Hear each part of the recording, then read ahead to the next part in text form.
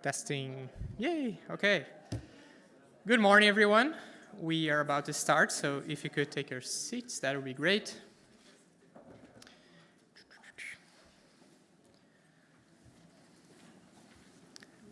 A couple of minutes later than I thought it would be, but still fine. All right. Welcome to the J. Herbert Smith Center's 2025 RBC Student Pitch Competition. I'm Igor Oliveira, I'm the program manager at the center, and I'd like to start by saying that we respectfully acknowledge that UNB stands on the unsurrendered and unceded traditional Wolastoqey land. The lands of the Wabanaki people are recognized in a series of peace and friendship treaties to establish an ongoing relationship of peace, friendship, and mutual respect between equal nations. The river that runs by our university is known as the Wolastoq, along which live the Wolastoqey, the people of the beautiful and bountiful river. Wolastoq is also called the St. John River. Okay, so before we move into a few housekeeping items and I can explain the structure, introduce the judges, I'd like to invite the President and Vice Chancellor of the University of New Brunswick, Dr. Paul Mazerow, to say a few words.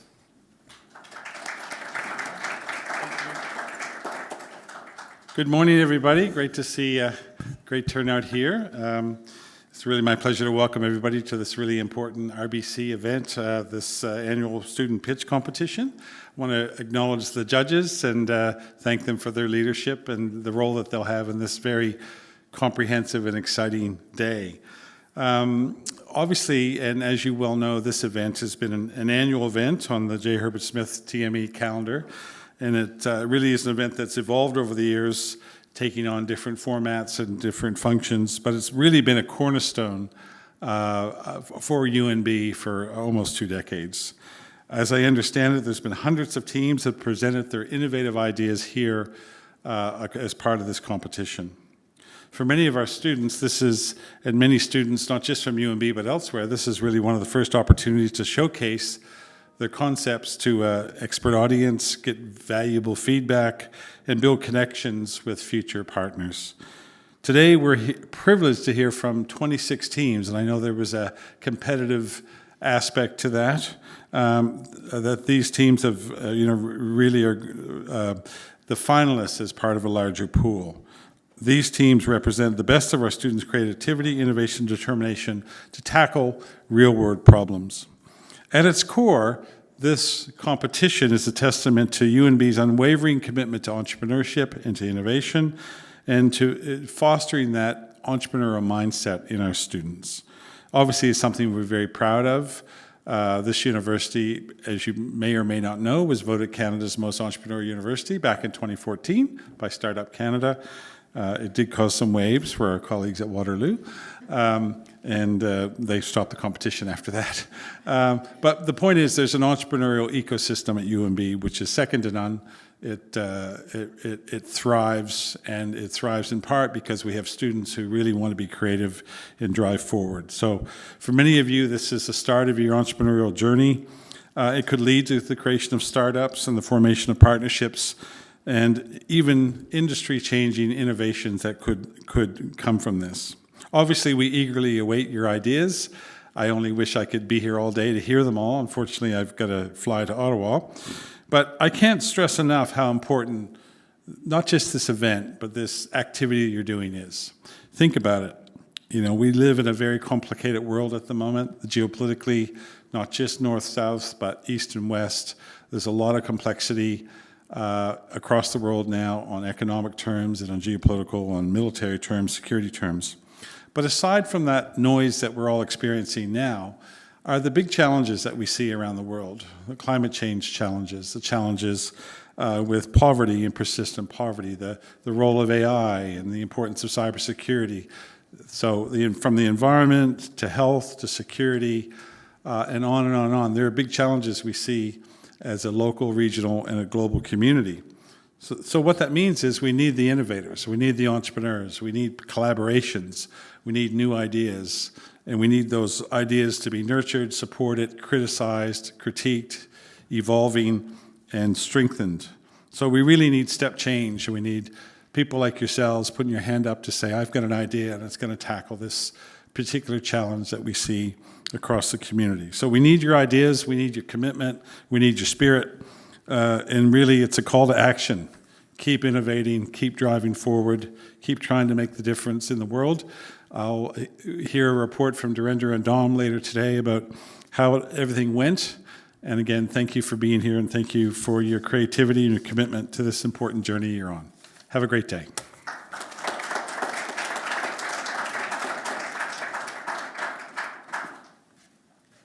Thank you, Dr. Mazerou. Now I'd like to invite Dr. Dhirendra Shukla to say a few words on behalf of the J. Herbert Smith Center. You're up, boss. He hates when I say that. The more people say that, the more I hate it. Thank you. Look, this competition is very special, and you will hear from Linda, who actually launched this competition several years before I joined the center. Can you believe that I've been at UNB for over 15 years? It's incredible, and I have seen amazing students present. Something about this competition that I want to communicate to everyone participating: this is a safe space. This competition is a safe space for students.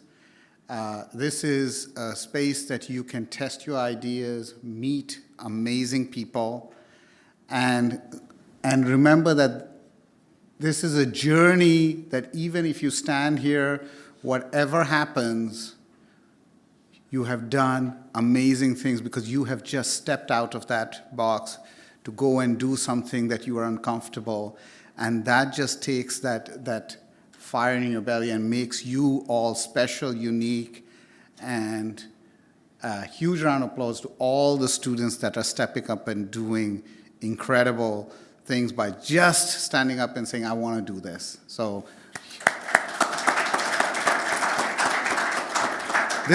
this competition is all about you. You are at the core. You are at the foundation of why we do this in the first place. You're going to go and do amazing things. You're going to form new friendships and bonds. And we are here at the center to help and support anyone that reaches out to us. So that's it. Thanks, Igor. Over to you, boss. Thank you, Dr. Shukla. All right, so we have an exciting day ahead of us, and it's divided into three main parts. In the morning, we have the ideas category, so undergraduate teams, 11 undergraduate teams are going to be pitching.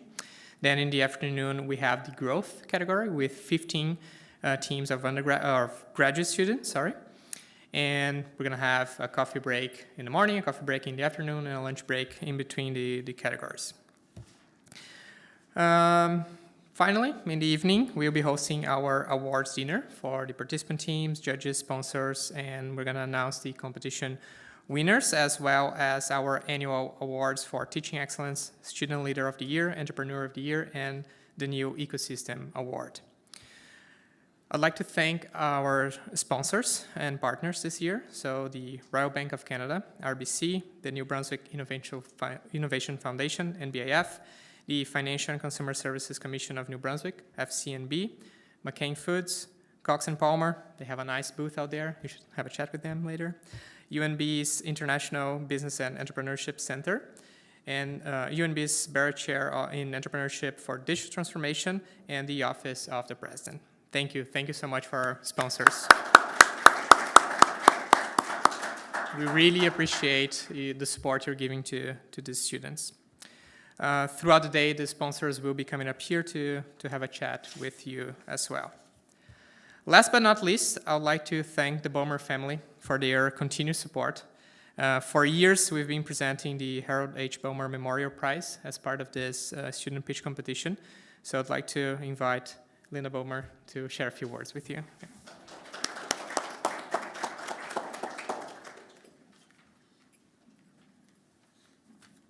Well, thank you, everybody. And I think I'll start and end with elbows up.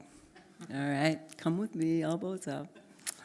I want to thank the judges here today. I want to thank the sponsors, and I want to thank Durandra, for keeping this competition alive and well. I want to apologize for my voice, of course. It's a little harsher than usual.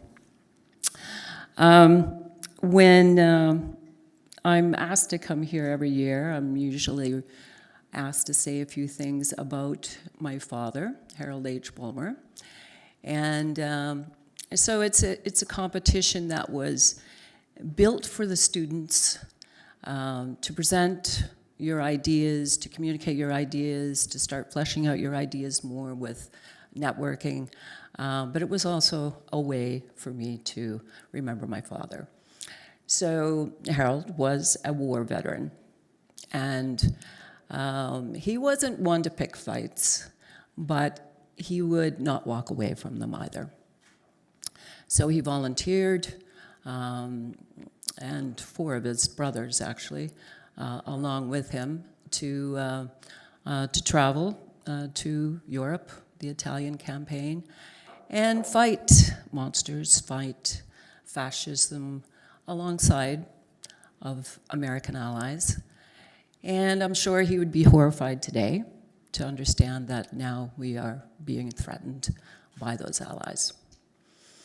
I'm not really sure exactly what he would do, what he would say. He was a vocal man. He was a man led to action. But I know what he would say to you. And he would say, you are doing exactly the right thing.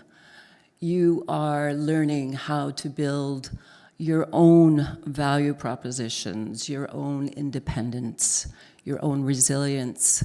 You're meeting people like-minded to do that as well. So he would be very respectful of you all.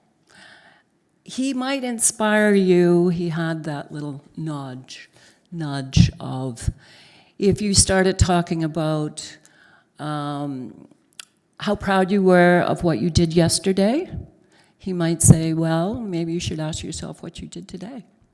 You know, he was that kind of guy. So a little bit about myself, a UNB chemical engineering grad. I moved out to Calgary to start my career in oil and gas. So after 16 months of living in the middle of nowhere, let me tell you, I went places that probably the first female professional was ever sent. So I was very adamant that it was going to be successful for the people that followed me. But once I got to head office in Calgary, I was given the opportunity to go to our sister office in Denver to meet colleagues there, to see how they were running their business activities. So I got back and forth through Canada and the US several times. So I actually met my husband in Canada, and he was moving to Denver, Colorado. And very quickly we started to talk marriage. And I said, fine, yes, I think we could put a deal together. But I have 2 prenup things that we have to agree upon. 1, you have to keep your hair till you're 45, which he did. He skated in there, but he did. And the second prenup was, yes, we will start our first home in Denver, Colorado, but we will not raise our children in the US. And he agreed. So over the next 7 years, working back and forth from Canada and the US, and bringing our 2 children born in the US back and forth to Canada, my feelings about that never wavered, because I was constantly reminded about the differences in our culture, in the way we live our lives, the way we think about our neighbors, the way we help our neighbors. And he didn't waver either, so we did move back. So if there's one thing, a silver lining that has come from the threats that we have received from our southern neighbors, is that it allows all of us, this opportunity to reflect. Have the opportunity to start discussions, to keep discussions alive on what is it about our cultural identity, our heritage, that makes us uniquely Canadian. And I think over the decades, perhaps we've taken that for granted, but regardless, it is a conversation that we need to reinforce and we need to have on a regular basis. So this is the 19th running of this competition, and we're approaching our 20th version next year. And I've had a brief discussion with Durenda about this, but together we want to reinforce in this up-and-coming pitch competition, our 20th anniversary, that made in Canada, that proudly Canadian cultural entrepreneurship theme. So today, reinforcing that we need to have this conversation, we need to harness our cultural assets, our products, our resources, our activities, and we need to showcase them.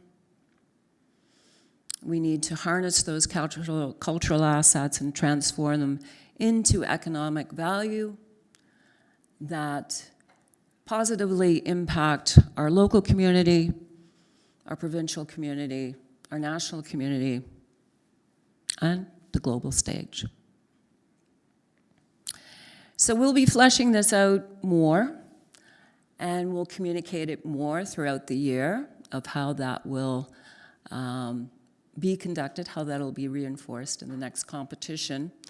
And we definitely look forward to how your entrepreneurial minds will seize the day. It'll be very interesting. So, without problems, there is no growth. Elbows up.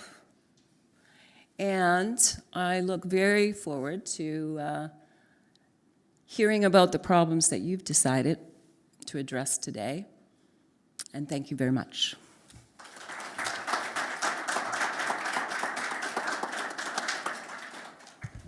Thank you, Linda.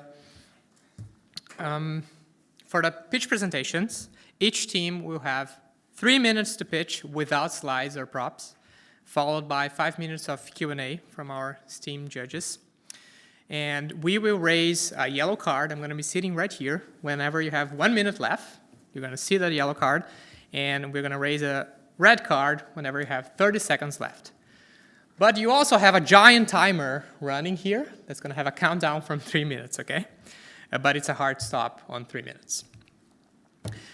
The judges for the ideas category are Hallie Wedge, an investment analyst at NBIF. She supports the investment team in identifying opportunities, conducting due diligence, and helping portfolio companies with fundraising, business strategy, and investor connections. Hallie values investing in entrepreneurial students, drawing from her own experience as a Frank H. Sobey Award winner and student entrepreneur with Enactus St. Mary's. Lloyd Borowski, who recently retired from McCain Foods, where he worked as head of global operations, responsible for various global programs, including workplace health and safety, food safety, manufacturing, environmental sustainability, and capital projects. Thank you. Dr. Debasmita Mukherjee, assistant professor at the J. Herbert Smith Center, and she's focused on social robotics, human-AI agent interaction, trust factors in acceptance of AI models, which is a big one these days, right?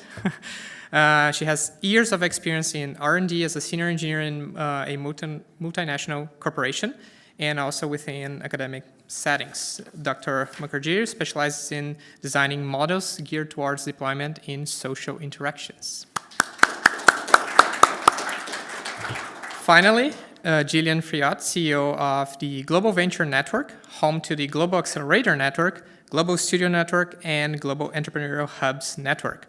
With over a decade of experience across the startup ecosystem, Gillian leads the organization's mission to elevate venture leaders who empower startup founders worldwide. Thank you. Thank you so much for joining us today. All right, let's start our first pitch of the day. So please welcome AE Media.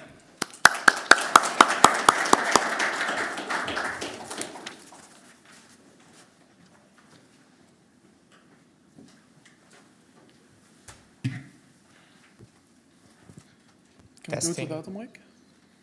You need one mic, either this one or that one, because we are live streaming, so they need to hear you.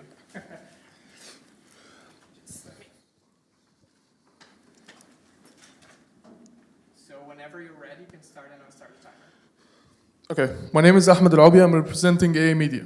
So now imagine with me, you're a startup or a small business owner, and you're working in a team by yourself or with 1 or 2 employees / business partners, and you're trying to push your product or service out there into the market. However, you're spending all your time into doing day-to-day repetitive business activities, such as creating social media content, generating financial statements, managing payroll, and even replying to endless customer inquiries. However, you're competing with huge corporates with hundreds of employees, a lot of resources, and way more experience, which they invest into gaining an advantage and acquiring more customers compared to you. And that's where we come in. With Upstart, the first ever all-in-one AI business automation software that allows you to automate your business activities across 5 different departments: finance, accounting, marketing, customer support, and HR. With Upstart, it's as simple as human sentences. For example, you could say, Upstart, create a month-long advertising campaign for a new product. And within minutes or even seconds, the campaign would be created, scheduled, and planned to be posted within the specified dates. Or you could even say, Upstart, generate my quarterly financial statements. And within seconds, you'll have all the financial statements you need at your disposal. With Upstart, you can compete with companies by having the same productivity, level of output, and quality of output at a fraction of the time. And the market we're targeting is already huge. For example, in Canada alone, 97% of all businesses are small businesses. And they've already shown the demand for these business assistant tools through the money they invest in these tools, such as Canva, Wix, and many more of these tools. And now, in terms of what stage we're at with our product, we're in the MVP stage. And what differentiates us from the competition is that we have an all-in-one design, which allows you to manage all your business activities in one place, in addition to our full automated model, which means the software doesn't support you in doing these activities, it fully does them for you. With Upstart, you can manage smarter, grow faster, and focus on what matters, your customers. And thank you so much for your time.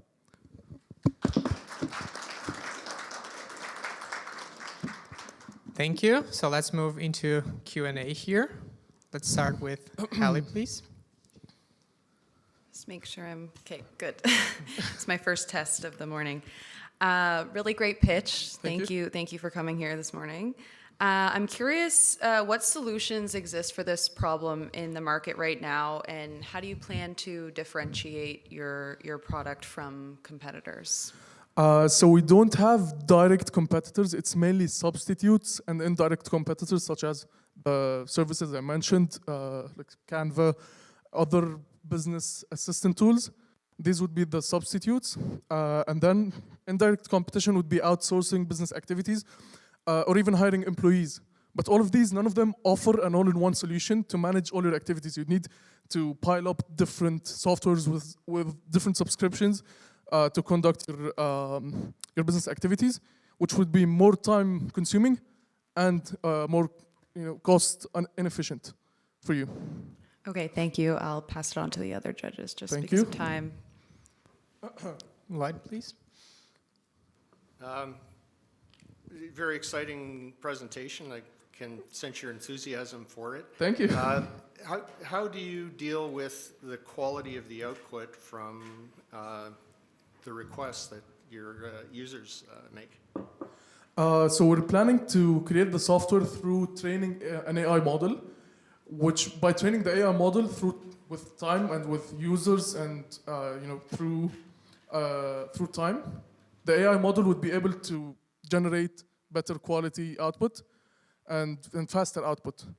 Because every time a user uses the AI model, it's going to input that information in and use it to better itself.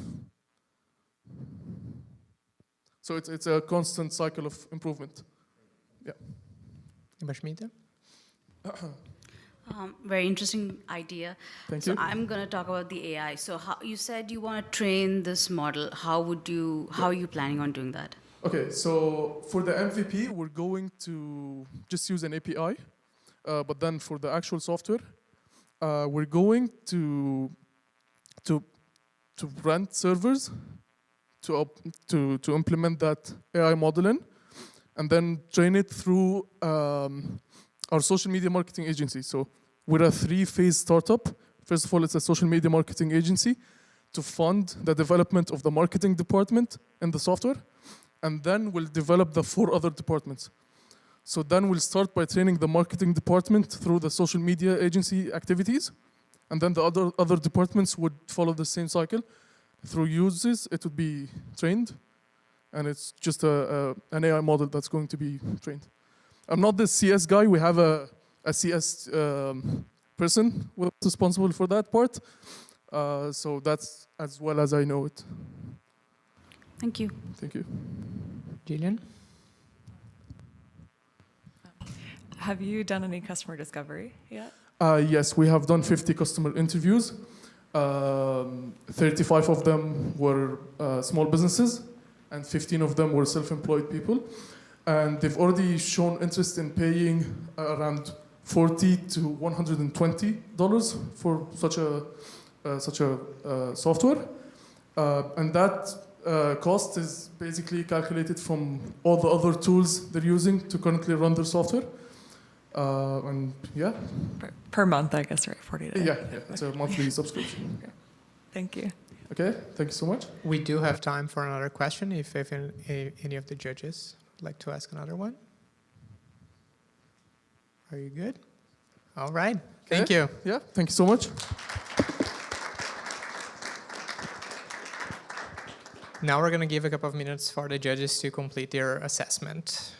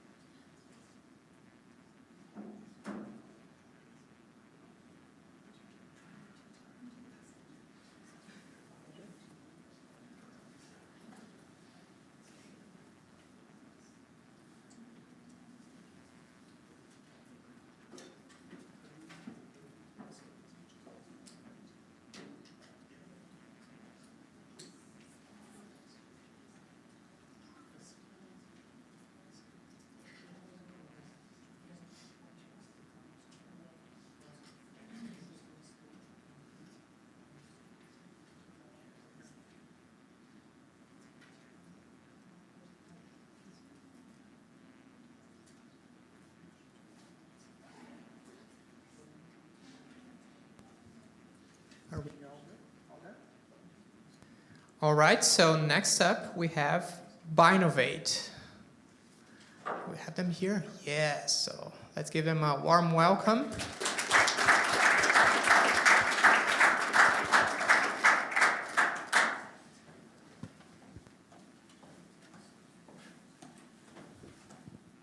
Testing, testing.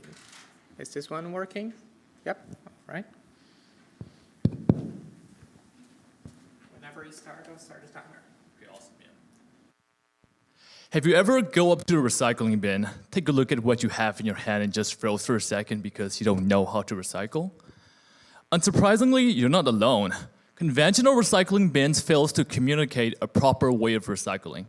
To make it worse, Canada have a standardization problem.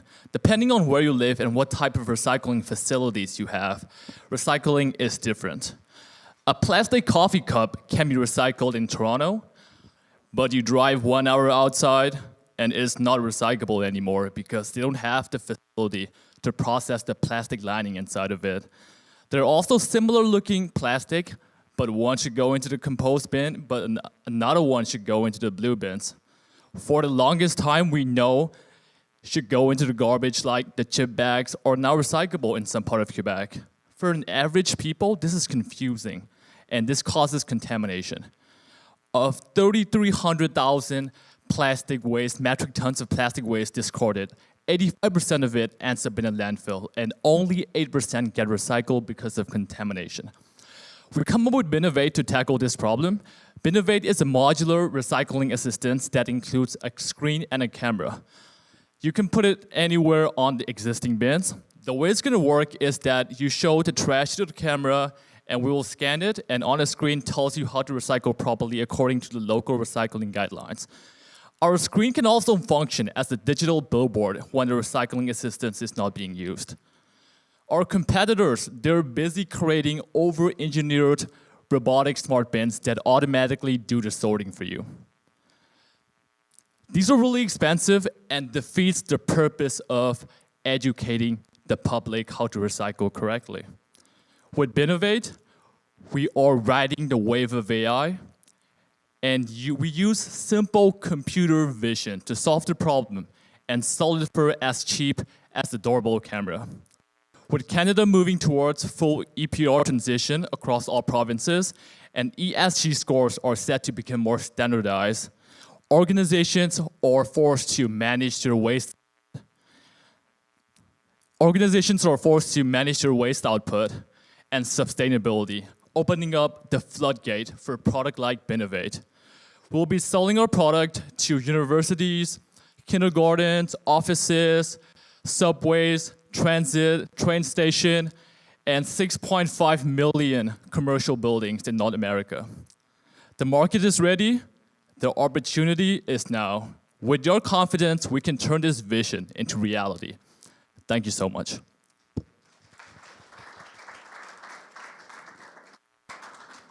Thank you. Clearly, I mispronounced the name of the company. Sorry about that. No worries.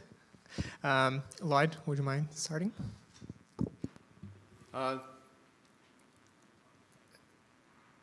It's an exciting idea. Do you see it as just a user interface, or how do you see it connecting to the actual disposal of waste products? So it is just going to be the user interface. So we're recycling assistants. However, we are not handling the entire process of recycling, but we'll be helping sort out trash.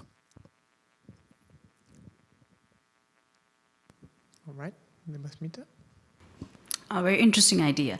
So you talked about modular. So modular means that it's going to be able to handle all sorts of products. How do you plan on doing that? Because there could be so many different products that somebody could want to dispose of. By modular, we mean that we're not designing the entire recycling bin. We are creating the extension that you can install it on the top of your existing open top bins. However, the advantage we have is that we're using computer vision. and we can adapt to it. If we got new product in the market, we can change our model, data. So we'll be working with a lot of local recycling facilities to see what type of new products coming in to also keep up with the market demands and the change in the product. Yep.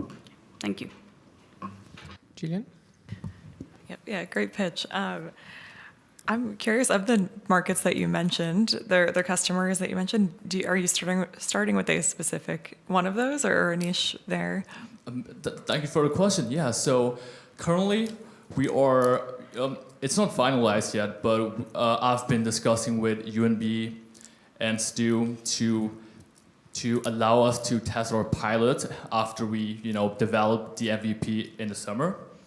And in terms of organizations, I was also pitching about this idea yesterday in the NBIF, and I also asked the Jeff White, and he told me that, I was like, can you see our product ever being used in the NBIF? And we have a lot of positive reviews. And also, I met Dustin Bauer. So his company, they used unrecyclable plastic, and they turned it into the bricks for construction. And we're talking about the potential partnership. He was like, if you could sort unusable plastic into one compartment, they can collect it, and they can also turn it into a cinder block that is better than conventional ones. Very cool, thank you. Hallie? I'm gonna kind of jump onto that last question. Who will be the buyer or payer for this product? So I understand the user; it'll be your everyday person recycling. But who will actually pay for this product to be on recycling bins? And through your customer discovery, what is your target customer's willingness to pay for a product like this? Thank you so much. Yeah, that's an amazing question. Yeah, so our product is going to be B2B. So we're selling it to the business. However, the everyday people are going to be using it.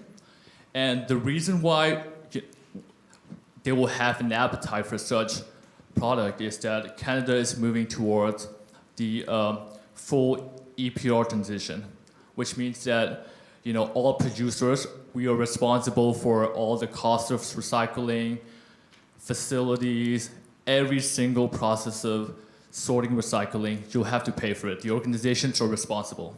So there is incentive in that aspect. And also we have a matter of ESG score. So let's say your company want to do investment or do a business in European Union. You got to meet a certain standards of ESG score to do that. So it's really important that organizations incorporate sustainability aspect into every level of business decision. That's time for a Q&A. Thank you. Thank you so much. Now the judges will complete their assessment.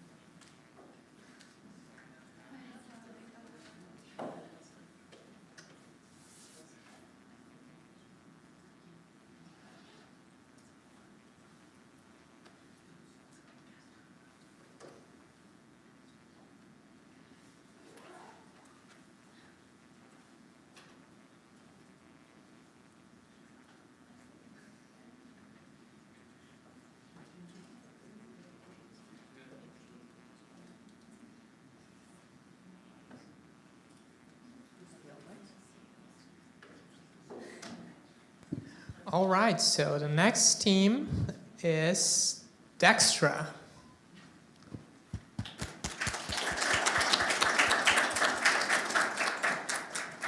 I hope I didn't mispronounce that one. Oh, no, that was perfect. Okay. Are you both presenting? Yes. So maybe, can we get another handheld, please?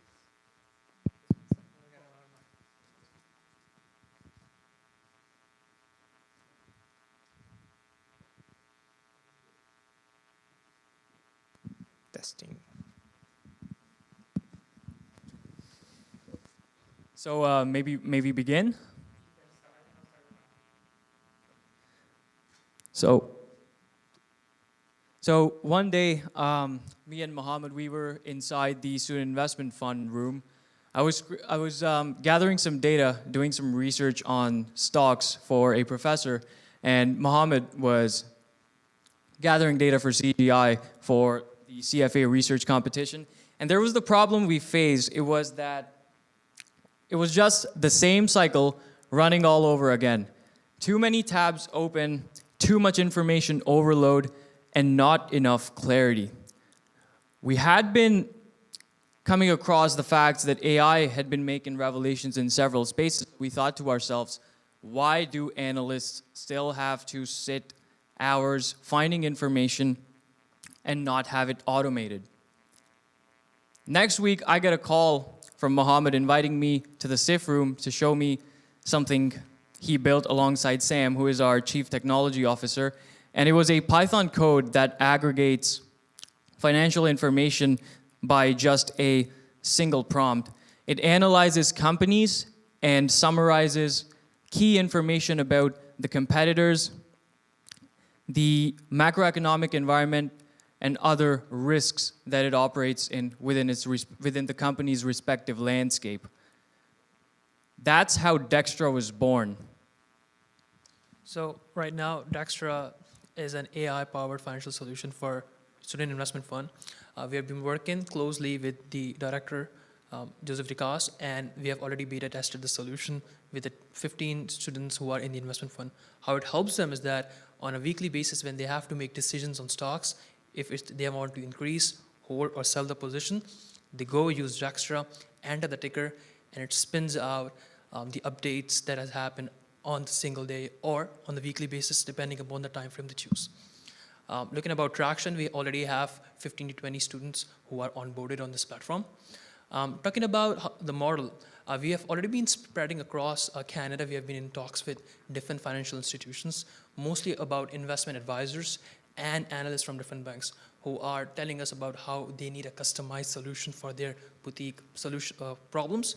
We are also in talks with student investment funds from different universities who also feel the need for having a tool that helps them reduce the time spent on researching and helping them gain the time back to implement actionable items. Talking about the pricing model, we have a freemium model where we have free API tokens and we have free research options until you reach a certain limit, and after that you have to pay for it. For UNB students, this solution is free of cost right now, and it will remain open source or free till the foreseeable future. And that's it. Thank you.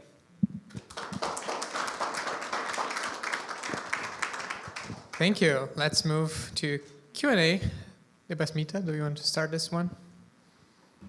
Very interesting idea. So how are you ensuring that how are you validating whatever it's spitting out and it's just not hallucinating? Good question. I think hallucination is one of the biggest problems for artificial intelligence. So the format we have in the back is that, first of all, we scrape data from different websites that either offer us API tokens or the articles themselves.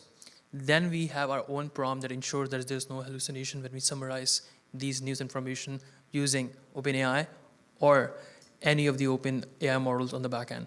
So we have our systems in places that ensure there is no hallucinations. That said, there's still a lot of space for improvement that we are actively working on. So what's the business model? It's open source, right? So do you have a plan for turning it into a profitable business? Yes. quite definitely. So right now, I think how its feature is that we are local. We're helping Fredericton first, then we're gonna spread to St. John, and then Atlantic Canada. That's our first step. Once we find that we have fine-tuned our solution and we have found our product market fit, then we'll obviously turn this into a profitable business, I would say. Right now, it's more to help students who want to make their first steps in the world of investments, and without paying for expensive financial terminals like Bloomberg, and also without the need to sit in a specific room just to access that terminal. We're giving them the freedom to access this tool from anywhere from the world. Great, thank you. You're welcome. Haley? Great pitch, thank you guys. This is more of a future-looking question, but does this tool have applications across multiple industries, or are the capabilities limited to equity research? That's an excellent question. Again, I think as I was in Toronto 3 weeks ago with the investment fund, I did find that a lot of different people have use for this tool as I was pitching this tool to them on coffee chats. Apart from students using this for equity research, investment advisors who pitch mutual funds to people who are low risk find this tool really effective, because the whole process is pretty much monotone, where they have to analyze someone's risk tolerance and then suggest certain ETFs based on their risk tolerance. So that they are one. And when we're talking about equity research analysts in banks or portfolio managers like Don Wishart, who is also the head of our investment fund, I am also helping him at a future date implement this solution for his portfolio, where he has to analyze like 500 stocks every earnings season and have to sit do this arduous process of analyzing what changes were made in the macroeconomic environment and within the company fundamentals. So for right now, my focus is on equity research. The next step is portfolio managers and then advisement advisors. Do you see this product as one size fits all for all users, or do you see it being highly customizable? And how would you support that if it was highly customizable? Great question. I think it will be short term versus long run. In the short run, we are highly focused on one thing, and that's equity research. Once we hone ourselves in that industry, and I think once we have a really a super product market fit that we think doesn't need a lot of changes, then we plan on moving into different verticals. For now, our plan is to stick with equity research and updates for portfolio managers. Did you have a follow-up? Yep. Yeah, so again, future plans question. Do you see this as being like a standalone tool for finance professionals, or do you see it being an integrated tool into platforms like Bloomberg or PitchBook, things like that? Well, the good news is we have already integrated this solution with one of the terminals. It's called Outseek. Outseek was built by UNB alumni. Their name is Dylan Hubble. And they offered us a partnership where we are integrating Dextra into their financial terminal. It's called Outseek. I think that is going to be the starting point for us, where we'll be integrating our solution to different financial terminals. And then once we have a big enough team, definitely my plan is to make it a standalone solution like Bloomberg Terminal, but way cheaper. That's time for Q&A. Thank you. Thank you so much. Thank you.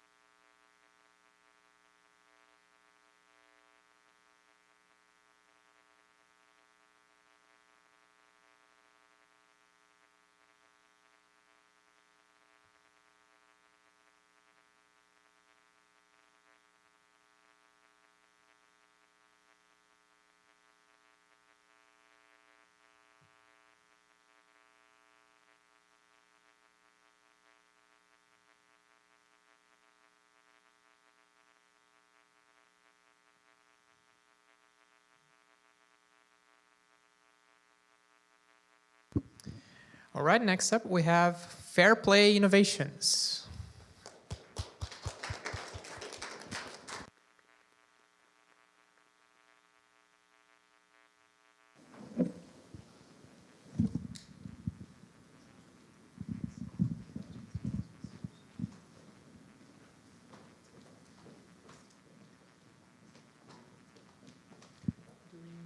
Do you mind just sharing the microphone? Both of them are going to be presented, and then we're going to answer. So if you, during Q&A, if you can just share the mics. Whenever you're ready, you can start in a second. The clock is ticking. A player goes for a layup. Contact is made. The ref hesitates. No call. The crowd erupts in frustration. Basketball is a game of precision, but human error is inevitable. Referees face split-second decisions in a fast-paced environment where missed calls, controversial decisions, and long video review affect gameplay and disrupt the game flow. In the NBA alone, 8% of all calls are missed.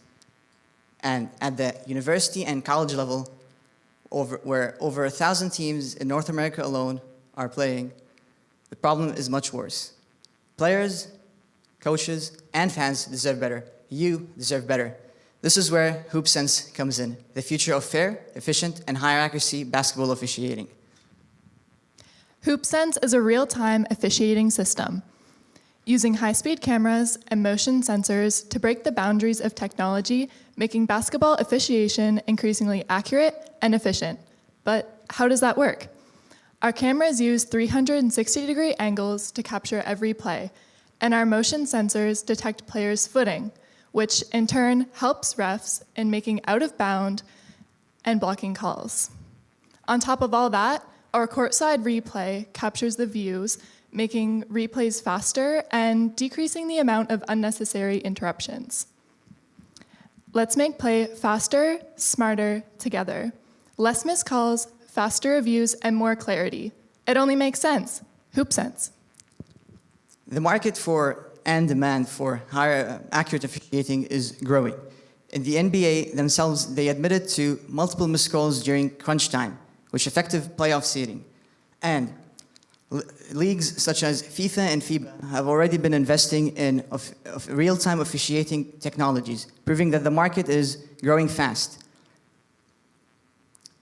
We will generate revenue through direct sales and licenses to universities, colleges, and professional leagues. And then we'll expand into international tournaments and amateur leagues to ensure widespread adoption. We are looking for partnerships with university programs, investors, and industry professionals to help us make basketball officiation the next move. With our plays, just imagine a game where every call is accurate, the play never stops, and fans get the best experience possible. Join HoopSense in revolutionizing basketball officiation as we know it together. Thank you.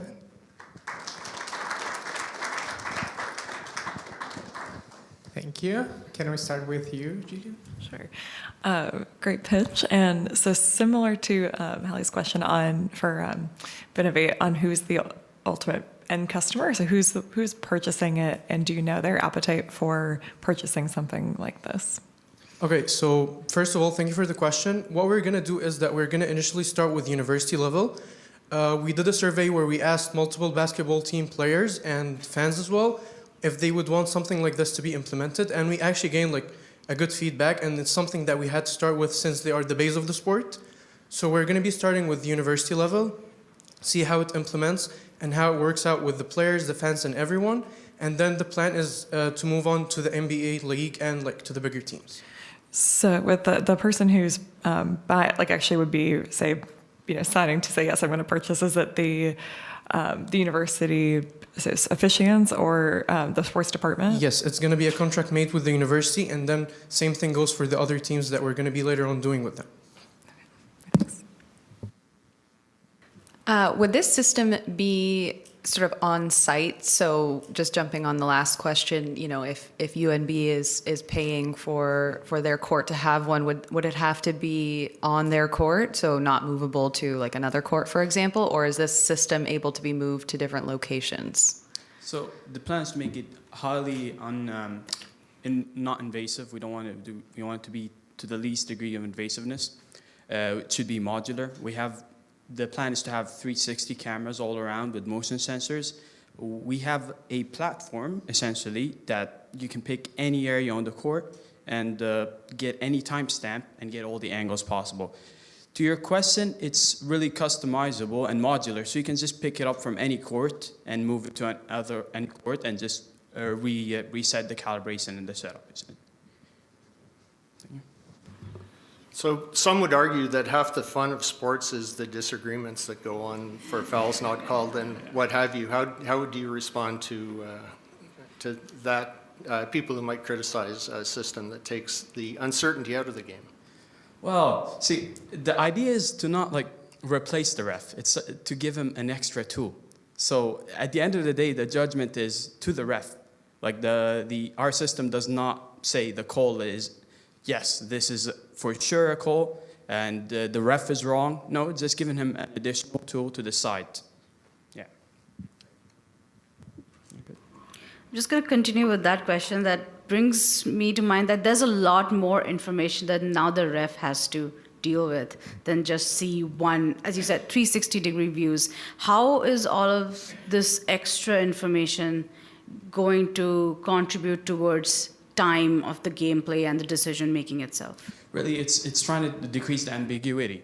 So like essentially, it's going to give you the best angle on like the call, and that will make the judgment clear instead of thinking maybe this is not how it would be, or like you have an incomplete image of what's happening. You have the perfect angle on the issue. For example, with goaltending, sometimes it's just not quite clear, but if you have a camera angle where you can see the ball falling, it's much easier. And also one thing we want to add is that it's not necessarily always be used. It's only when there is something that could require a human error or something, then at that point the referee could use it as an X-ray resource for him to make like a decisive decision. We do have time for another question, if any of you wants to. So how do the refs feel about it? So this is definitely something that we are still trying to implement. So as we said, first base was to get the opinion of the fans and the basketball players because they are like the main involved people. But certainly with the refs is something that we're planning to do further research about. But we are gonna make something very clear. It's just an extra resource. We're not trying to like fully replace them at all. It's just an extra resource to help them skip the human error and make sure that all decisions satisfy both sides pretty much. It's definitely like not trying to replace them. At the end of the game, it's not a binary. It's for fun. So you just want to make it more interactive for the fans and easier for the judge, for the ref. Sorry. All right. Thank you.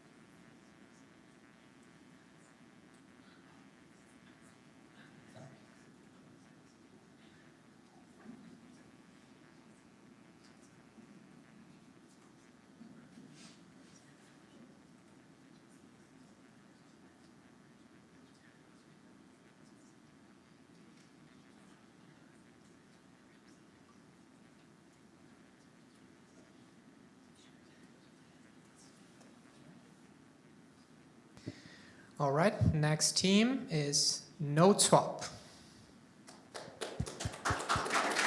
So apparently they're not here, I heard.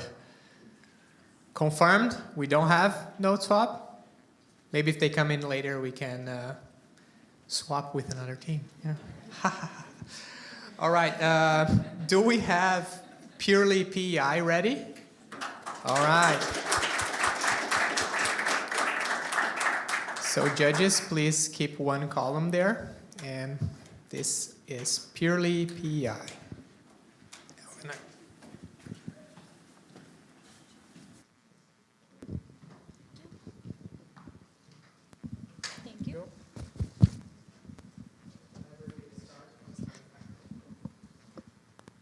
Imagine this, you're a devoted dog owner. You have tried many different brands, but your dog, for some reason, doesn't like the treats anymore. There's many healthy options which often cause food allergies, just because of the animal protein that is in the treat. Unfortunately, this is the reality for many dog owners all across the world. The systematic review study conducted in 2016 actually proved that the many common allergens in dog treats is caused by beef, lamb, soy, chicken, and soy. Many dog treats are always meat-based and often filled with many fillers like wheat and soy, or artificial flavors, which often have very less nutritional value to it. We are Dia, Lika, and Erika, who will join us later for the Q&A from Purely PEI, which offers a sustainable and innovative and highly nutritious dog treats. The unique proposition here, our dog treats are made with locally sourced ingredients such as lobsters, blueberries, sweet potato, and oats. What's special about lobsters?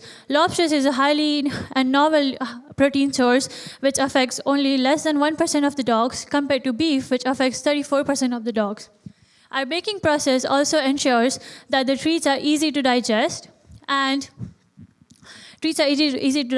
We also partner with the biofood tech company to produce our locally sourced treats.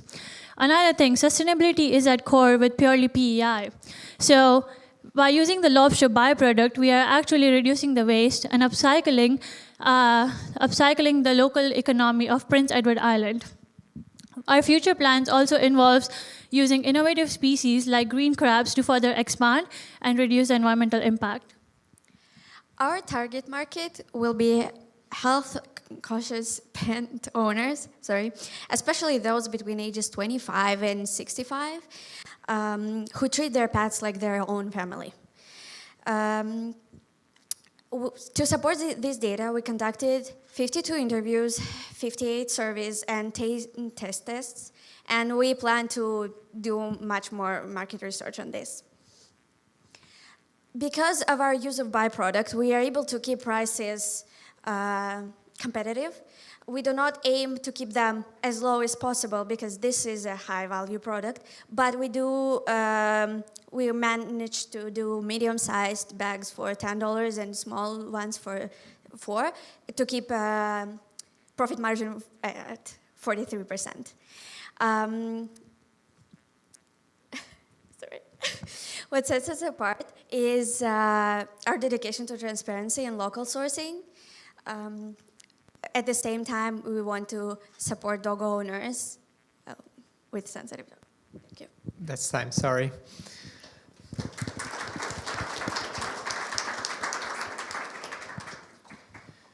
Judges, I think we can, yeah, okay. I'm a dog owner. I have 2 large dogs, luckily, who will eat just about anything. But with so many dog treat options out there, how do you plan to actually have your products stand out on the shelves of a pet store?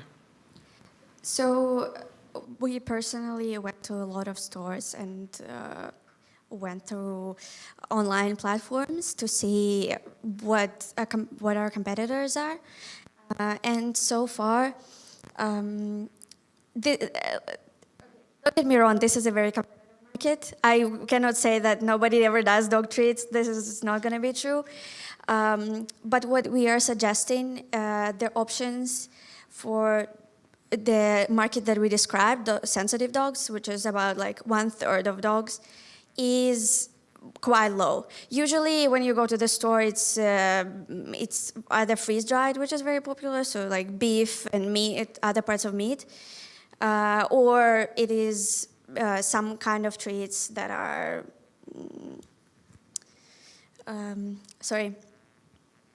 that are less high in quality. We do have some competitors that offer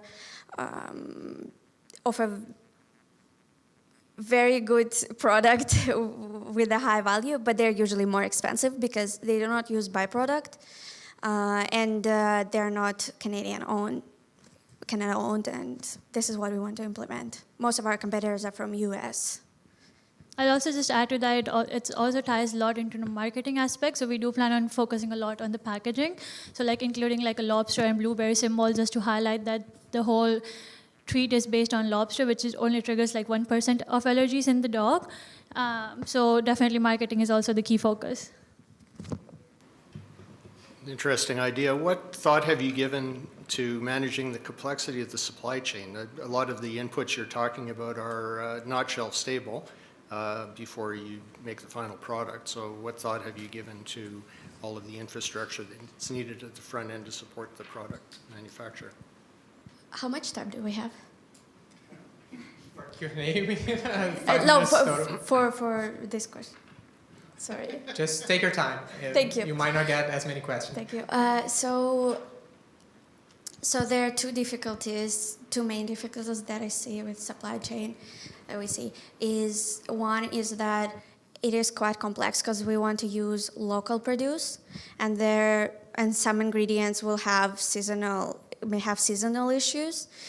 So it would include a lot of freezing and storing ingredients to use them in advance, which does not implement nutrition, so it's good for us. But it will take us time to build the chain, and we plan to, at PEI, do it during this summer. This is our initial plan, to do first batches to actually see what issues will arise and how to work with different suppliers. Shelf stable, so for now it is quite short, so it's about 3 months of suggested. We plan to do them baked, so they store longer, and we will see. We partner with Biofotech, so we're gonna do the test soon.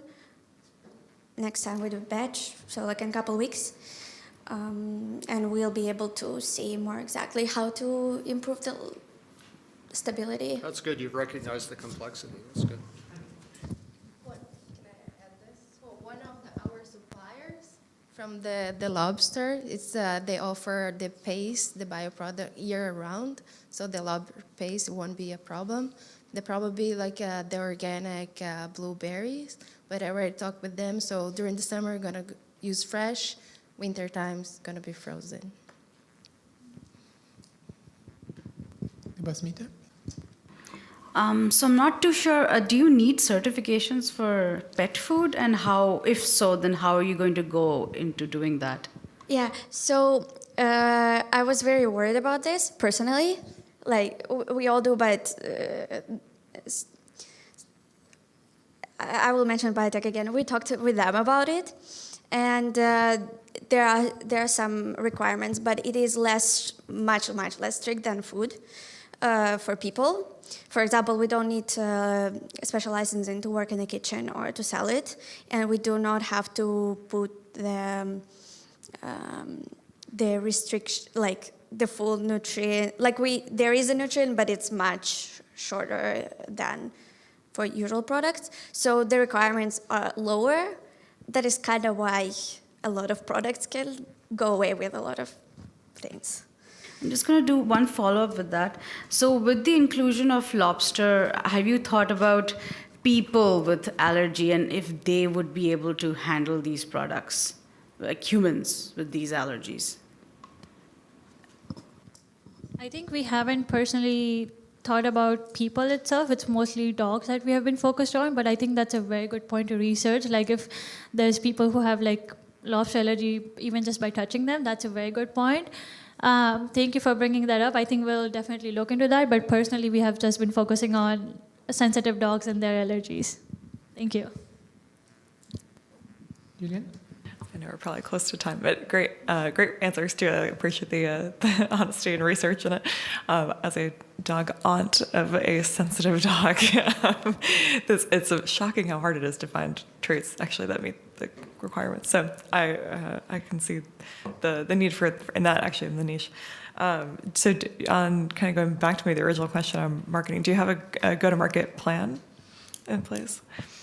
So now we are developing the branding and marketing strategy because after doing market research, there were several issues that arise that it's more about how people think about different things. For example, people assume that their allergies is going to be their dog's allergies, or they assume that they say they do deep research, but they don't actually do deep research. They just Google, click couple links. So there are a lot of prejudices and a lot of things like that to work about. So we are currently working on basis of branding, and I'd say in the next month or two, I think we'll need to add another person to the team. And just gonna add to that as well, sorry. Just gonna add to that as well. In terms of like marketing plan, we have 2 pop-up stores that are already lined up, coming up. We also plan on trying to sell in the farmers market in Prince Edward Island over the summer just to do a test of how people are actually reacting to the product. Additionally, there's another pet store who kindly offered us to give out samples. So that's also a good initiative for us to like get to know the customers personally and see how they're actually reacting to it. So there's definitely plan to directly enter the market, more so just to research the market more and see where we can improve. That's like the whole, it's very much at the early stage, so still definitely needs a lot of guidance to like scaling and improving it. But market research is definitely in the upcoming months. I'm sorry to cut you off, but that's time for Q&A. Thank you. Thank you. Thank you.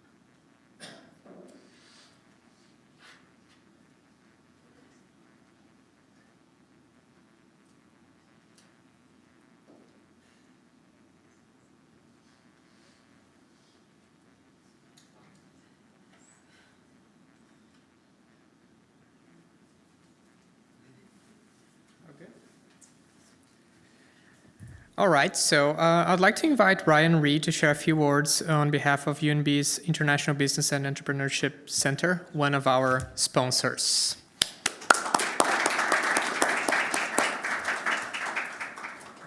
Thanks, Igor. Good morning. Yes, I'm Ryan Reed with International Business and Entrepreneurship Center in the Faculty of Management. We're a longtime supporter of RBC Pitch Competition that the Smith Center runs. They're a longtime supporter of our BMO Apex Business Plan Competition that we run every January. It's great to be here. It's amazing to be here and not be running around like Igor, doing all the behind the scenes. I know what it's like. I get to sit back, drink a coffee, and actually watch the pitches. And the pitches are fantastic.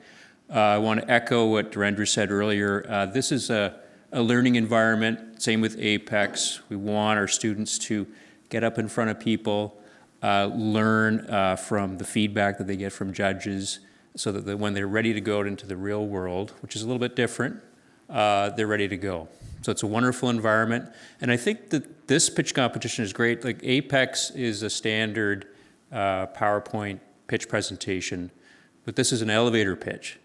So this is hard to get up here without notes, without the PowerPoint behind you to look at and make this presentation. And this is something that will do you well for the rest of your life, rest of your career, to be able to get up and do a pitch. So I think it's a really good learning environment to be in. I just wanted to quickly mention, and I think everyone in this room will be interested in this, the Fraser Student Venture Fund is UNB's venture capital fund. It's been around for 5 years. We've made investments in 10 companies, and it's open to faculty, staff, alumni, students. We've made 10 investments over the years. Our check size is $25,000 to $100,000. We've invested in Troj.ai, Piketa, and a number of other companies, and we want to add more companies. We work closely with the team at NBIF, and we're looking to grow the fund over the next 5 years. So if you have any interest in that, you can check out our website. It's unb.ca/IBEC, and I'm going to be here for the rest of the morning. So to everyone that's pitching, great job, and I look forward to seeing the rest of the pitches. Thanks so much. Thanks, Ryan. Certainly an amazing opportunity for the students, so feel free to either go to that page or have a chat with Brian here. All right, so we are going to have a 20-minute coffee break. So we're going to have some coffee outside in the foyer. You can have a chat with the other teams, get relaxed, and then we're going to move on to the last 5 presentations of this morning. So 20 minutes, and then we're going to start to bring you back. Thank you.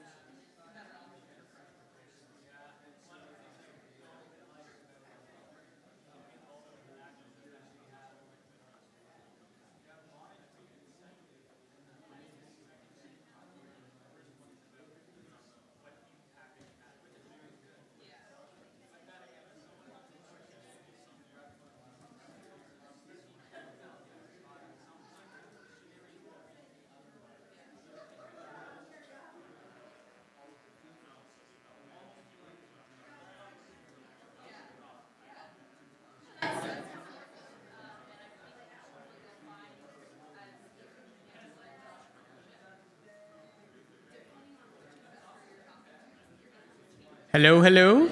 We're about to start, so if you can go back to your seats, please. Thank you.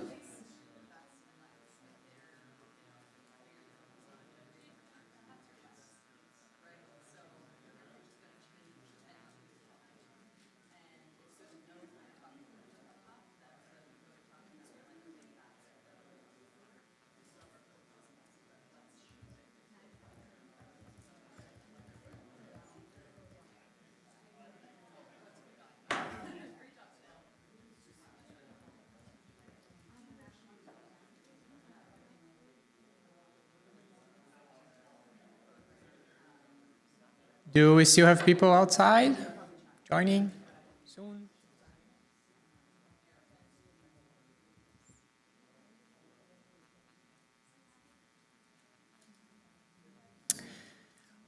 All right. So we had a few teams pitching the first block, and now we're going to go into our second part of the morning.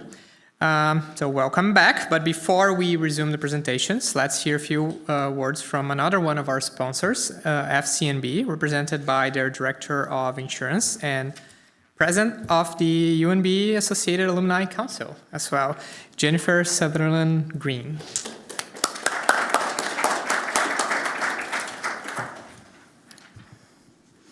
Good morning, everyone. I'm Jennifer Sutherland Green, Director of Insurance, the Financial and Consumer Services Commission of New Brunswick. As the province's financial and consumer services regulator, the Commission is dedicated to protecting the public interest, enhancing market confidence, and promoting understanding of financial and consumer services.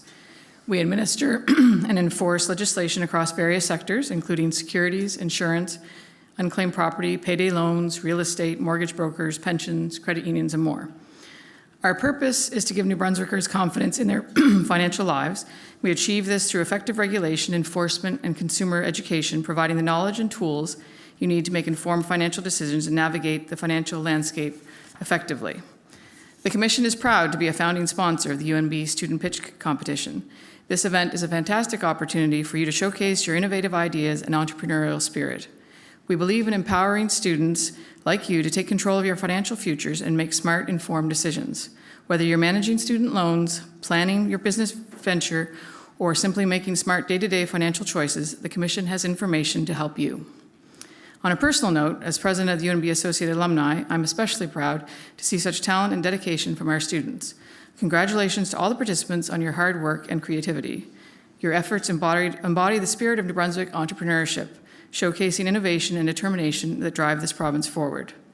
Good luck to all of our competitors today, and we look forward to seeing your ideas come to life. Thank you. Thank you, Jennifer. So to start us off, this second part, we are going to have Safe Mail. Right here? Yeah.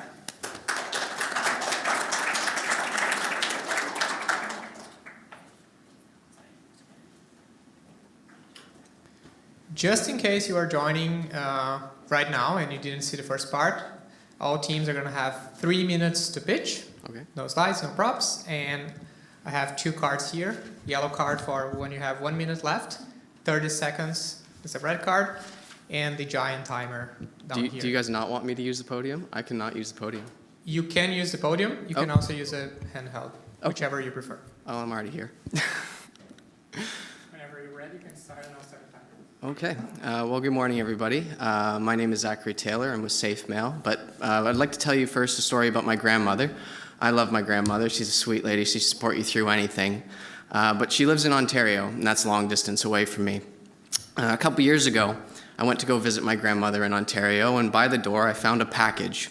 That package contained a set of 5 pill bottles that weren't prescribed by her doctor. And I thought, well, that's really, really strange. I don't know what the heck she got these for. And I went into the kitchen, I found another package with 5 more of these pill bottles called Blood Balance. And my grandmother does have some health concerns, so she bought these pills online. And I said, Grandma, what are you doing with these? She says, oh, I bought 1 pill bottle, and then they keep coming in the mail. I don't know. My grandmother fell for a phishing scam, and it cost her each of those times she thought she bought 1 pill bottle or 1 bottle. She actually subscribed to a subscription to buy 5 of them every single month and had no recourse whatsoever. So a year ago, I came here with just an idea, Safe Mail, the bulletproof vest for your digital life. The idea with SafeMail is that we are a phishing prevention solution, which is proactive, to support people like my grandmother who can help individuals not fall for phishing scams.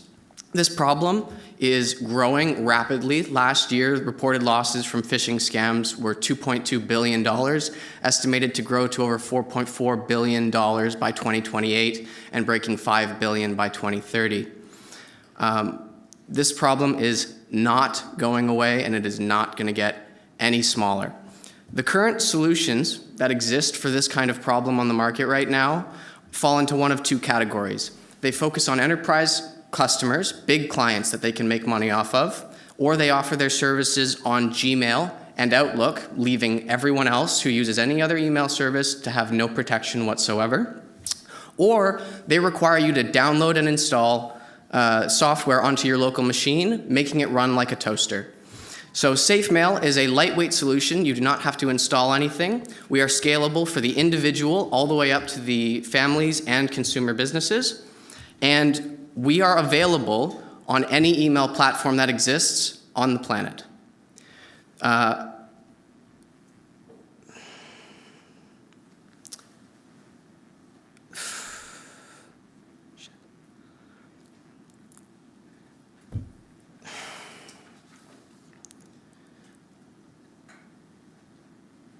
SafeMail is a proactive solution rather than a reactive solution.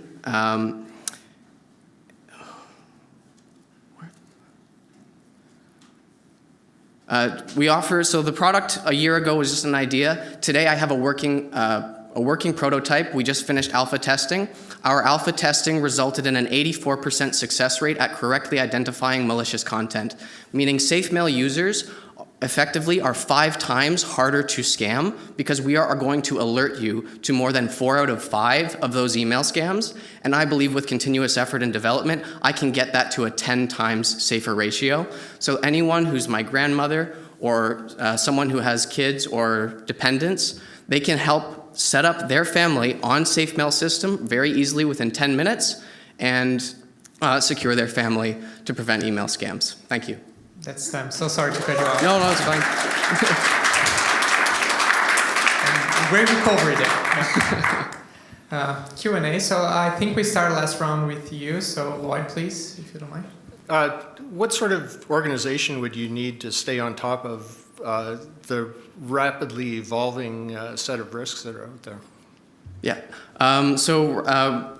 Right now, so the current approach that I've taken is kind of a data integrity approach. So we'll reach out to organizations that are information brokers that take in reputational analysis data that's publicly farmed by big companies or small companies and aggregated in these places. And we'll do a reputation analysis on the content of the email. So that information is updating rapidly on the fly. The SafeMail system as well, in your email analysis that you'll receive, so in your inbox you have your email, every email gets a SafeMail analysis attached to it. In that SafeMail analysis, you can inform us not whether that's a phishing email or not, but whether our analysis you believe to be correct or incorrect, and we can update that data based on that data point that you're letting us know. So that means if you get an email, and let's say we accidentally misdiagnose it as not malicious, but it is in fact dangerous, you can let us know. We'll update that data point, and then anytime anyone ever receives a contact using SafeMail from includes that data point, whether that's a URL or a sender or an attachment, they will get the appropriate analysis, which also means the more clients we get on SafeMail, the safer the community becomes, because the freshness of our data just gets more and more accurate and more up to date. Yep.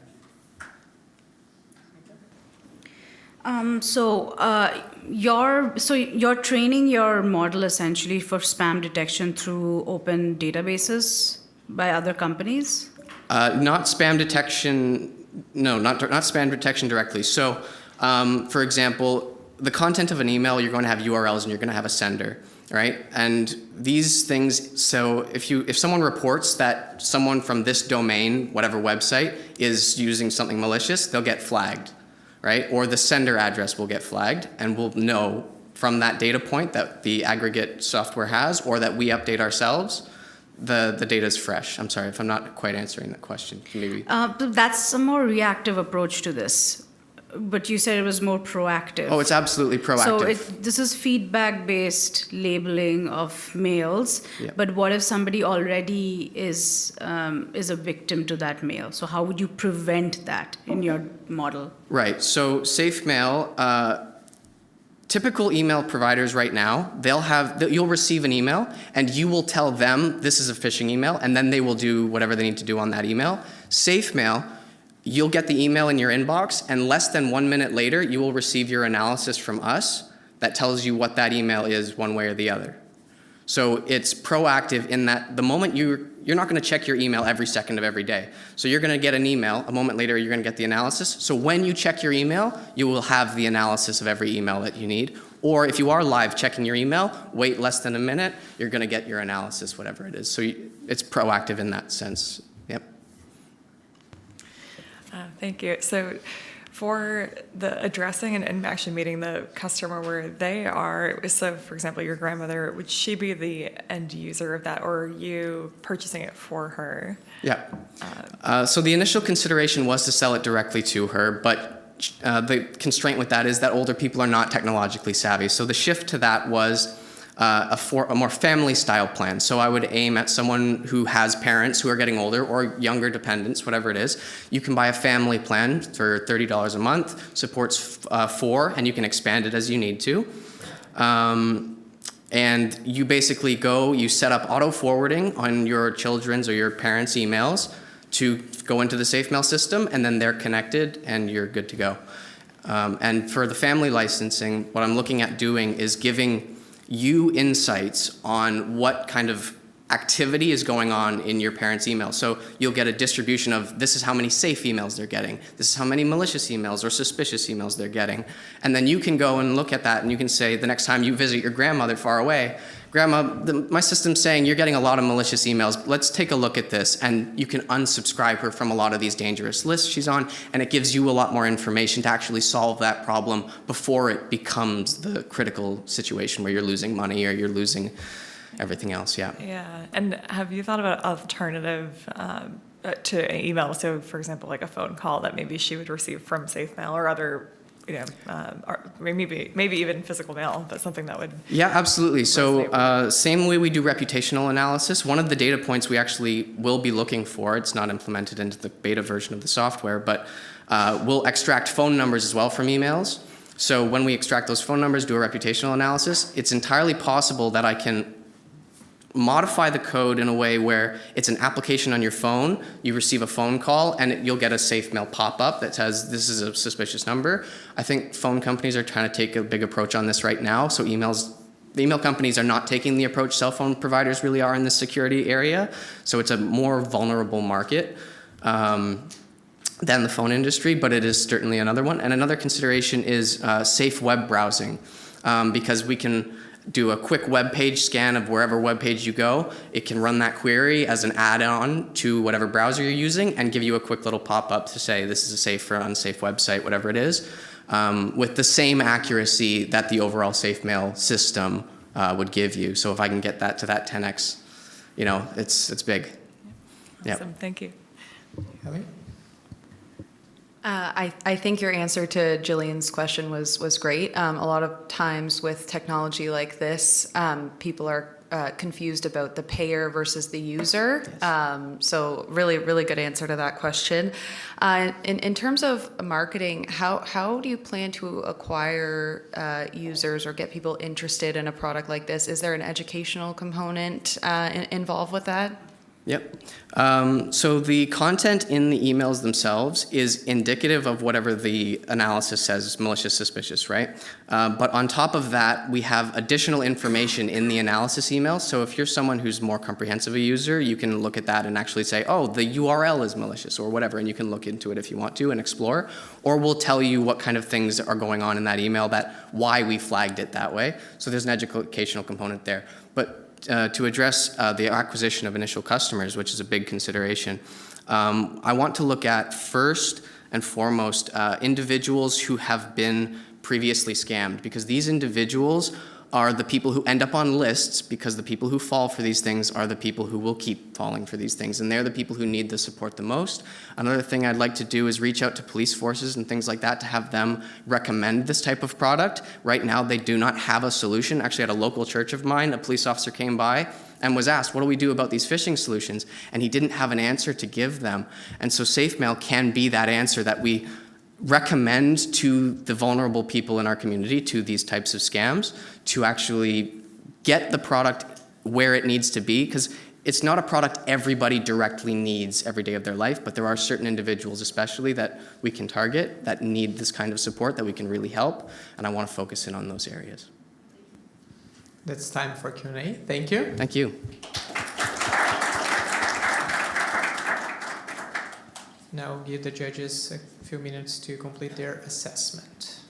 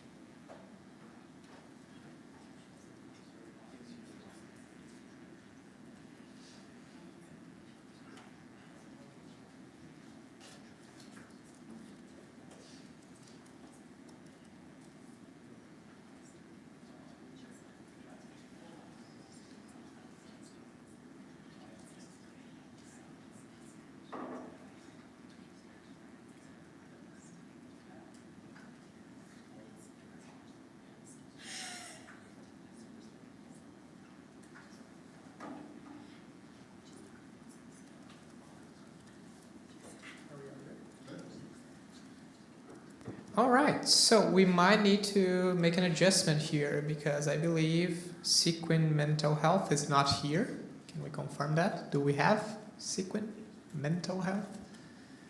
Nope. Okay, so we are going to go to the next one, Smart Steer Solutions. Do we have the team here? Yep, I saw thumbs up there. Perfect. Good timing. So judges, please ignore the column for Sequin Mental Health and jump straight to Smart Steer Solutions. So let's give them a warm welcome.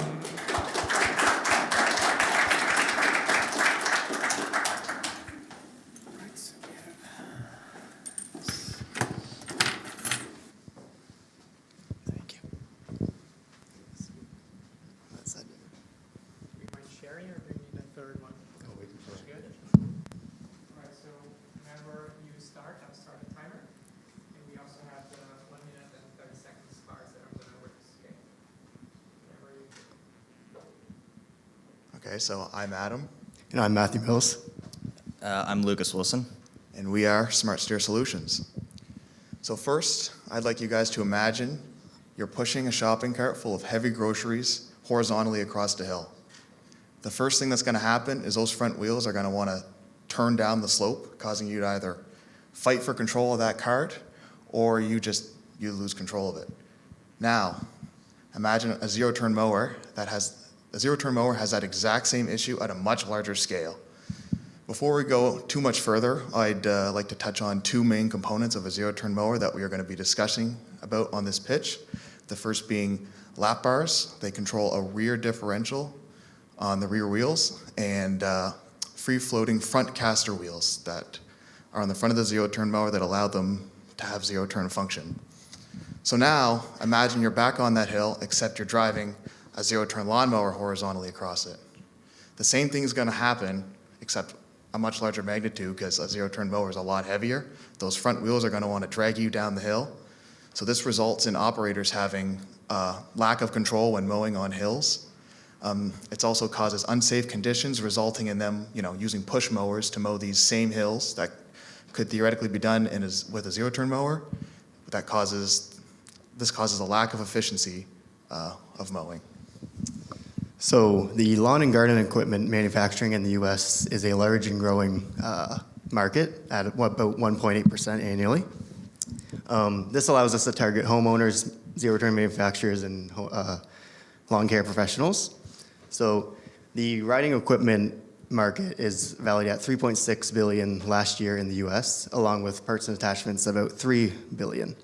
This allows us to go after those manufacturers looking for innovative solutions and designs, and will allow us to target those manufacturers and create a solution for mowing on hills.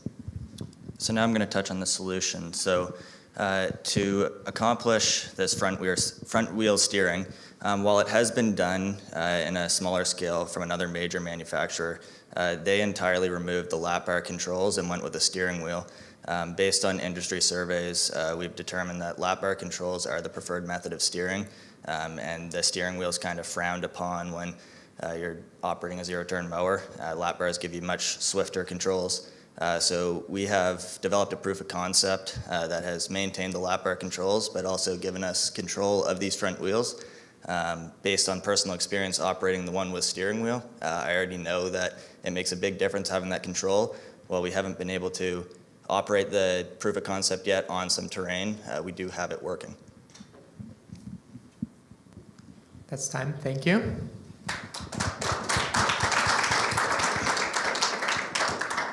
Judges, we can start with the Basmita, please. So you started out with the shopping cart. So I'm wondering, how's your solution? How are you going to implement that on that sort of a scenario? Yeah, so I'll touch on that a little bit. So the main idea is to be able to implement this as kind of a retrofit kit on an existing zero-turn mower. So this is something that you'd attach right to each of your independent caster wheels in the front. So a motor would drive each wheel independently based on those lap bars that are giving your input for steering. So they would steer based on what position those lap bars are in. So you're at this, I feel like this is my common question on customers, but are you selling to the end user, to the B2C, or are you selling to a manufacturer and then they're going to be reselling the retrofit? Yeah, so it's we've kind of played around with a couple ideas. So from personal experience in the lawn care industry, when I purchase an attachment, I can purchase it both directly from the manufacturer of the mower, or I can purchase it from the company that creates that attachment. So we're kind of aiming for a similar kind of idea. So while a customer could purchase it direct from us, it would also be listed on that manufacturer's website, and they could purchase it through a dealer, and that dealer could install it and all that kind of stuff for them. Okay. And what's preventing the manufacturers from producing it themselves today? I think it's a change thing. Manufacturers have their assembly systems, and making a big change to that is going to kind of redesign how they do that. As I mentioned, there's the one company that has implemented it with the steering wheel. I'm not entirely sure why they haven't thought about doing a lap bar style control. I suspect maybe it's an easier method just to implement a steering wheel with that kind of mechanical system for steering the wheels. But yeah. Great, thank you. I really liked your answer to an earlier question about integrating the product into existing technology, because sometimes it can be very challenging to completely reinvent the wheel, no pun intended there. So I really liked that. And I know you guys are a little earlier stage, but have you explored like IP or patenting the product? Is that a part of your plan as you work on development? Yeah, so we haven't talked a whole lot about that at this point. Ideally, we would like to patent the technology, just as it hasn't been done to that scale before. We'd like to be able to maintain kind of all that IP before bringing it to any of the manufacturers' attentions.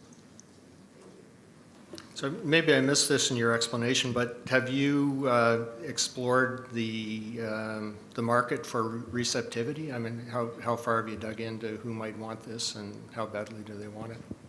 We've really haven't dug a lot specifically into zero-turn market and like want, besides primary research and like our own experiences. We did a lot of initial surveying around, I guess, the Fredericton area, since we have a lot of connections with the lawn care company and past work experiences. So through surveys and just some interviews and questions, that we've gathered that it would improve.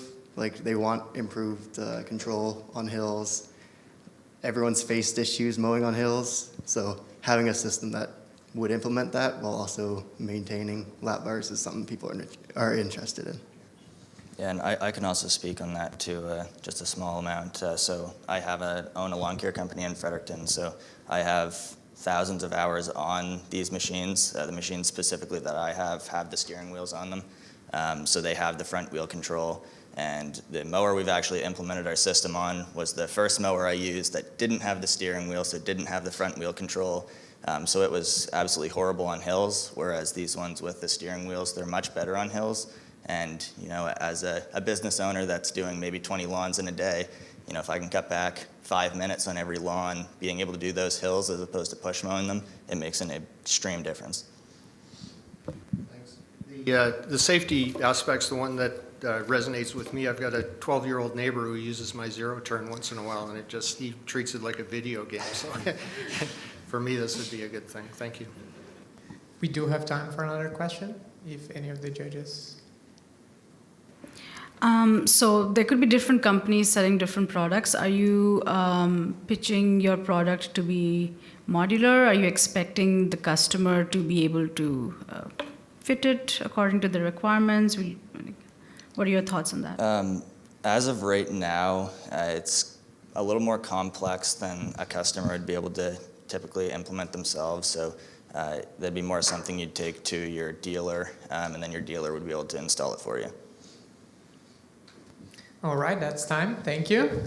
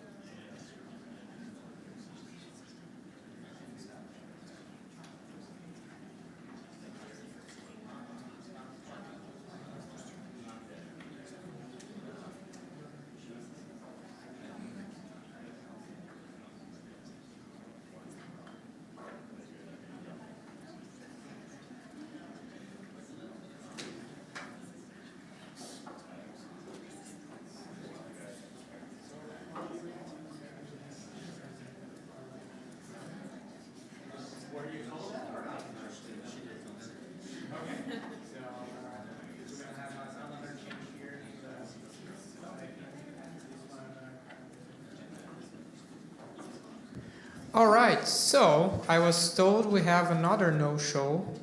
Just to confirm, do we have social school here? Nope. Nope. Okay. And Sequin Mental Health didn't show up yet either. Okay.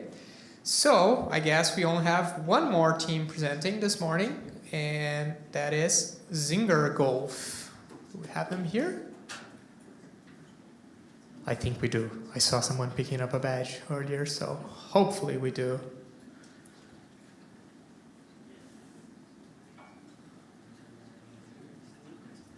I think we do.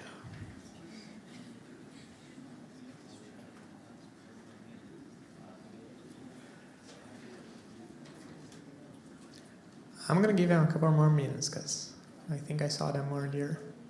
They got their badges, but you don't see them right now. They may have got their badges, come back to class and come back because they Yep. earned it. So Yeah. we can put the Jeopardy music on. Okay, I'm just going to wait just a couple more minutes, and maybe we'll have another break and give them time to be here because they were told they were pitching around noon, so it's still early for them. But the other two, I don't think they're coming. So we'll just double check if they're around by any chance.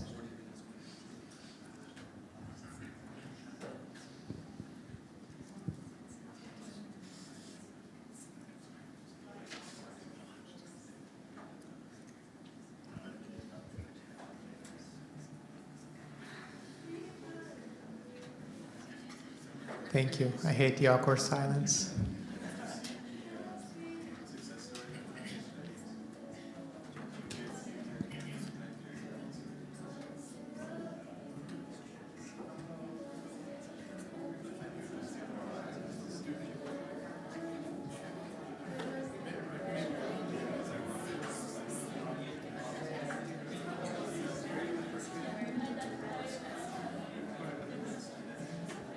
Zinger Golf is in the house. So he's just taking his jacket off. Give him a couple minutes. Okay, thank you. No rush. You're still early for your allotted time.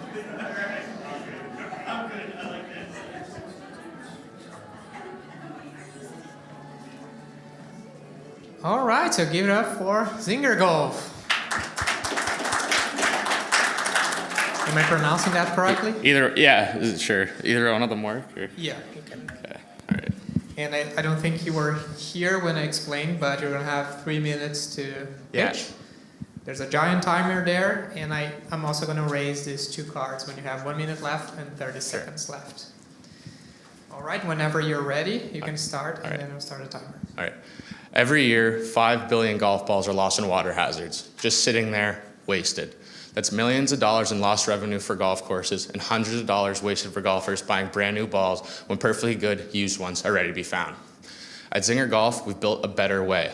Our advanced technology retrieval system recovers, restores, and recollects used golf balls, saving golfers money, making courses money, and most importantly, keeping the waste out of the environment.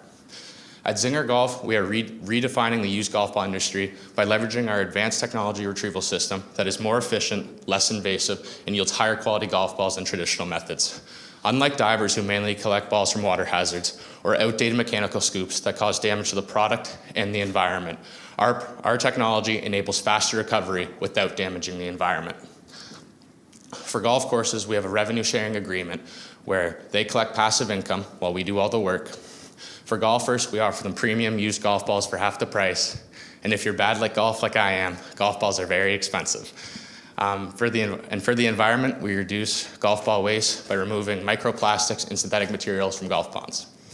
And even better, golf has been booming. Since COVID, there's been a great resurgence in the amount of golfers being played, with over 41 million golfers in North America, with a total addressable market of 1.3 billion for golf balls. More golf balls means more lost balls and making a greater demand for high quality, affordable options.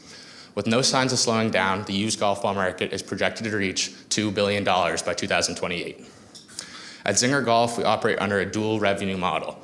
Firstly, through our direct-to-consumer sales approach, where we sell our premium used golf balls back to golfers through our e-commerce platform, as well through our social media channels. And secondly, through our golf course partnerships, where we have reoccurring revenue agreements where us and the courses benefit off every ball we find. Golf courses are leaving money on the table, or worse, letting it sink to the bottom of a pond. Zinger Golf is the more efficient solution of turning lost golf balls into a profit. Golf courses are sitting on a hidden gold mine. Literally, every lost ball is lost profit. We are currently seeking golf course partners and investors to help us revolutionize the used golf ball industry. The demand is rising, the technology is proven, the opportunity is now. Let's get those lost golf balls back in play and money back in your pocket. Thank you.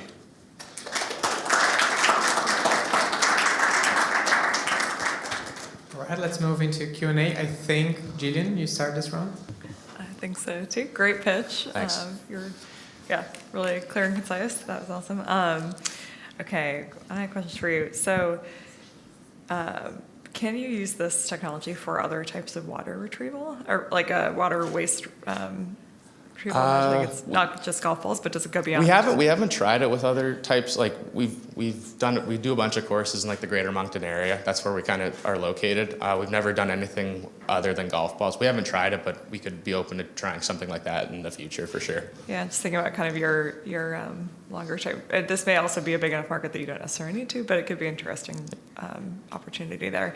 And then can you tell me a little bit about the revenue share, and have you talked to golf courses about that? Yeah, so we've been working with 6 courses now, some in the Greater Moncton, 1 in Amherst, 1 in PEI, so 4 1-1. So break it down for you. So we do the retrieval on the courses, so we have an agreement with them, so we pay 5 cents a ball for every ball we find, and we sell them back to their clubhouse. It'd be around, depending on what ball it is, because different brands happen, but it'd be around between 80 cents to $1. So it's almost 16 to 20x on every ball we find. So we'd sell that back to them, or we keep it and sell it to our consumers directly. And you have a channel that you're selling. Do you have your own D2C channel? Yes. Okay. Cool. Great. Thank you. No problem. Also great pitch. I'm wondering, the actual ball retrieval itself, do you offer that as a service, or like are you selling the device to some like a groundskeeper on the course that's going to be operating it? How does that work? It's just a service. We don't, at least for the technology we have, I don't feel like licensing or selling it to golf courses. It's just kind of like what we do for our service, really. There's like it's tough to say because there's a lot, like with the competitors with their retrieval system, they're like, it's really bad for the environment and all that. And for us, it would benefit us keeping our technology and keeping it kind of low profile before competitors would rip it off. Right. So with that service model, do you think there's any challenges to scaling the product and having it be used more widespread, like across North America, for example? There could be some challenges for sure. It definitely would be beneficial to licensing it, the technology. We're kind of not at that stage. We're kind of just in the service part of it now because it's so fun, but it's something we'd have to look into for the future for sure. It's good you're having fun with it. So do you see going forward focusing on the service? With you controlling it centrally, do you see it as a franchise model that you would roll out across North America and beyond? Or what's the longer term vision? Longer term would be the franchising, for sure. For just right now, would just be the service. So can you tell me more about the solution itself? How are you retrieving the balls, and how is it different from your competitors? Okay, so for our technology, so competitors, what they normally do is they put it's on the tractor, and they roll it through the pond, and it's terrible. They don't pick up any. They run it through twice. It picks off maybe half, and it really damages the ponds. At least the golf courses I play at back home, when I see it the ponds is destroyed. When you see after they run it through, there's tons of dead fish just floating up, so it's really bad for the environment. Comparing to our product, where we we would cast it in a pond, and it just rolls on the bottom, not running over any animals or damaging anything. Our product does not damage any type of environment in those ponds. Thank you. We do still have time for follow-ups. Yeah, so you have a, you're already doing that, you actually have the technology already, Yeah. right? And yeah, I guess can you tell us more about why, maybe I missed that why you don't want to have your a patent say on that and sell that into golf courses versus doing the service model? Just repeat. Like I guess tell me a little bit more about your maybe decision making on wanting to not sell that as its own independent technology and patent it out. Yeah. Okay, so just kind of at like the current stage where we are, I'm not full time with it yet. I will be this summer. Okay. So I've been doing it just kind of like a part-time thing. So I've just been mostly focused on just the service part of it yet. But when I get into it full time, we'll definitely consider trying to license it around. I can make other competitors have it because it's just so much better for the environment than what they're doing in the U.S. and Canada. It's I could talk about it forever, but it's horrible. That's great. It's great that you're. I think it's just a really good way for you to test out the market and understand it super well before you do start to do this at scale. So I think it's awesome, and more than I want to make sure you're protected on the IP of it. Yeah. So that's great. Thank you. No problem. All right, that's time for Q&A. Thank you. Okay, thanks, guys.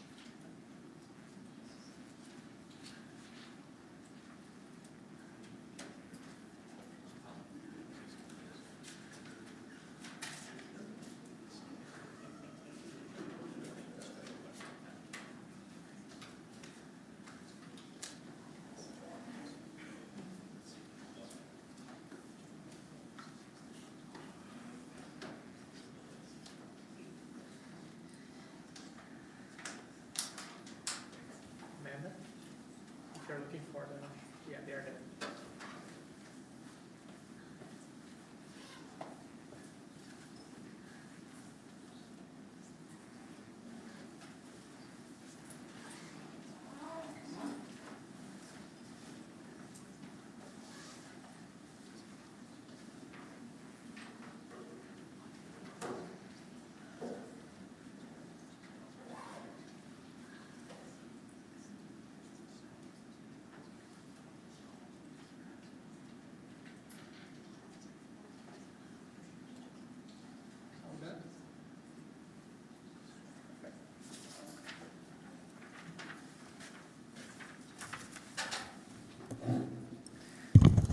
All right, I'm going to confirm this one last time. We don't have those two teams here, right? Sequin Mental Health and Social School. They didn't show. They're not here. Last call? No? Okay. All right, first of all, a big round of applause to all teams. this has been great. I truly appreciate you coming up here and pitching your ideas. For some of you, it might be the first time you're coming in front of an audience, and that can be really challenging. I was there not too long ago, a few years ago. I was an MTME student. I was pitching our idea too. And for me, it was easier because it was during COVID, so it was everything online. I could even cheat if I wanted, have some notes there, you know. I didn't, no, but pitching without slides, as Ryan mentioned earlier, is super challenging. It's hard to keep track of your story. You need to practice much, much more. So great job, everyone. Great job. Now I'd like to invite Lloyd Borowski here to take off the judge hat and put on the sponsor hat to share a few words on behalf of McCain Foods.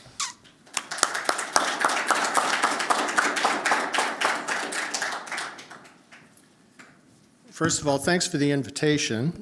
It's exciting to see new, bright ideas. I got to admit that having retired recently and at the back end of my career, a lot of the technology you're talking about are well over my head, but very interesting to get educated. For those of you who don't know McCain, I think you're all fairly familiar with it, but it's a $16 billion business that operates globally, sells in 160 different countries, 20,000 plus employees, and I don't know the count now, but more than 60 factories. McCain's have been a huge supporter of the university and of this program. I remember 15 years ago I sat in on a presentation for the idea of the entire program that you're benefiting from right now, and it's exciting to see how far it's come. On kind of a personal note, I spent a lot of time running around the world building factories, operating factories, and we did that with a lot of McCain a lot of UNB graduates. And I think the one thing that I always felt differentiated the students, the graduates of UNB from what we'd see everywhere else is the entrepreneurial spirit. As a manager, it was great to have employees that could do stuff and build stuff and knew the technologies. But what was often missing for me was the ability to stand up and with courage and with poise, present their ideas, sell their ideas. And the other thing that was really important to me was entrepreneurship, the ability to innovate. It was one thing to send somebody in to replicate a problem that had been solved before. You don't get better doing that, but the education you're getting here on entrepreneurship and innovation will benefit you hugely going forward, and I got nothing but good things to say about the program that's being run here. So, thank you.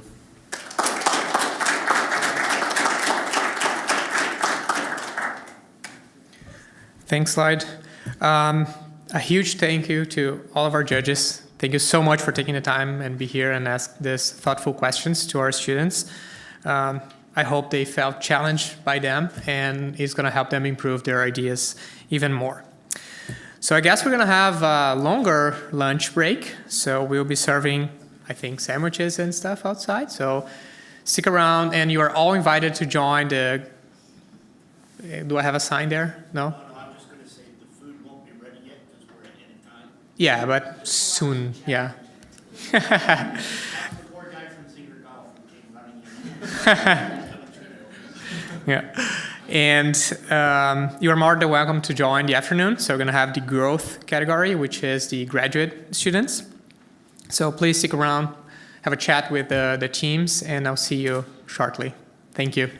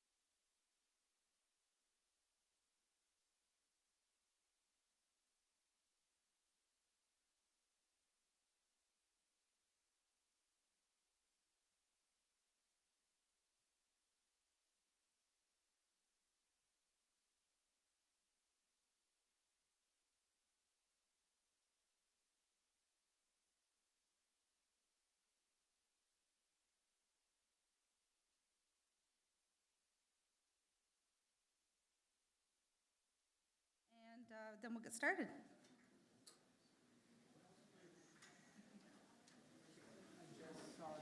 Judge up there. I'm going to go over the scoring stuff.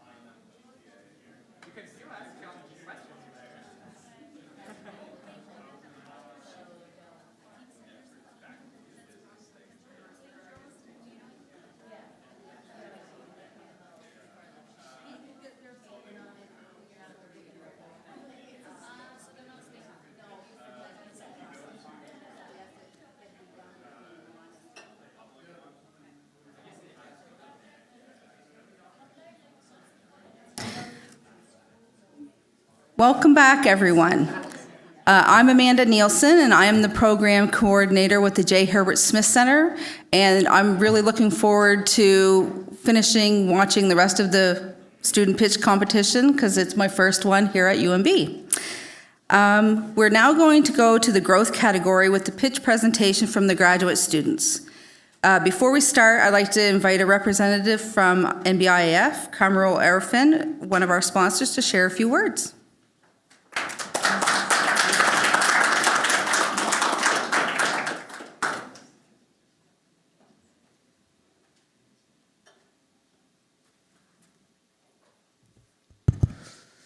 Good afternoon, everyone.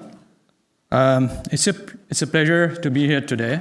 My name is Kamrul Arifin, and I represent a very dynamic organization. The name of the organization is New Brunswick Innovation Foundation, and where I am working as an investment analyst with the venture capital team.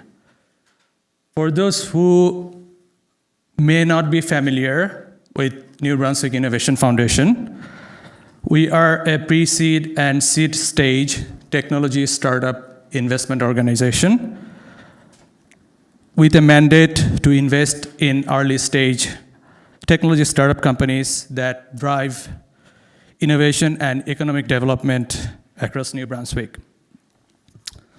At NBIF, we're committed to support entrepreneurship by providing early stage funding and strategic guidance to high potential startups, helping founders turn bold ideas into successful businesses. We all know that great companies start with great founders, just like many of you here today. And this competition is not just about pitching, it's an opportunity to refine your vision, gain valuable feedback, and take the next step forward, building something incredible. Whether you walk away with a prize or not today, this is just the beginning. And as you continue to grow your ideas beyond this event, I encourage all of you, please don't hesitate to reach out to me or the NBIF Venture Capital Investment Team for any future developments. We are always looking to support passionate founders who are ready to make an impact. It's truly inspiring for me to see so many bright, ambitious entrepreneurs ready to pitch their ideas today. And I am truly excited to hear all of your pitches and see what the future holds. Welcome to RBCX Student Pitch Competition. Thank you so much.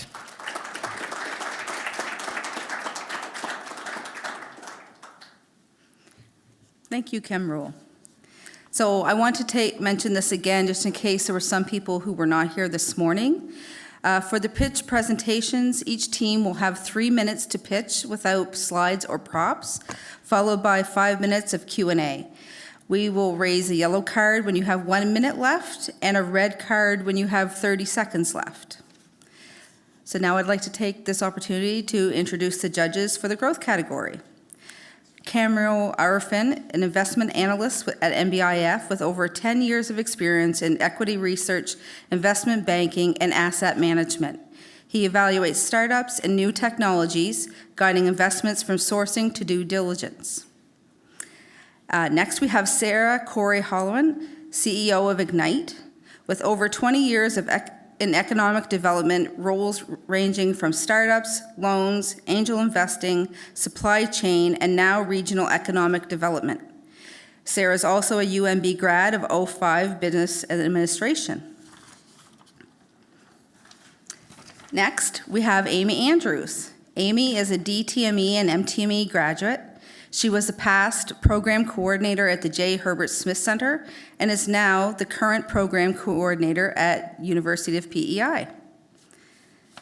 And again, we have also Jillian, and I'm missing your... I have it here. Okay, sorry. Perfect. And we have Jillian Frio, who's the CEO of Global Venture Network, home to the Global Accelerator Network, Global Studio Network, and Global Entrepreneur Hubs Network. With over a decade of experience across the startup ecosystem, Jillian leads the organization's mission to evaluate venture leaders who empower startup founders worldwide. Thank you to all our judges for being here today.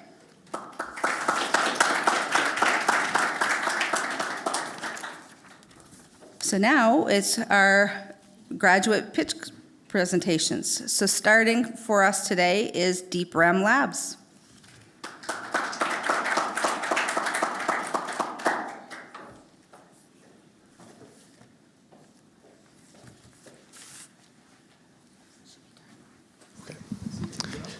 Test 1 2 1 2. Whenever we start. Sure. When was the last time you get a full night's sleep and actually felt rested? I'm Alex with Deep REM, and we are supercharging your sleep. Insufficient sleep isn't just frustrating, it's a global health crisis. It leads to increased risk of illnesses and diseases such as cancers and heart disease. It reduces your life expectancy and dramatically lowers your quality of life. And beyond health, it even costs the US economy alone over $400 billion per year due to the productivity lost. This isn't just another inconvenience. This is a serious problem that needs an innovative solution. That's where DeepREM comes in. Our groundbreaking mobile app uses machine learning algorithms to analyze your sleeping patterns in real time by leveraging either the data from your wearable devices or by analyzing your breathing sounds recorded from your phone during sleep.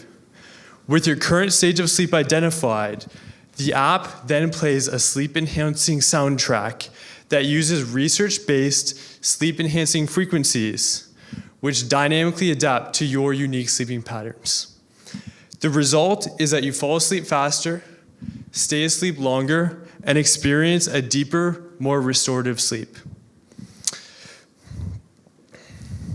This app will be offered as a subscription service and target our key audiences of millennials who often prioritize their health, but they work long hours in stressful jobs, and Gen Xers who also work long hours in stressful jobs, but they start to notice declining health and start to lose the ability to generate quality sleep as they age.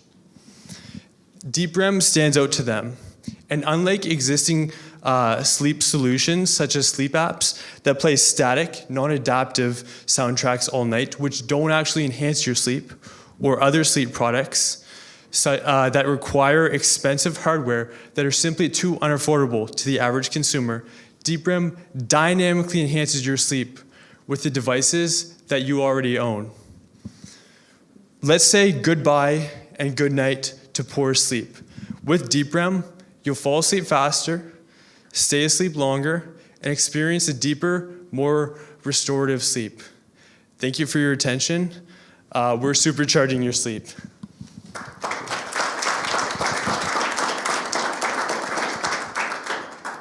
Thank you. Now let's move on with the Q&A, and I think we'll start with Jillian. Great pitch. Thank you. It's getting clear. A couple of questions. So, let's see. This, just to be clear, on the product goes alongside with existing wearables, or are you creating wearable in addition to an app? So it would connect to your existing wearables. Okay, great. And then, are there any competitors on that listening piece particularly, like on that technology? That's a great question, and there are some competitors, but like I mentioned, they only offer like static, non-adaptive soundtracks that they're not actually using your own sleeping data to dynamically adapt the soundtrack like we would be doing. They just play a static soundtrack all night. Okay, and then this is kind of a funny one, but like, what about partners? So if you and your partner have different, is it able to be narrowed down to you, and then would the noise conflict, I guess, or the sound? So when specifically considering like the breathing sounds, it would identify like the one individual to stage their sleep and analyze their sleep, like whoever the phone would be closest to essentially. But if you did have a partner, you could always use like a wearable device to track your sleep instead, and then that would eliminate any potential like cross contamination essentially. And then on the actual sound itself, right? So it's now playing. Oh, okay, I see what you mean. Like competing, yeah. Yeah, so theoretically, if you're playing it on a speaker, then yes, it might not be optimal if you have a partner. But my suggestion for that would be to have some headphones or earbuds for that case. Yeah, thank you. Thank you. Cameron, do you have any questions? Do you have any particular target market demography, like any particular age group that you're targeting initially when you're launching the product? Sure. Like we want to target like millennials, so I think that's around 28 to 43, like somewhere around the range, and then also Gen X, who's like 43 to like 59 or so. And if I particularly talk about Gen X, the reason why we want to target them is because as you age, your brain actually loses the ability to generate sleep. So even though you still require, let's say 8 hours of sleep, you start to lose the ability to generate that just biologically. So with our app, we'd like to target them to help them regain some of that ability that's been lost biologically. Thank you. Sarah? Great pitch. I am your demographic, and I could sign up today, hence the 17 cups coffee. But I'm curious as like, why you? So what was your path to get you here? And if I could understand a little bit more of that story. Sure. So myself, I've always been a very light, and I've always been a very light and restless sleeper. So it's been a constant problem for me. I know when I have like a big event the next day, I always find myself waking up in the middle of the night or something. So I really have been dealing with this problem myself, and I'd like to find a solution. So that's my connection with it personally. Thank you. Amy? Quick question. What was the pricing model that goes along with this solution? Sure, yeah. So we're offering a subscription service, and we'd be offering like tiered pricing. So we'd be offering a standard plan for around $29.99. And then we'd also be offering a premium plan that would have additional features, such as additional access to more advanced wearable devices and whatnot. That would be offered at around $54.99. Yeah. And I think we have a couple minutes for any other questions, if anyone has one. Yeah, I can jump in. So are you currently testing this with anybody? Like any test users? So at the moment, our prototype, we have basically our functional model is working in different codes on on the desktop environment. So we're not actually testing it with users for the mobile app at the moment. All right, thank you. Now we'll give the judges a couple minutes to finalize their assessments.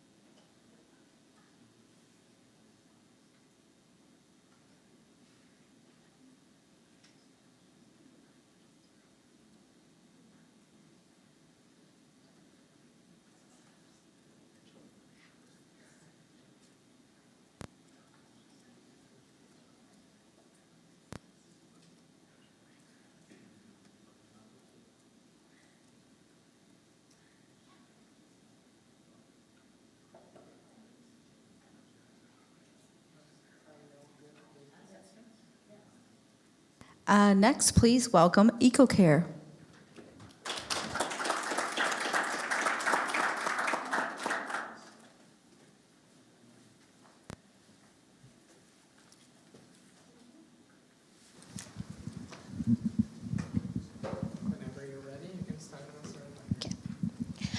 Imagine this. After a snowstorm, in the morning you wake up to attend an urgent meeting, but at first you have to go to the website of the land maintenance companies to contact them. You call them only to hear fully booked.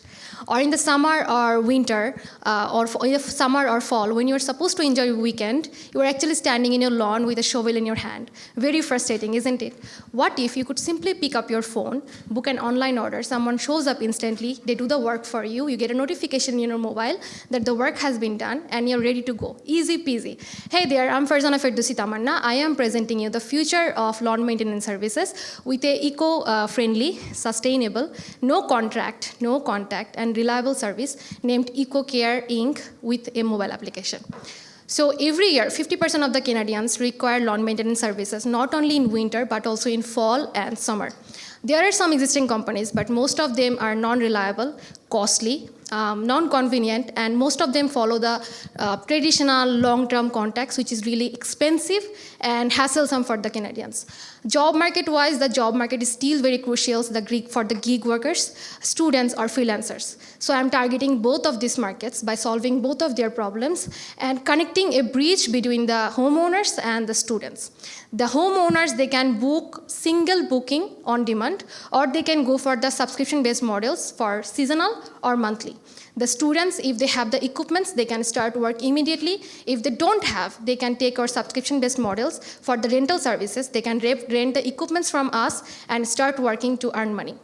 I have validated these points with 80 surveys with the homeowners and 200 surveys with the students of UNB. I have got 90% of the positive answers from the homeowners and 80% of the positive answers from the students that they want Ecocare to solve their problems. I also want to use natural fertilizer instead of chemicals and electrical equipments instead of gas-based equipments to provide an eco-friendly service with Ecocare. Unit economically wise, I believe that our business will grow at a scale because of the subscription-based model. Our revenue will be consistent, and also as we'll be generating revenue per service booked, so the more homeowners will be onboarding in our business or service, and the more students will be in our service, the more revenue we will be generating. And competitor-based wise, I believe that we are already 2 steps ahead because we are not following the traditional-based model, but we are providing on-demand single service and also the subscription-based models. And at phase, we have planned to onboard our business at Fredericton. At phase 2, we have planned to expand our business all over the cities of New Brunswick, and finally expand our business all over the Canada, and not being limited to lawn maintenance services, but to expand our business to ceilings and other auto services. And I believe that Ecocare is not only a business but a dream towards a better Canada and greener Canada with better service for the Canadians. Thank you. Any questions, please? Thank you. Now we'll move on to the Q&A, and we'll start with Kamrul. Sure. Thank you for the presentation. I actually had kind of similar pitching from other startups, kind of like similar ideas. I'm just curious to know what is your main differentiation compared to other errand running or online service providers, or maybe you can talk about TaskRabbit. So is it being eco-friendly your main point of differentiation, or? No. So the main differentiation is there is multiple service providers in Canada, but most of them follow the website-based model. There are no company who provide the application. But we know there was a Oxford University's research where it's showing that 80% of the people are more comfortable with mobile applications comparative to the web applications. So I have planned to provide the mobile applications because we are more comfortable with the mobile applications. It's in real time. And another thing is, whenever you are using the general web applications, you have to go with the full process. You have to book an appointment. They will contact you. But in our application, you will get the real-time notification that someone has accepted your offer. They are at your door without any contact, and they are doing the service. Like, you are getting notified every time, and it's in real time. So that's the main difference in our business. Okay, thank you. Yeah. Sarah, do you have any questions? I do. Can you tell me more about the challenges you've identified that may or may not be a barrier? Firstly, getting into the market, and then maybe like 6 months down the road, what have you identified? Yeah, so there are some problems or challenges I have already found out. First one, which my answer is already related that. So there is a company named Blow Me Now in Toronto based. So they provide the same planning like subscription based models and like single on demand service. But I am differentiating it by providing the mobile application. They don't have the mobile application. This is one of the challenges I have solved that way because this was my initial plan and still the same plan. I'm providing this mobile applications. The another plans is onboarding the homeowners and the students in our program or in the service because there is existing some companies who are really doing good. So in that case, I am planning to give some promotions and also some training programs to the students. So 5 days will be free trainings whenever they will be onboarding our programs. And also there is another unique thing I'm providing that is rental services. So the students will not have any equipments commonly, but they can take the equipments rent from me, and also they can take the training, so they are like ready to do the work and earn money. So that way, and also providing some promotional offers like 5 services for free, like 5 to 10. That number is not yet decided, but some promotional offers and promoting it, marketing it. I will make it known to the people to provide the service. Amy? So with this, is it a first come, first serve for the students choosing the job, or is it based on a rating system or something like that? Do they get preferred like options of which jobs they take, or they get more jobs? Or is it just first come, first serve? No, so when the request will be generating from the homeowners, so it will be sent to the nearby students or whoever like in the work or in the service. So whoever accepts first, they do the job. If they cancel from their side, someone else will accept it after that. It's some like similar work like you ride or Uber. Whenever we call from any ride, if the driver cancel it, immediately we are transferring it to another driver. So similarly like that. And Jillian, do you have any questions? Yeah, it's funny. I was actually going to ask, would you say that this is like Uber for maintenance? So that's, I mean, that's a good way to understand it. So it is a marketplace. It's a big portion of the business is that it has to operate as a marketplace. One question I have is, how do you maintain the quality of the service? Okay. So first of all, there is another thing came in my mind regarding the security and also the quality. So for security, whenever any homeowners or the students, they will sign up in our service, they will have to provide the government provided any ID or anything for their, and also we will do the background checks for the security purpose. And also if that, like they are homeowners or the students, they will have a rating system. So in their profile, they will be by default rating system. You can rate that, how that person is, or you can rate them by yourself. So that's how we will maintain the quality. Yeah. And also, I want to mention that in our operation, there will be one person all time dedicated for the 24/7 emergency situation contacts, serving the services if anything happens. So they can help you if anything happens in that time. Yeah. Great. Thank you. Thanks. Now we'll give the judges a few minutes to finalize their assessments. Thank you so much.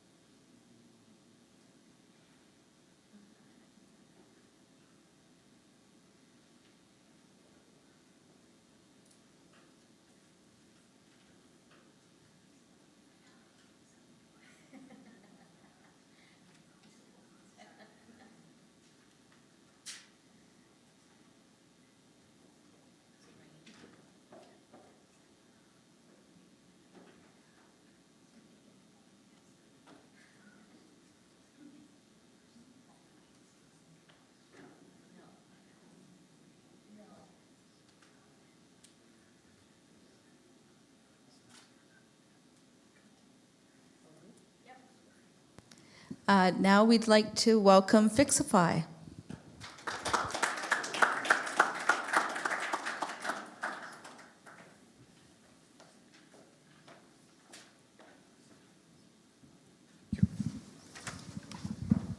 Hello. Good afternoon. We can start. Good afternoon, everybody. Good afternoon, judges. It's a great privilege to be here. Okay, so what are we going to do? We want to plan and give you some stats to begin this whole journey. 3 minutes, right? So there's about 23% of our total population, which is formed in terms of immigration. And then there's about 19% of our population is aged 65 and more. And there is about disposable income, which is 30% of total disposable income of Canadians are going into household, shelter, home, everything around that. And followed by 15% each on transportation and then food, followed by personal care and health. Now, why are these stats so important? And what is Fixify is going to solve today is something which is already there. I'm not going to say that it's not there, but it's not worked, and then we want to make it work for Canadians. Now, Fixify is going to attack the 3 different aspects of this pitch, which is starting with, I think I found the alphabet C as my favorite alphabet for the day, so I'm going to start with customer, and the customer is also the market. So who is our customer? Our customers are all these demographics that I just mentioned in terms of the population of Canada. And we're going to target those disposable income, which is almost driving $50 billion in Canada, which is our target, right? Now, we're going to do services for our customers in terms of home improvement, leveraging services in terms of painting, electrical, everything that has to do with home. And we also had previous pitches talking about lawn. You got that also on our platform. And then we're going to embed all of those value-add services in terms of personal health and hygiene, which is scattered across multiple ventures and platforms. We want to integrate everything together. Now, that's the customer and that's the market. Now, going into commerciality, like I said, we're going to target about $50 billion worth of the acquisition model, and then we're going to quickly jump into the revenue, which is about $5 million. That's our target in terms of a commercial aspect. And then last but not the least, it's going to be the community. Now, the value proposition is going to be driving the subscription-based model, and then people get on the platform as vendors who will in turn solve the problem for our customers. So customer, the commerciality, and of course the community, and that's what is going to drive Fixify, and so it's going to go what is going to unite Canada. Thank you. Thank you. Now we'll start with Sarah for the Q&A sessions. Thank you. Thank you for that. I'd like to know a little bit more. So tell me more about your ideal customer. So I'm really talking about, I know you mentioned your certain segments, but your ideal client persona of the person that you're going to go after first. Yeah, so the primary is the age categories between 35 to 50. That's going to be the cream part of our customer segmentation. And of course, the parental or the seniors would also be part of it because most of them have mobile and applications involved in their phones and desktops.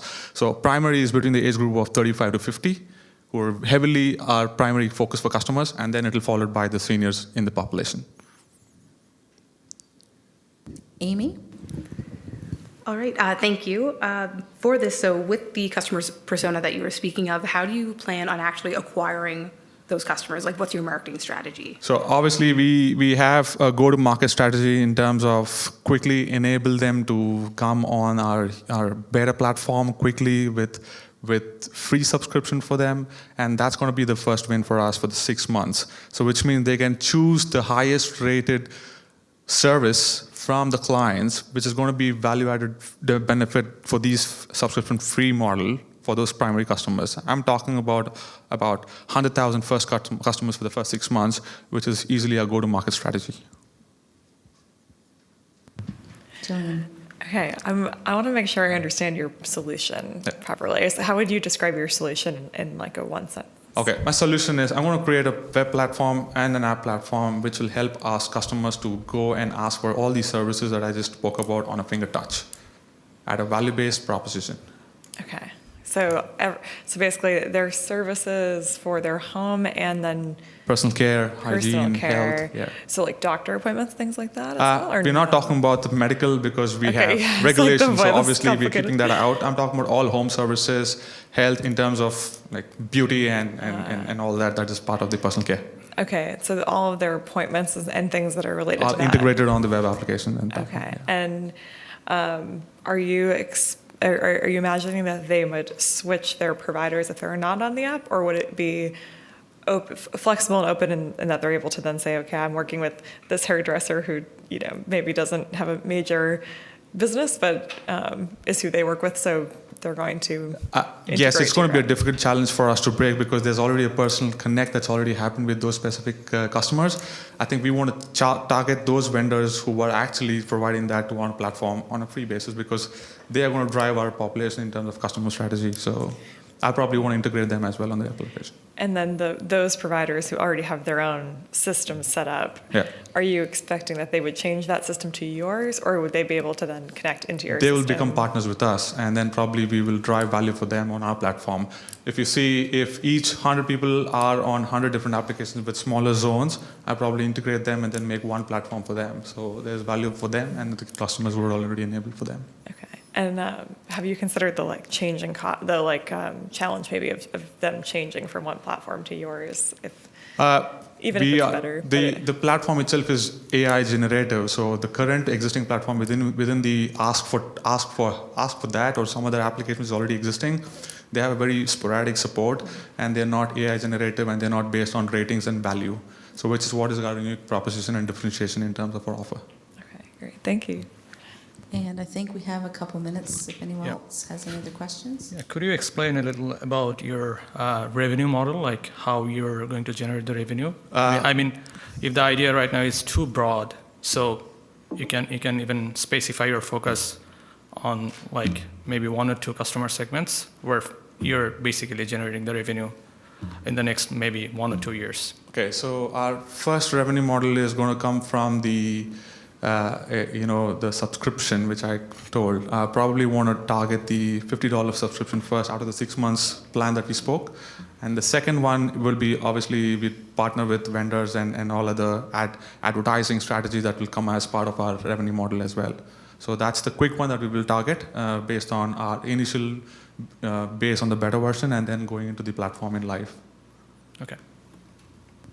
Thank you. Thank you so much. Now we'll give the judges a few minutes to complete their assessments.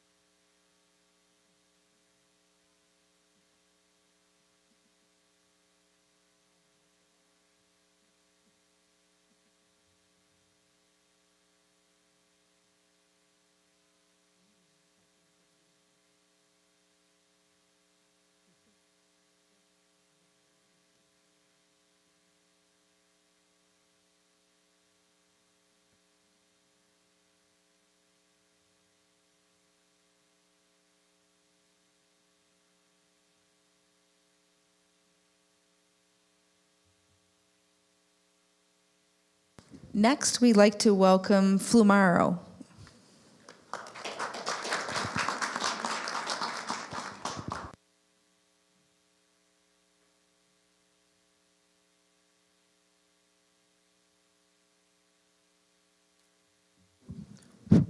Hello? Okay. Hi, so my name is Ali, and I'm here from University of Flaru to present to you Flomaru, which is the first truly global e-commerce marketplace for flowers.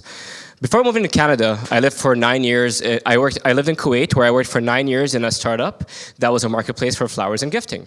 I helped them grow their portfolio from 70 sellers to past 400, helped them grow their revenue from 4 digits to 7 digits. During that time, speaking to thousands of customers, I learned that it's frustrating that we don't deliver to their loved ones' countries. And they desperately want to gift their loved ones in Kuwait, but we don't support their language or their payment methods. After coming to Canada, I spoke to dozens of people, including some in this room, who confirmed that they had a similar struggle.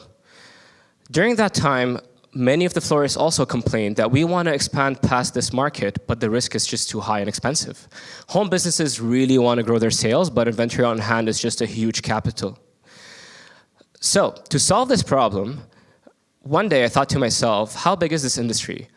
And the fresh flower industry globally is about to reach $50 billion by the end of the decade. Who's the biggest player? And it was 1-800-Flowers with a revenue of $1.7 billion last year. Someone should have captured the global market, right? The answer was actually no. So I look at all the top companies in this business, and I find that all of them have limited or no multi-language support, no support for localized payments and currencies, and none of them try to help the sellers and the florists actually expand and solve their problem. So my solution is to build the first marketplace platform that will support all languages, all currencies, localized payment methods, and will have a local suppliers network and allow anyone access to it. So you can auto onboard yourself, build your own store, use our network to grow your business anywhere that you want. To validate this, we actually ran an ad here in Richmond Hill for 2 days, and we received more than 50 clicks. And even after the ad stopped, we've been receiving clicks organically and follows. To give you a rough estimate, in Canada alone, there's around 12 million people whose first language is neither English nor French. So, to go to market, we're going to start targeting these people one group at a time. We'll start with Persians, who are around 250,000. We'll help them send and receive flowers with their loved ones in Iran. So far, for progress, we have the Figma designs ready for front and back end. We're coding the MVP. Hopefully, it should be ready in the next 8 to 12 weeks. And we need to spend around $30,000 this year to launch our pilot. The team includes some core members, such as my co-founder, CTO, who worked at the same startup in Kuwait, and he was a senior developer that built their entire system, making him an expert in the technology. Another person who's a part of the core team is my creative director, who I'm bound to by more contracts than one, if you know what I mean. And thank you.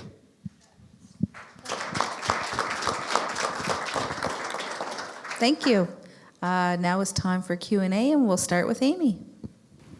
Okay, great presentation. Thank you for that. Thank you. Very informative. I'm trying to figure out which question to ask.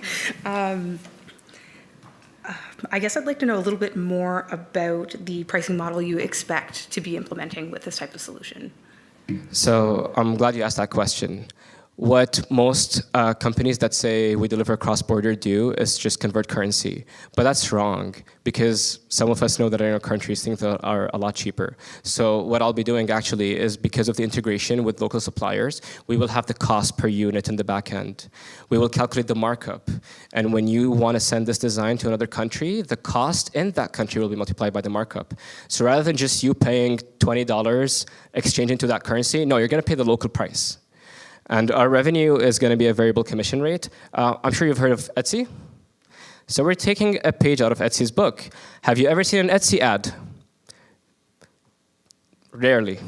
They offset the marketing costs to the sellers. The harder you work, the more of your money you keep. And that's what we're going to do, variable commission rates. Jillian? Yeah, that was most of my questions are around the go-to-market and pricing, and I think that you answered it pretty well in talking about the specific, the types that you'll first target. I guess, yeah, can you tell me more about kind of the community strategy you have in place for that? So that's how we're going to go to market, rather than trying to go everywhere at once. I already mentioned the numbers for Canada, and I have the breakdown. It's actually there on the website. So we have around 6 million that are just Spanish speakers here. And then there's a breakdown for every other group, right? So we're starting with Iran because I have a country manager for that country specifically. He knows how to penetrate the market. Once we've established dominance, I've learned from the company I was at that if you try to aim for too much on your plate at once, you're just going to fail at everything, right? So we start with one community at a time. Persian speakers to Iran. Once we've served that community, we'll move on to the next language speakers with their country. And the beauty of it is, it's not just a two-way link. When I move to the next country, it will already be linked to country B from the first phase. Okay. Awesome. That sounds great. And you're approaching the local florists directly, so the flower shop owners, right, and getting them to, in a similar way to Etsy, to say, okay, you'll be... Yes. So you know Cloud Kitchens? Ghost kitchens. Oh, okay, yes, yeah, okay. Yeah. How did they help restaurants expand, right? But they had a huge cost because they still have to build a central kitchen somewhere else. The beauty of flowers is that a rose is a rose anywhere. If I send a picture to a florist somewhere else, they can easily replicate it, right? So just build that network, give access to sellers, and they'll get a thank you forever. Yeah, that's a good, Cloud Kitchen's a good reference there for sure. Awesome. And then you're looking to raise $30,000, is that? I'm looking to spend $30,000. For spend, yeah. It would be nice if it's not out of my pocket. Are you raising right now, or are you in? I went to an event before yesterday where we had one-on-ones with VCs and investors in Waterloo, and 2 VCs were actually interested in having a second conversation. So I don't have an answer to that today, but let's see how that conversation goes, and then we'll find out. Yeah, awesome. Thank you. Thanks. Cameron? Hi, great presentation. Could you tell a little about your operation in the back end, like quality control and how you're going to manage the supply chain and the logistics overall? So with Amazon, let's start with that example, right? You can buy a product from a bunch of sellers, right? Who do you buy from? The one with the best reviews. Mm-hmm. So initially, obviously, I'm going to have to bear the risk of quality because you want to have one person say yes at the start. Then you can actually automate that process. We'll have auto onboarding for suppliers too. So once we can have more than one supplier on board in each city, sellers will also be able to rate the supplier that's delivering their arrangements. So now suppliers get rated and sellers get rated. And based on that, suppliers will start improving their quality because they want to still receive orders. We'll have penalties in place. If you default on an order, if you deliver a damaged product, your rating takes a hit and you get suspended without pay. Just the translation of that, right? And with time, that will make sure the quality gets improved. But initially, yes, I will have to bear the expense of, defaulted order just to establish that goodwill with my suppliers. And the company is going to take care of the logistics? Third-party delivery integration. Okay. Thank you. And Sarah? I'm curious to know what is going to be your biggest lift to be in market? Can you elaborate what you mean by lift? So I know that your approach is to deal with florists' primary contact first to get them on the platform. How do you anticipate doing that? I already have someone in Waterloo who agreed to deliver. I have 2 suppliers in Iran that agreed. And based on my experience with the previous company, I have contacts with suppliers and flower shops in 8 countries in the MENA region, all who are willing to help with this right away. Do you anticipate any concerns from the florist shop's point of view on joining such a platform? From past experience, honestly, no. All florist shops had that one concern. Their biggest problem was just, if you're taking this much commission, but what else are you doing for me? Like, I don't want to give you a commission when all you're doing is just market for me. And they always complain about, help me sell in other countries. But that company I was at didn't really try and solve that problem. If you create the value for them, they have no issues, right? And who I really want to help even more is home businesses, because they really want to grow their business. You have no idea how desperate they are to grow their business. And retailers are not really helping them out with that, right? So once I get them access to this network, it's going to make a difference. And just for comparison, the average markup for a supplier is just 20%. The average markup for a retailer is 300%. In the Middle East, suppliers are already desperately trying to get a share out of that. So they've set up like a florist station where you can go in, buy your flowers in bulk, and have someone arrange it. One of the biggest suppliers in Kuwait, his son was in school with me. So I have that one on board already. Thank you. Great, thank you. Now we'll let you have a few moments to do your assessments. Thanks.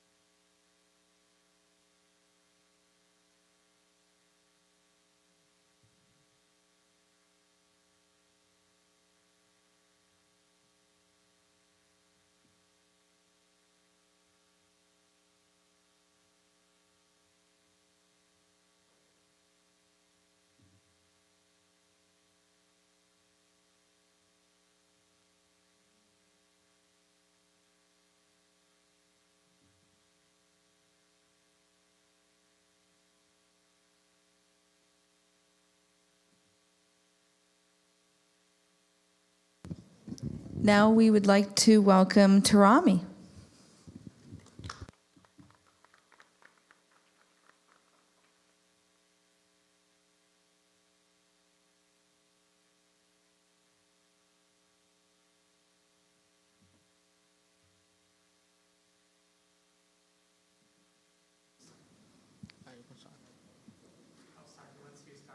Okay.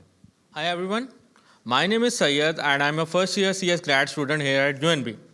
So let's imagine a situation together. Emma, a traveler adventure, just landed in Canada.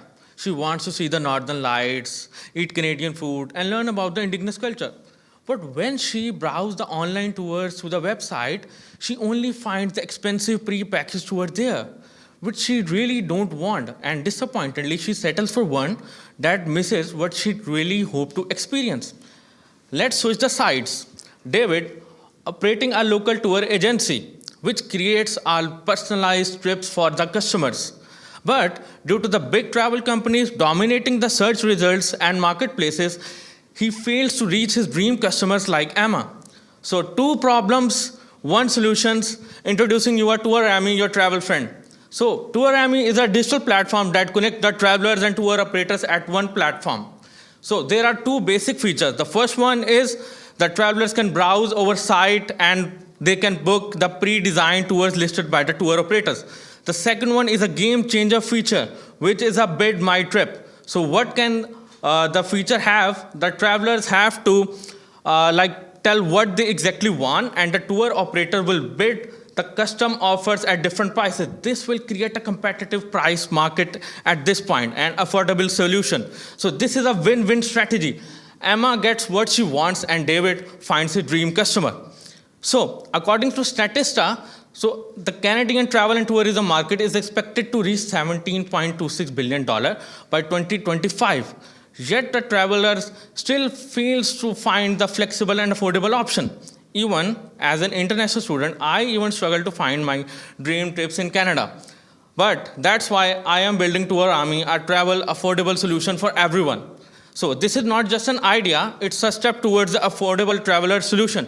Thank you so much.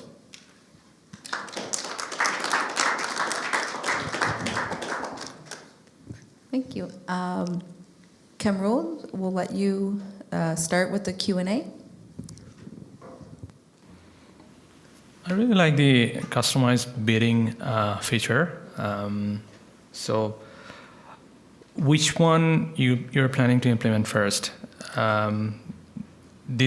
Whether this is your main point of difference, main competitive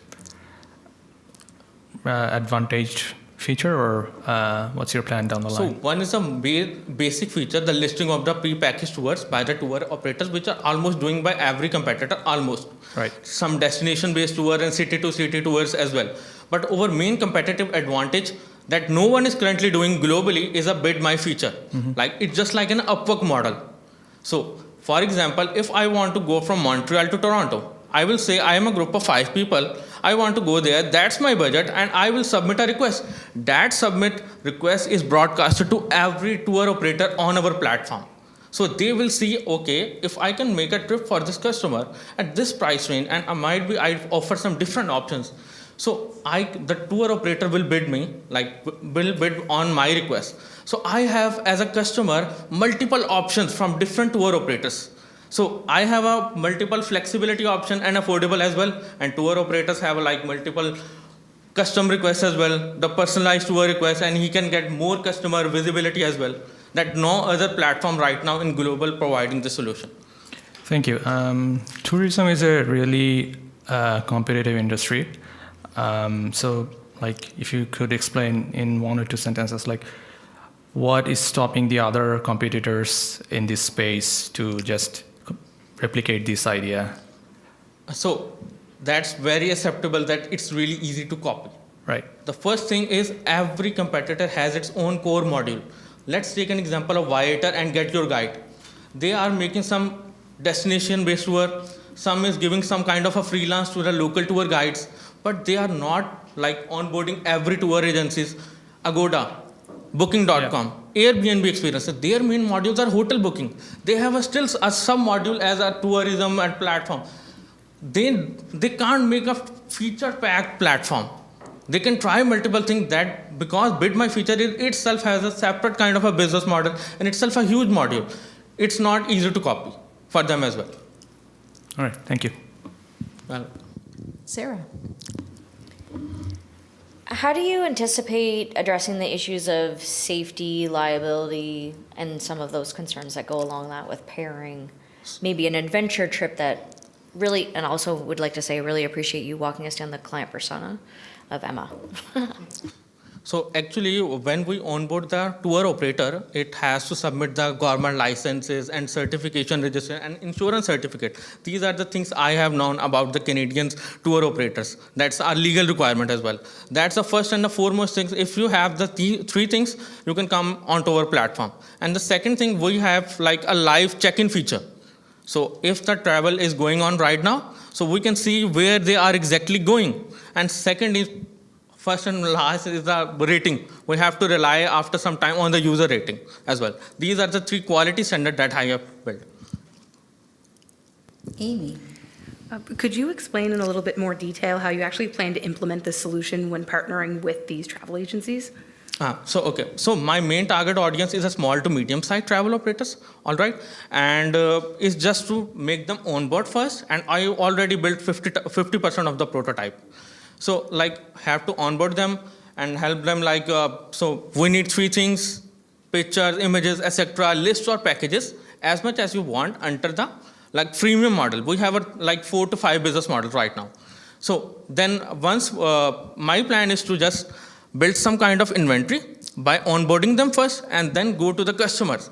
We have the travel operator, the trusted one. They have their sites. We are giving them the visibility. So that's how I am planning my go-to-market strategy. Great pitch. I agree with the Emma and I forget the man's name, but that was a good example of the 2 personas there.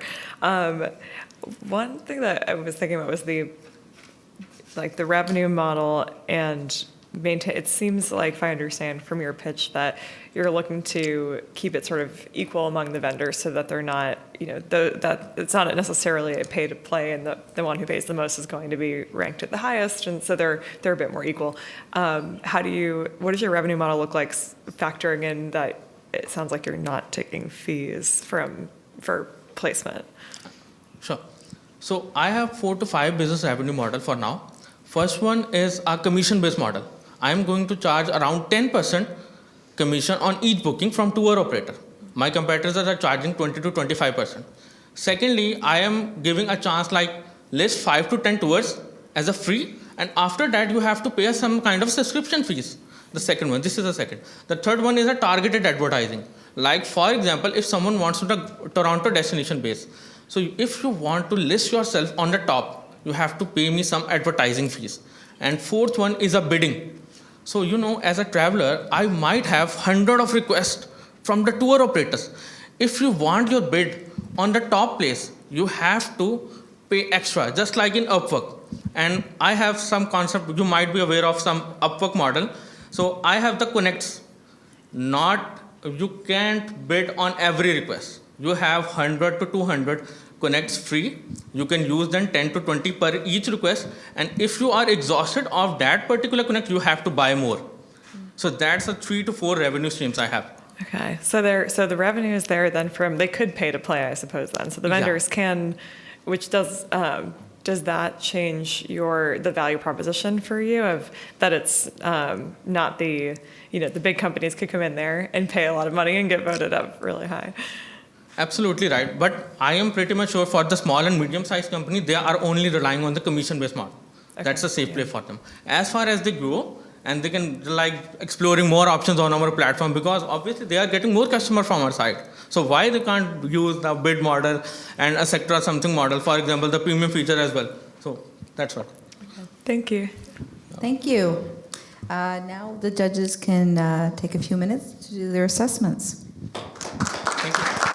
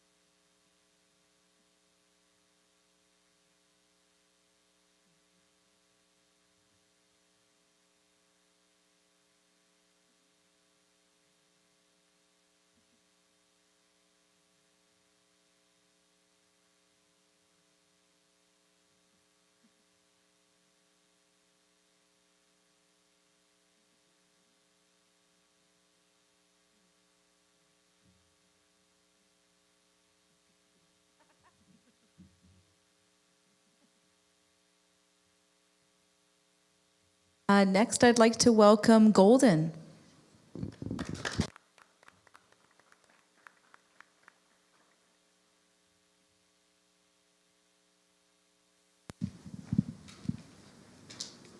Thanks.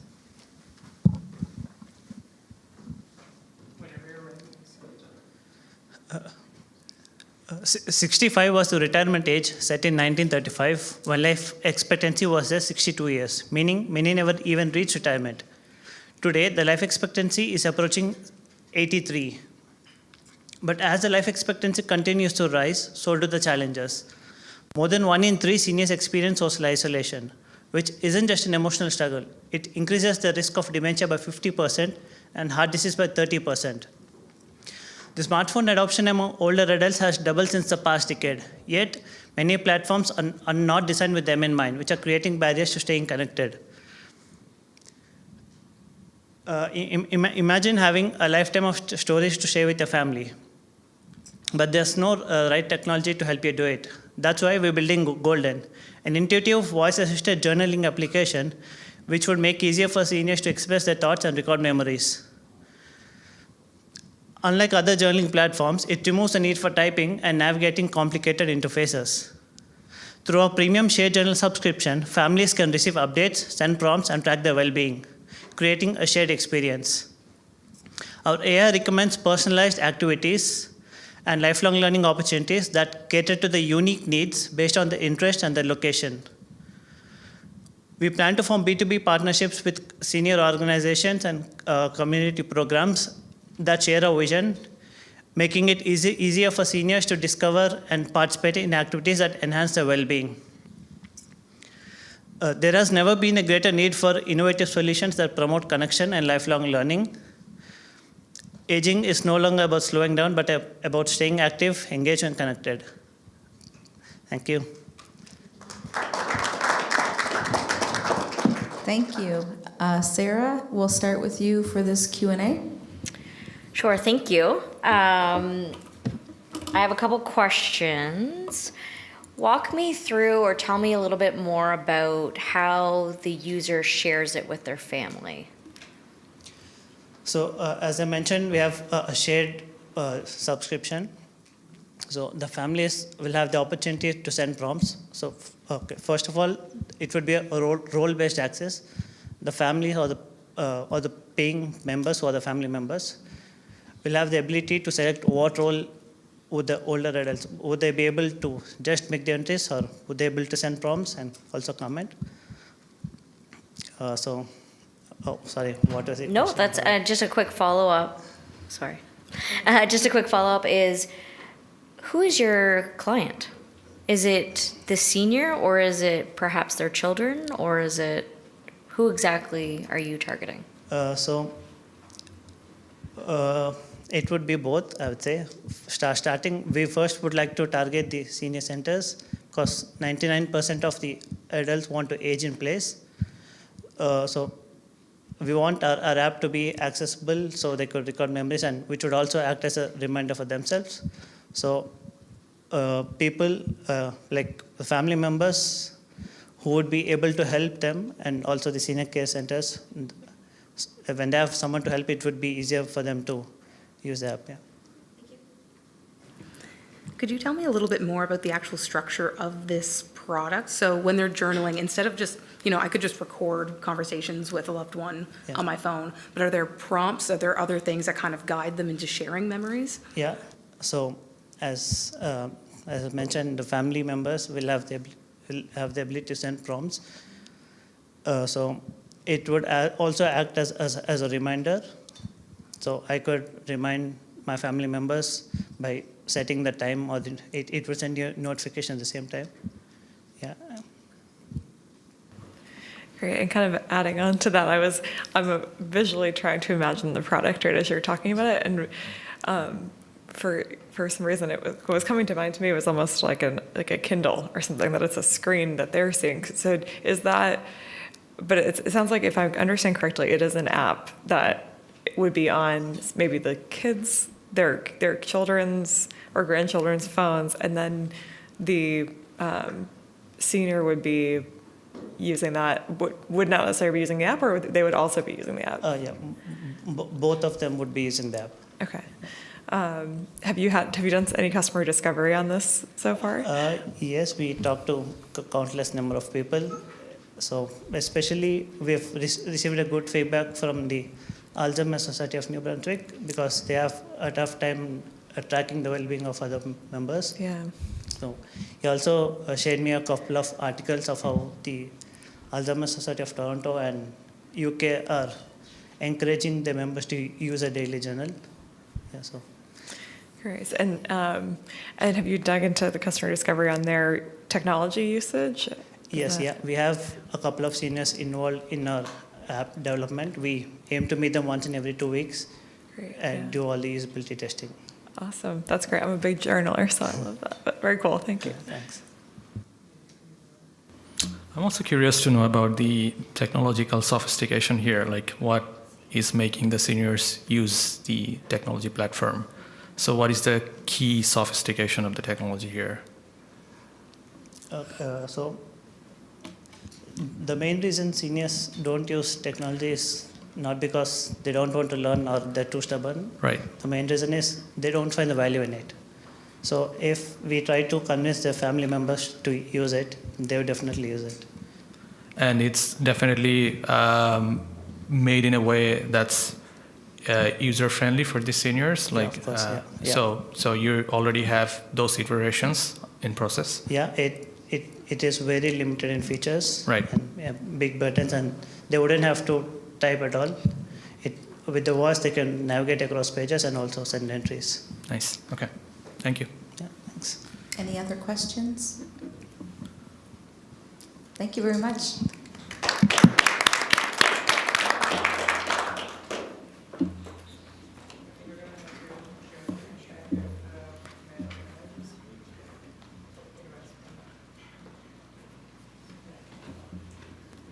Is Metal Ad here? Okay, you'll be next. Just 1 second.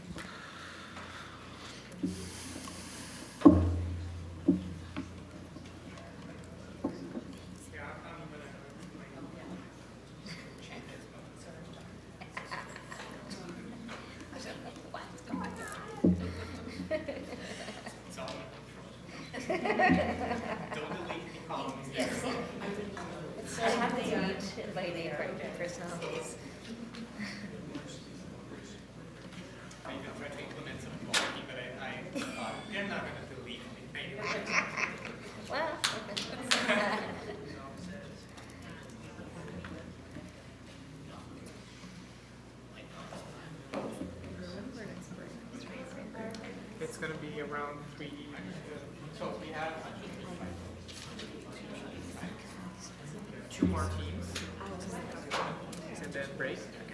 Yeah, there's a sponsor, but if you need to leave, you can leave during the sponsor. Okay.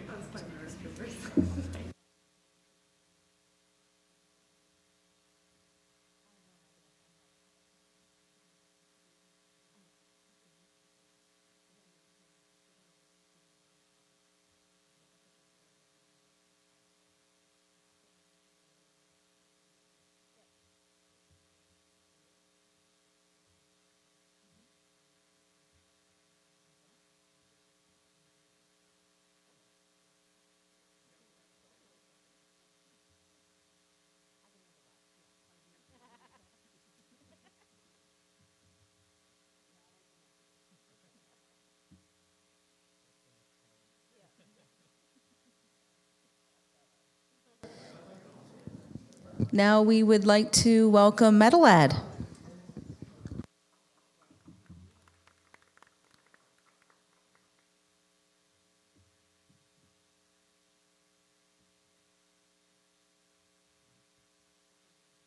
Sting? Yeah. Go. Can I start? Whenever you're ready, you can start, and I'll start a timer. Yes.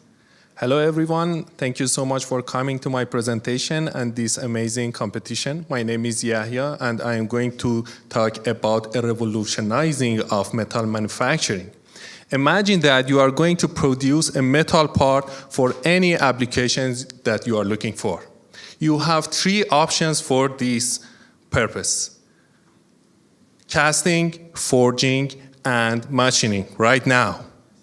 But today, I'm going to introduce another technique, high technology, that you can use to produce your metal parts, which name is metal additive manufacturing or metal 3D printing. By using this technology, you can produce any kind of metal parts that you want to use in any kind of applications in terms of size and weight.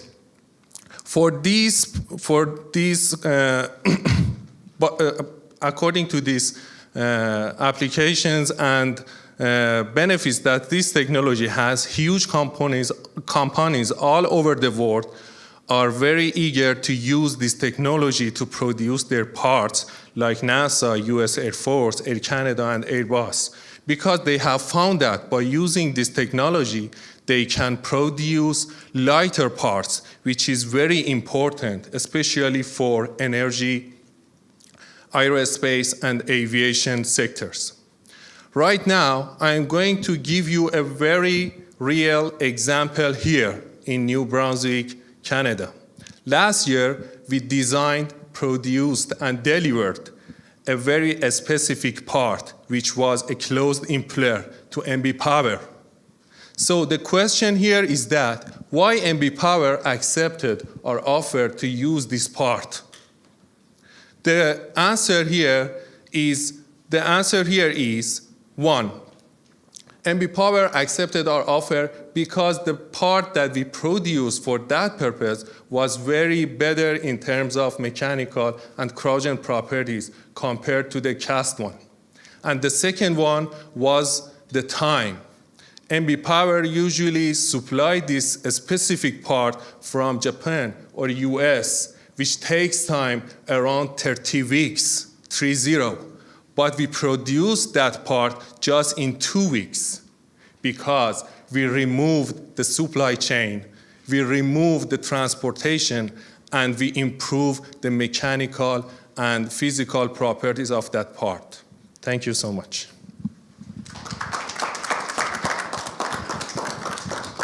Thank you.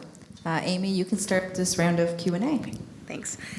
So with this, so metal 3D printing, as you Yes. said, it does exist already. So with your company, are you looking to be this like as a service here? No, we are working on a specific type of metal 3D printing, which name is laser powder bed fusion. Okay, We are going yes. to improve their equipment. We are going to change the laser equipment, optic equipments. Yes. Okay, great. Thank you for that clarification. Thank So with that, that's a very expensive area to be in. Yes. So what customer base are you trying to target with this solution? We already talked to some customers in Canada, like Hydro-Quebec or MB Power. They are very eager to provide the equipment for us because we know how to use them, because we know how to optimize the process parameters, which is very important. No worries.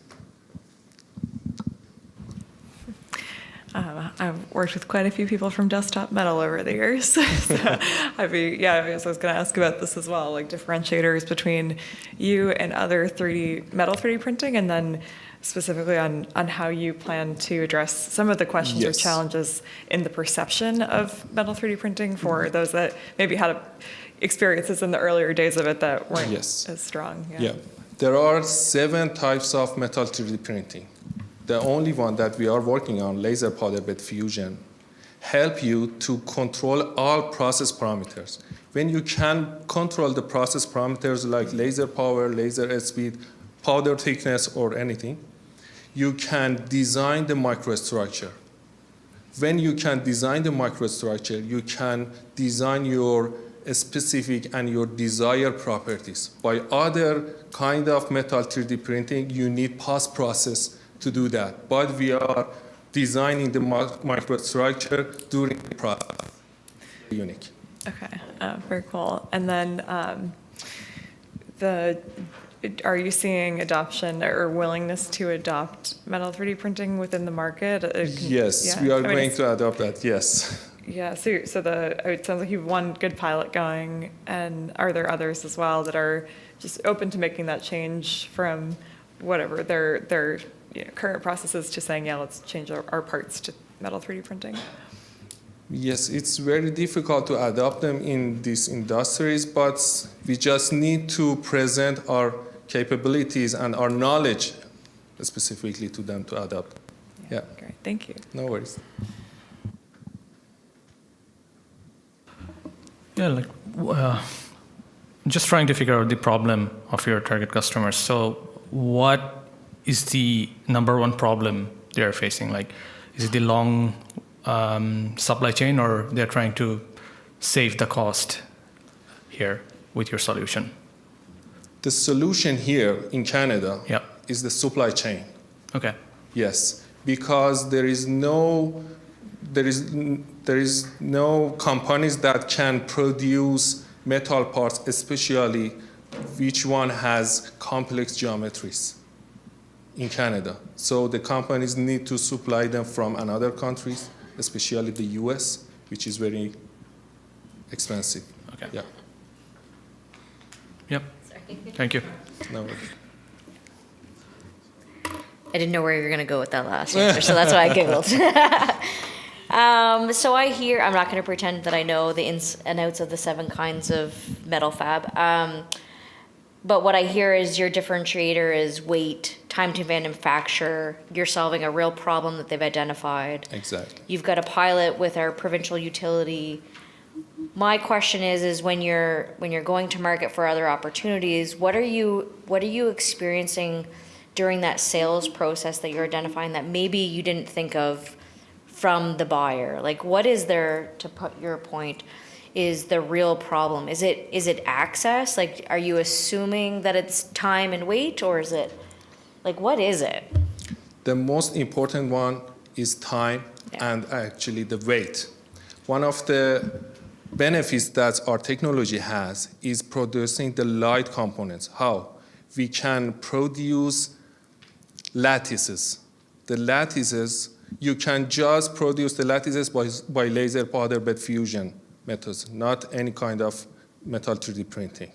So when you can produce the lattices, you can decrease the light in very significantly, which help you to have the same mechanical and physical properties with a light weight. We have time for another question if anyone wants to ask any. Do you have any IP?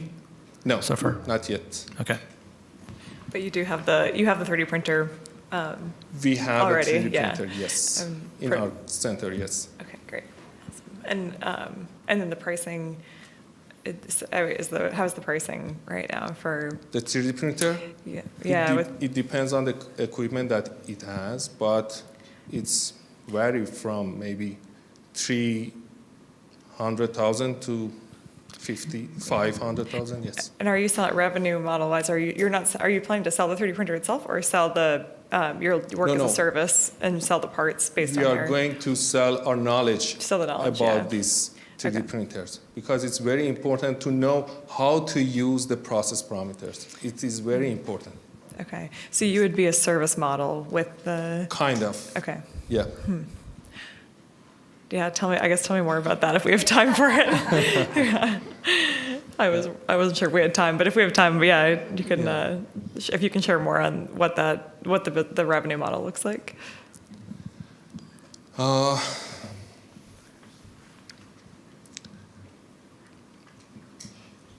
The most important thing that I can say here is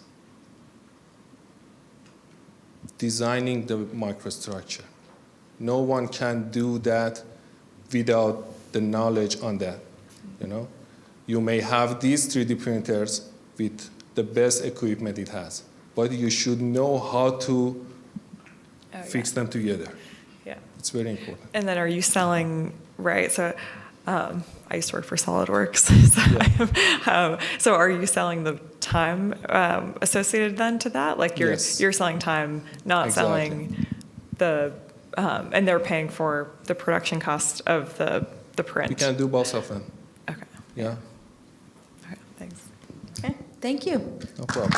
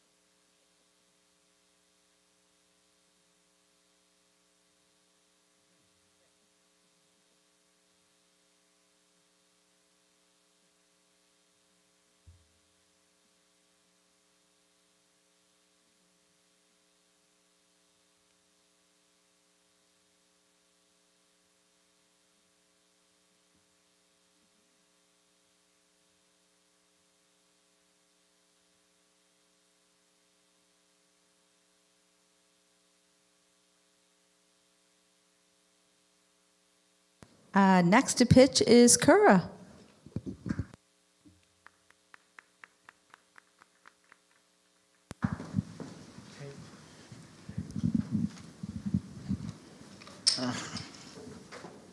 Okay. Hello. Good afternoon. I am Kelvin. I am an MTME graduate student, and today I'll be presenting to you Kura. So basically, Kura is a platform that has the mission of revolutionizing peer-to-peer payment with trust. So I'll first start by asking a question whether any of you have any friends or have encountered fraud or scams whilst trying to buy something. Well, I have been a personal victim, so I'll tell you a quick story. A few years ago, I was trying to buy a laptop on Facebook Marketplace, and I interacted with the seller, and well, long story short, I interacted with the seller, and he asked me to make a deposit to secure the product. So here I am, I paid £50. I mean, it wasn't a much, so about £50, so he can secure this, the product. After some time, sometime being a few minutes after the interaction, he blocked me on Facebook Marketplace. I had no way to reach out to him because I didn't know him. So this is what inspired Kura. So basically, over the past 5 years, Ghanaians have lost $169 million due to scams and fraud. And just in 2023, Ghanaians lost $39 million to fraud. And an article on Bank of Ghana indicated that 29% of Ghanaians have experienced fraud one way or the other. This is due to lack of secure payment options, inability to verify the identity of people they are trying to have the transaction with, and finally, minimal protection for buyers and sellers in the marketplace. So this is where Kura comes in. We are coming in with one, a digital marketplace, a digital escrow platform that holds on to payment until both parties have fulfilled their transaction obligations. Two, a trust score that is a mechanism that provides the trustworthiness of the individuals that they are interacting with, and finally an identity verification. So at least you know, as a customer, you know who you are talking with and whether that person is an actual human being. So someone would ask, who is Kura for? So Kura is for marketplaces, gig workers, buyers and sellers in the marketplace, and for small businesses as well. What makes us different is that we are combining 3 different approaches. That is trust scores, ID verification, and digital escrow platform to mitigate frauds and scam in the marketplaces. Thank you.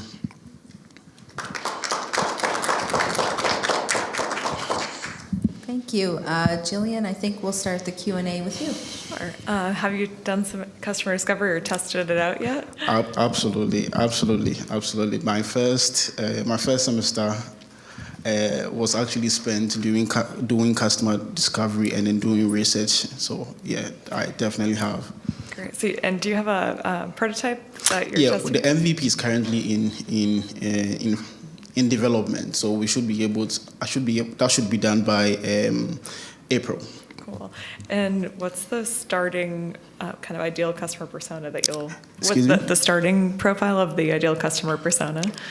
I can't Sorry, hear you. who will you start with for your customer base? So basically, individuals that shop on Facebook Marketplace or like any C2C marketplaces. So for example, Kijiji, people buy on Kijiji, right? So anyone that has buys something on Facebook Marketplace or anything, mostly they are within the profiles of ages between 18 to say 36. Thank you. You're welcome. Yeah, I can say that that's a real problem because I was scammed once in Facebook Marketplace, just like you. The thing is that Facebook is very agile.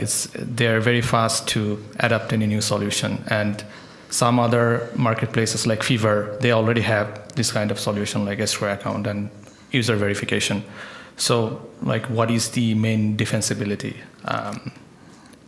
Okay, our business model, basically what we are trying to do is build it as an API that integrates the solution on marketplaces like Kijiji or say Etsy. That's number one, because I mean Etsy is a huge marketplace, is a huge platform, and up until now they do not have any secure medium for people to make payments. So it's actually left on the individuals to complete the payments themselves, right? That's one. And what we are trying to do is also build it as a standalone platform. So the normal customer, the normal user journey would be, if I say Cameroon, right? You're seeing something on Facebook Marketplace that I sell. I believe that before you come to the platform, before you come to Kura to use our platform, you've already have an interaction with myself, and we've agreed on price, date, and delivery, and all of that. So all you need from me is just my email. So you make the payment through the platform, and I will be notified that, oh, Cameroon has paid for this product and wants to be delivered at this day, at this time, right? All I have to do is make the delivery, confirm that I've made the delivery. You also confirm that you've received the product, and then payment will be wired directly into my account. So escrow is not the main feature here, right? Like escrow is the main thing. However, we are combining it with trust score. So before you actually have engage in a transaction with me, right? What you will see is the user profile that comes with the trust score. This user has like 82% over 100, basically providing qualitative and quantitative feedback of what people have had to say about the person. So if you're buying something on Amazon, right, you definitely read reviews about the customer. So that informs you whether, okay, this seller is actually trustworthy or not. So that's one thing. And then the last one is the ID verification. So if you know that the person on the other end is an actual human being, it gives you some sort of confidence or some sort of peace of mind going forward with the transaction. Okay. And then the escrow bit comes into play. So if in case of anything, I can definitely report to the escrow that I didn't get the product, and then they can return my money back. Excellent. Thank you. Thank you. Can you explain to me your revenue model a little bit more? Definitely. Transaction fees, definitely. That's 2% of the transaction value. And then API marketplace, that is integration with various marketplaces. And as a normal, say as a small business owner, if you want to increase or promote trust with your customers, you can integrate their platform on our platform on your websites, so users can check out or make users can make payment, or it would serve as a payment option for users. That's number one, and also like data monetization. So transaction fees, API marketplace, and data monetization. So what I hear from you is you're also selling the brand of security in your company itself. Is absolutely. That you are the verifier. Yes. And you're selling trust as well as the transaction. Yes. Is that correct? Okay. Yes. Could you give us some more direct examples of the actual competitors that you're up against? Okay. In Canada, I think the most prominent one would be PayPal. However, PayPal has a policy they call buyer protection policy. It does not cover everything. It just is applicable to only goods, right? But ours is applicable with goods and services, right? So like you can actually use it in various use cases. Right. So an example, when I was coming to New Brunswick, I definitely the first thing I wanted to do was like find a place to rent. The first thing I did, obviously, Facebook Marketplace. I interacted with one person, and then all he was concerned about was me making a deposit. I'm like, is there any escrow platform that I can make the deposit? If I come and see the house and it's not what I expect, at least I can get my money back. He didn't care about that at all. So in a case like that, Kura would be relevant in there, right? So like you can use it on various case-to-case basis as compared to paper, which is what the popular brand that people would, but obviously there are different competitors in the market I'm trying to pursue within Africa, but the specific market, there are no escrow platforms there. Thank you very much. Thank you. Thank you.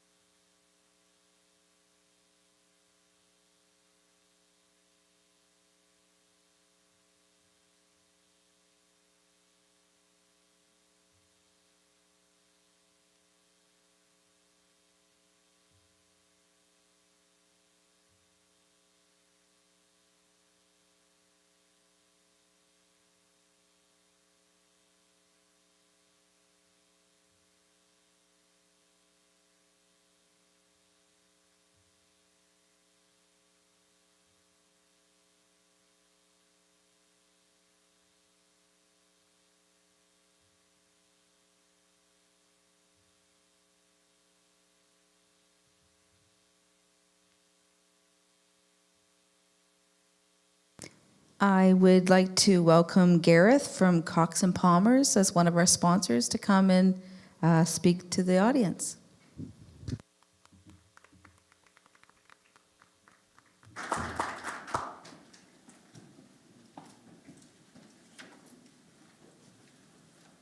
So my colleague Gareth was actually not able to make it back in time. I'm Jordan Hamilton, and I'm honored to be here on behalf of Cox and Palmer. Our firm has been involved in this event as a sponsor for many years. This is my third year here, and it's always great for me to come and see all the bright and sort of, passionate and creative people speak about what they care about, what they're interested in, and to see people who are pursuing their, for lack of a better word, their dreams and their passions. So we appreciate that. We're glad to be involved. Like Linda said earlier today, I think it's a very important time for that, for future leaders. And yeah, congratulations to everybody for participating, and all the best.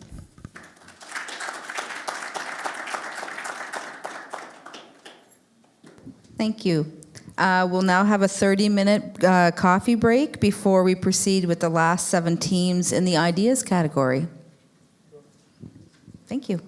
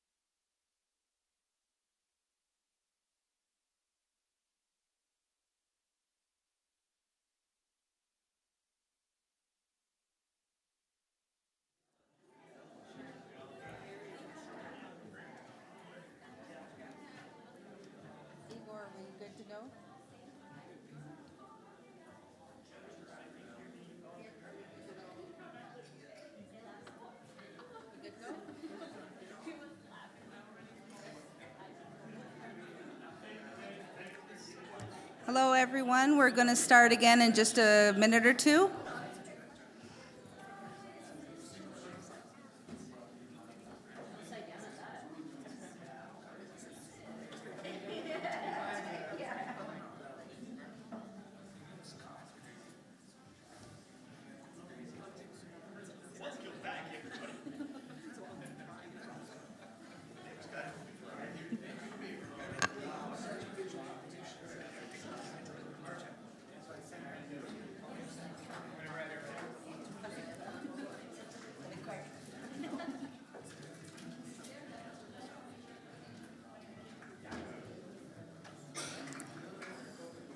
Welcome back, everyone. Before we resume the presentations, let's hear from Dr. Ken Kent, UMB's Barrett Chair in Entrepreneurship for Digital Transformation.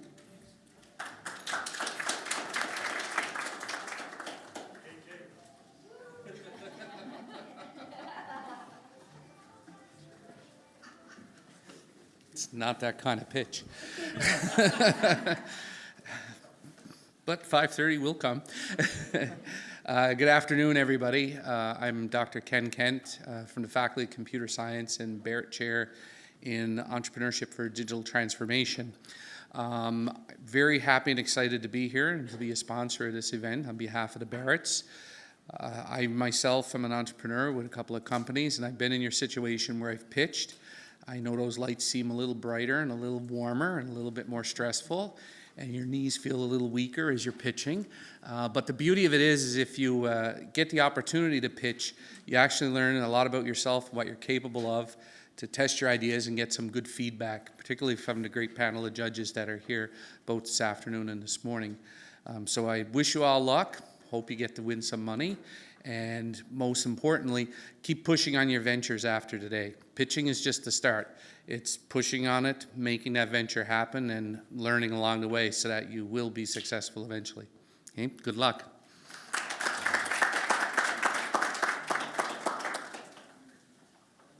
He's much taller than me. Thanks, Ken. To start this final part of the program, the pitches, please welcome Mully Swing Solutions.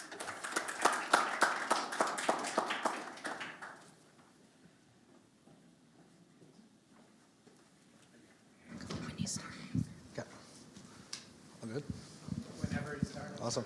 Good afternoon, everyone. I'm Bryson from Mully Swing Solutions. At Mully, we're helping golfers get a better grip on their game. While golf training technology is advancing rapidly, current solutions on the market are missing one key piece of the puzzle: the grip. The grip is the golfer's only connection to the equipment, yet virtually no modern training equipment allows golfers to measure grip pressure. That's why at Mully, we're designing a custom smart golf grip to show golfers how their grip changes throughout each swing. If we take a quick look at the competition on the market, we've broken it down into two main categories. The first of which is fixed simulators, including companies like TrackMan, while the second is on-club attachments such as Blast Golf. This is where we fall. While Blast and TrackMan provide precise swing motion capture, they are missing the key value proposition of grip measurement that Mully offers. This piece of technology is especially valuable to golf coaches, as it allows them to have that extra piece of feedback to give their students and accelerate the training process. We validated this primary customer base by speaking with local golf coaches and industry leaders at events like the PGA Merchandise Show in Orlando, Florida. Additionally, we had the opportunity to demo an early prototype of ours at the NB Open tournament in Mactaquac this past summer. This helped get further insights from the public and golf community. The current prototype allows golfers to access data through a companion app. This mobile app uses a freemium revenue model, while the device itself is a one-time purchase. Right now, the team is collectively focused on bridging the gap from prototype to product through manufacturing so that we can enter the market as soon as possible. One thing that's helped with this is that a co-founder of ours is currently studying sports engineering at Sheffield Hallam University, and he's been fortunate enough to work alongside golf-based organizations, including Mizuno and Golf Pride. We anticipate that as we move forward, these connections will be significant assets for our company. And with that, I just want to say that Mully Swing Solutions is very excited about the future of golf training technology, and that's why we're not just helping golfers improve their swings, we're helping them change how they approach their game completely, one grip at a time. Thank you.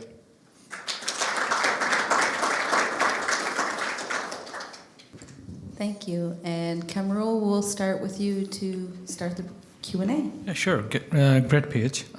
So it's a hardware plus mobile app. Correct. Okay, so taking the cost of the hardware and the freemium package, so what is the time of the break-even? So could you repeat that last What part? is the time of the break-even? Like,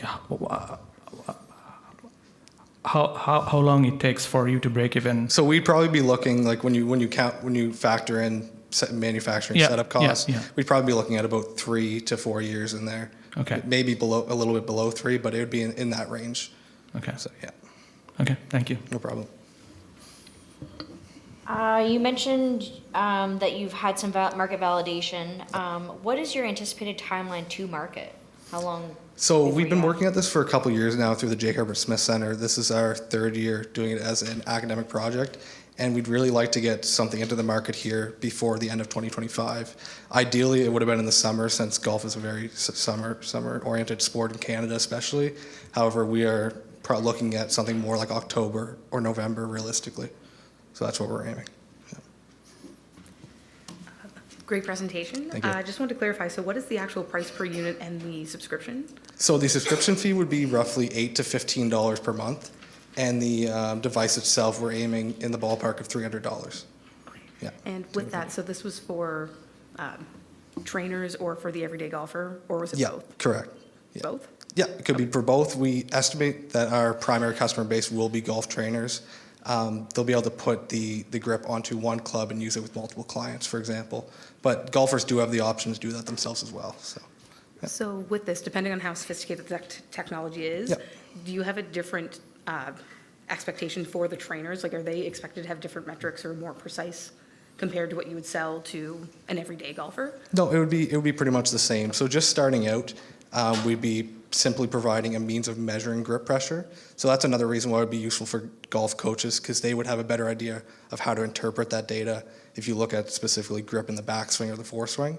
But as we move forward, we can provide some sort of machine learning model to figure out if you look at grip pressure and what's changing. But Yeah, and so it is a difference rather than, because there's no like correct grip, or is there a correct grip range? No, so yeah, there's it would change for each golfer, that's correct. However, there are reports using early stage grip measurements of showing how grip changes for a scratch golfer, for example, which is that's a high level golfer, I'll put it, versus a beginner golfer. So there are differences from some early stage reports. Yeah, no problem, thank you. Great pitch. Thank you. That's awesome. So I have a bunch of questions, but I'll try to keep it concise.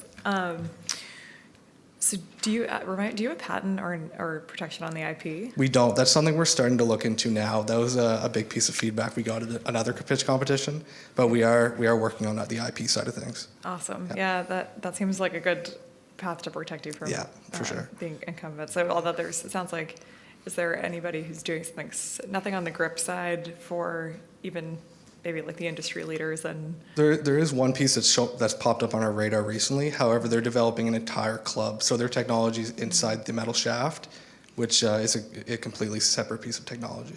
Okay. So, and then is there, so the way it works for the coaches, you're planning to first start with the coaches or golf pros. By coaches, I guess what comes to mind, are you thinking like a university golf coach? Or it could be anyone. So, for example, we were working with Barry Gorley out at Kingswood Golf, and she has various clients from all age groups that she helps improve at their game. So, yeah, okay, that's just one example. And that seems like a really good fit.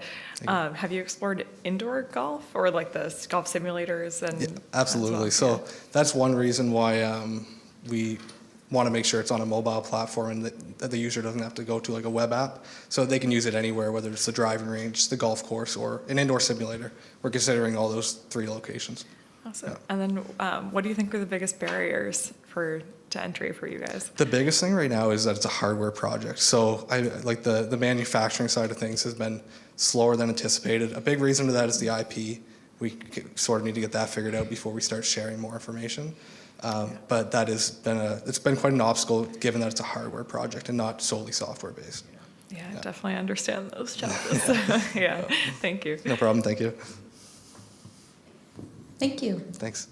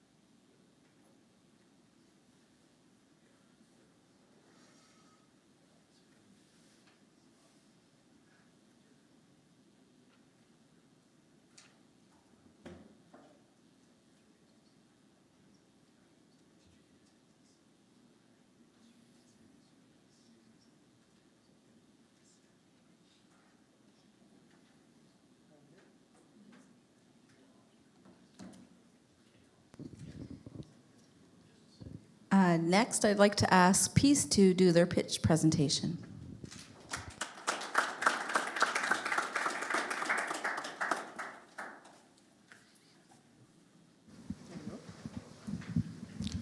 Okay,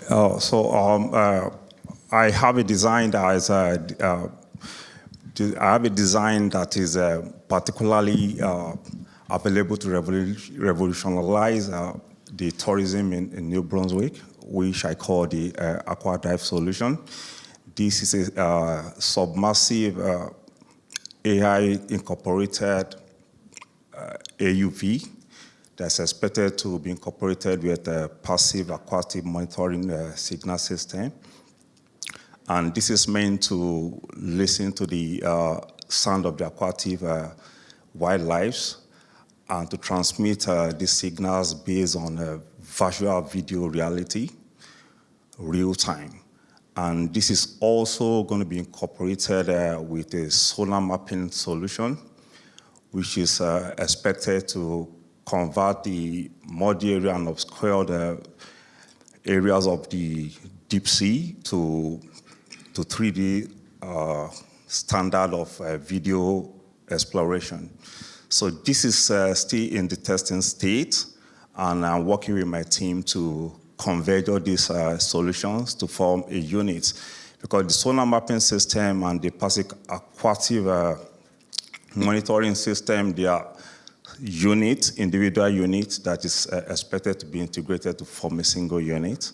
But this is expected to be transmitted and provide revenue through a subscription-based model, and also to generate revenue for ticketing to ensure that the wildlife and areas like the Bay of Fundy and the Centrando, where we can watch whales, we can have this revenue model spread across the entire days of the year. Because during the winter, there has been situations where we cannot go out to see all those wildlife due to the harsh condition. So this solution is meant to be indoor and expected to transmit the video quality of those wildlife real time with the adaptation of VR with the existing solutions that are meant to be integrated to form a single unit. So I call it the Aquadive solution.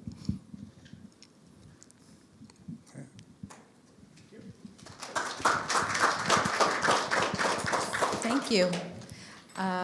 Sarah, I think we'll start with you. Okay, thank you.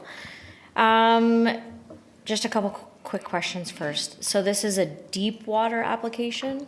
more so? Yes. Okay. Yeah. And you're targeting at the tourism market Yes. to begin with. Do you see other applications over time? Or are you, so the model, from what I understand, is it a VR model to, who's your client? Okay, so this model is these are individual solutions that we are aggregating to form a single unit. For example, the sonar mapping solution is a 3D model to convert the visual of the undersea parts that are obscured or muddy to 3D standard. Then the passive aquatic model is a solution that listens to aquatic wildlife to direct the AUV solution to the area, and this converts it to video for real time. So we are we're converting and aggregating these solutions that are single to a single unit of model for subscription model for tourists. Okay. In general or through one supplier or the other? Pardon? So do you see this, is this something that people can just sign on to and see, or are you picturing at, say, Hopewell Rocks being able to see what's actually in the ocean? Yeah, so the visual representation of the deep sea is going to be transmitted to the tourists with the VR headset. Yep, okay. Perfect. To kind of build on to those questions, so the delivery being most likely at information centers or tourism centers, situation, that's where the VR headsets would be? Yes, Okay. And so those centers being your customers, what kind of pricing model do you have around that? So we are looking around at getting a subscription-based model for tourists. So this solution is actually a drone system incorporated with PAM. There's a passive, non-intrusive passive abstractive monitoring system. So this is going to be aggregated with headsets for VR for tourists to see those wildlife real time. So the revenue model is subscription-based for tourists. So subscription-based with the center, or like? Yeah, with the center. With the centers? Yeah. Okay. Do you have a price point that you're looking at, or like even just a range as of right now? So I'm working with my team we are developing this solution. Then the business model is to actually commercialize it, or like, yes.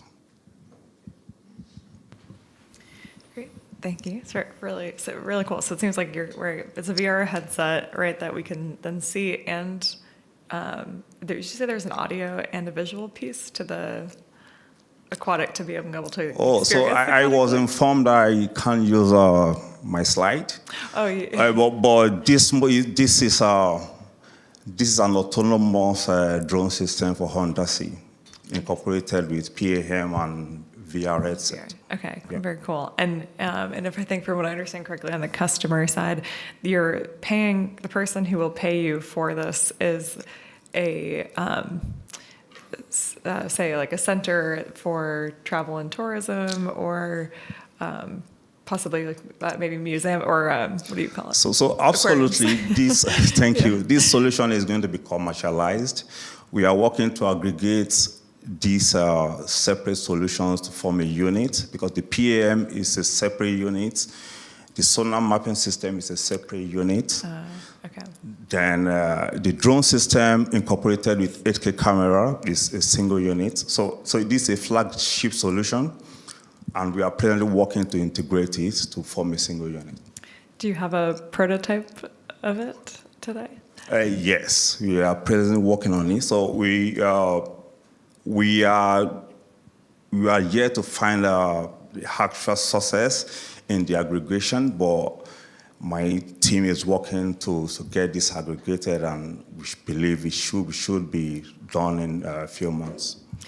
And have you spoken with customers about if their willingness to adopt it?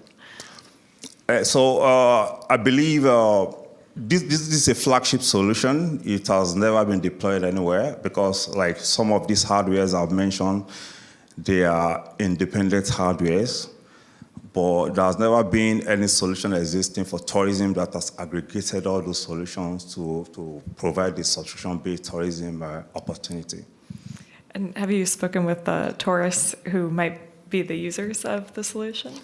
Okay, so I've met some people, a few people, and I believe many of these solutions have been tried, but they've never been aggregated or combined to provide a virtual reality experience for tourists anywhere in the world. Okay, thank you. I kind of had the similar question. Just curious about the customer profile or demography. Like, just wanted to understand who are the people who would be interested to pay for this product. Like, are you initially targeting like excitement seekers, for an example, or wealthy people, high profile people? Like, who are the initial customers? Okay, so this idea came from the fact that I've really done some research about tourism in New Brunswick. I know that there are areas in St. Andrew where we can go to watch whales, and mostly in summer, but these businesses shut down during the winter because of the harsh condition. So we are converting this solution, we are bringing this indoor to give tourists the access to have a real-time visibility of the marine wildlife while indoors. So this is expected to be operational all year round. So this is where this solution is coming in. And tourists, I believe the tourists that have been motivated to see those whales during summer, if they have such opportunity during winter to have the same privilege, I believe it's potentially something I feel they are going to embrace. So if I want to see the whales during the winter, right now, how much I have to invest? So you are a tourist. Yeah. So this solution is going to be commercialized, and once we are able to complete the patent and documentation of this solution, so it's likely going to be a commercialization we are going to sell to organizations and tourist centers. Awesome. Thank you. You're welcome. Thank you very much.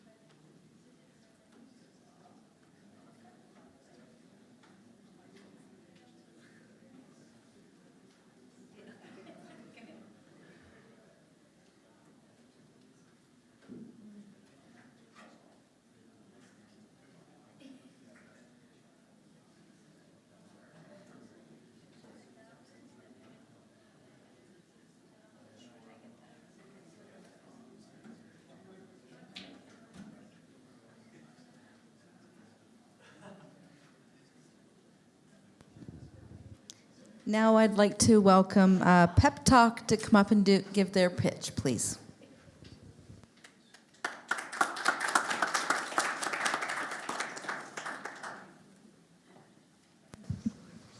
Thank you. You're going to be joining doing Q&A? Yeah. Okay, so this one. Just turn it on. Whenever you start, I'll start the time.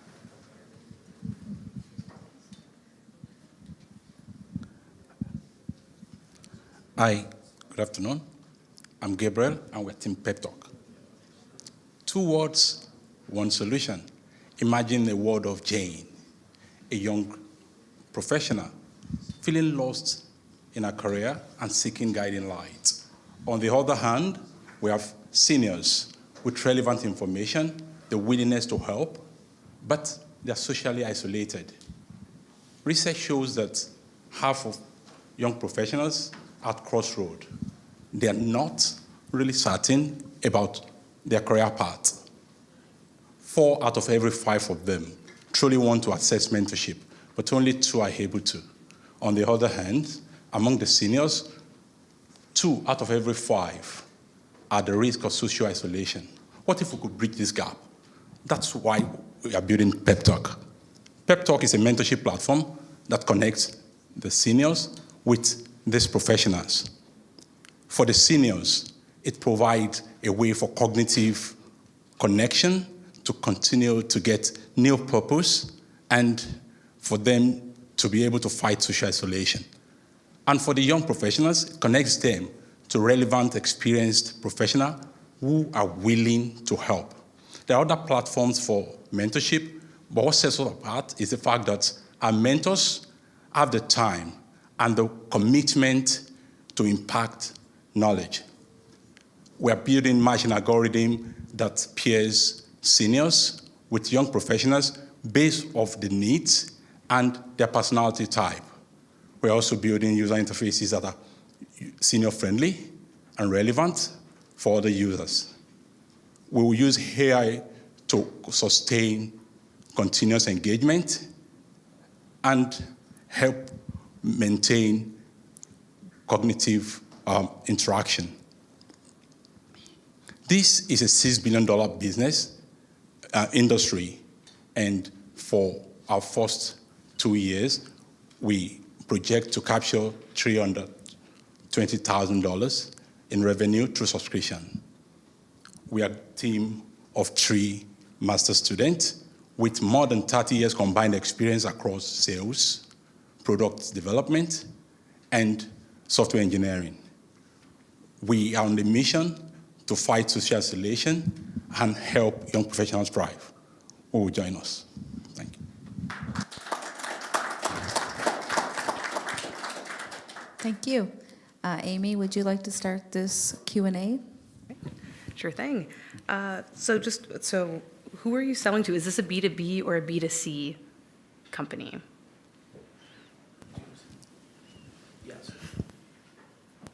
So we are targeting seniors as mentors, so they are customers, and we are looking at young professionals as mentees who pay the subscription model, so it's a B2C. Perfect, thank you.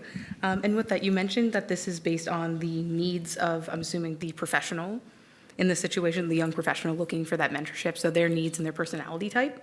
Is that a self-assessment, or is there a tool you guys are using to help them with that?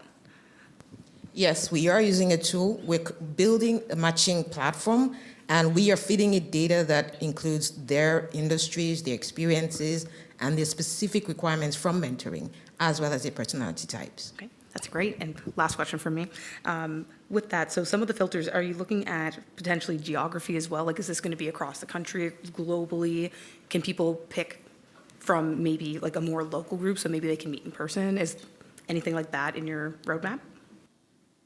Currently, we want to start in Fredericton primarily, and we've engaged a lot of seniors in Fredericton, and that's the one of the main things that we think that this is a good direction to go.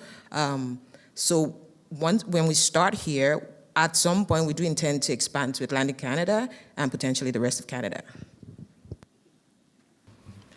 Awesome. Very cool. We have to connect on this after because I have friends to connect you to in the industry, but parallel, not competitors, potentially good partners for you. So I'm curious on if you've considered a B2B model when it comes to, for example, either a university or corporate who, a lot of the corporations have wellness programs and want to offer mentorship, but they don't have the mentors. So have you thought about partnerships in that way? Yes, we have. So our strategy is that in the short term, the first 0 to 3 months after the product is launched, we are narrowing down on 50 early adopters, and then subsequently in 12 to 24 months, one of the ideas is to look at how we can build an enterprise system to incorporate institutions once it's validated. Cool. Okay, that's great. Yeah. And we can. I'd love to chat with you guys about this after. But the other thing I was wondering is on your customer discovery, how has that gone so far? And hearing from the seniors and from the mentees. Right. From the senior perspective, that was a thing that was quite interesting. They're really eager about this. So that part of the platform, fantastic. From the young professionals' perspective as well, that part was validated. They do need guidance, and yeah, they're looking at it from different perspectives. Some have gone scoring on LinkedIn. That's one of the places people go to. But if you consider the intellectual depth just around us, and we think that we can harness that for that need, that's, yeah. Awesome. Cool. Thank you. Yeah, it's a cool idea, connecting the seniors with the young professionals. So I guess you're targeting only your target customer, young professionals. Are there? Is it going to be used only for career development, or you have other, like for an example, life advices and other things? Seniors could be pretty cool in that area too. And other thing is that if you're focusing on only career development and career progress, do you have how you're matching those things? What are the parameters? And do you have the proprietary algorithm already in the development phase? And if you're using some kind of AI, is it proprietary, or you're using ChatGPT or other things in the background? Yeah, thank you.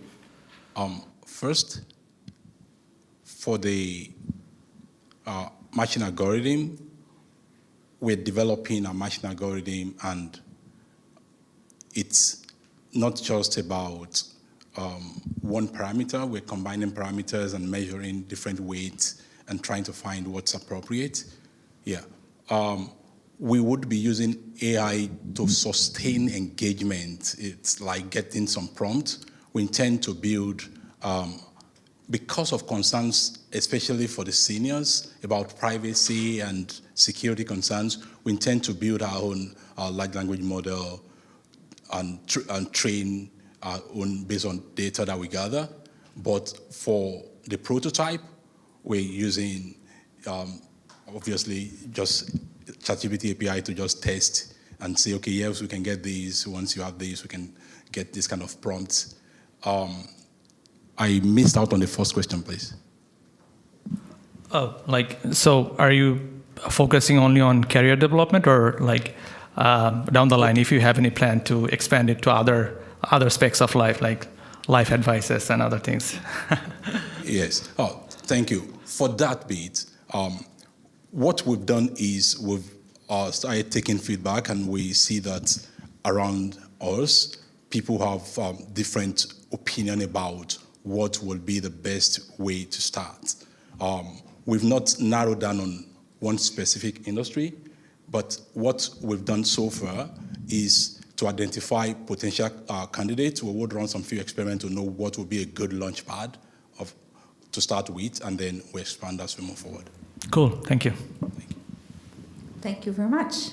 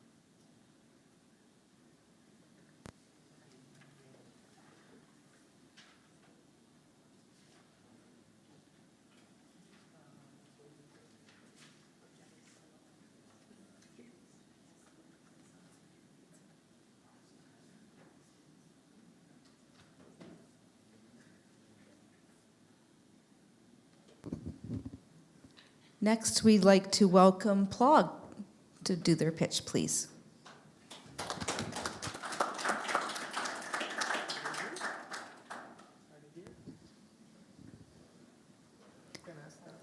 Is anyone here from Plug? Yes, we'll find him. Okay, just one moment then.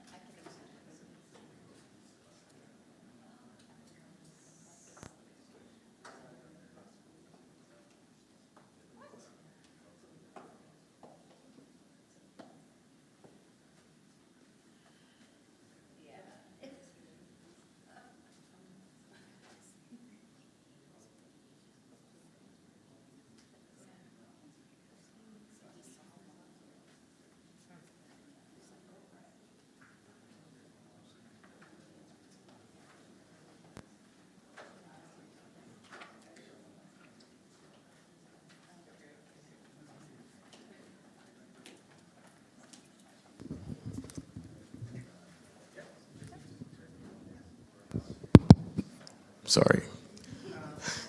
Whenever you start, I'll start a timer, so whenever you're ready. Hey, everyone. So everyone here has experienced a situation where they have a task to do, but the task might be too difficult. They don't necessarily want to spend a lot of money to contact a professional, and they don't necessarily have the skill to do that task. How can we solve this? Well, introducing Plug. Now, Plug is a data-driven, mobile-first platform that helps users connect to those skilled workers that can do the specific tasks. You can get those skilled workers on demand, in real time, and securely. Now, Canada plans to grow the skills trade workforce, and the global gig and skill trade workforce is growing and is targeted to reach a maximum, or targeted to reach about $450 billion by the end of 2027. There's a market here, and we've identified this market. And this market consists of two distinct categories.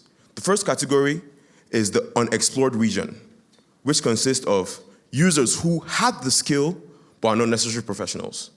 And the explored region, which consists of users who are professionals and have the skill. Now, going into our competitive advantage over companies like TaskRabbit, I know you guys know of TaskRabbit, and Urban Clap. We provide services and features that help the user, get the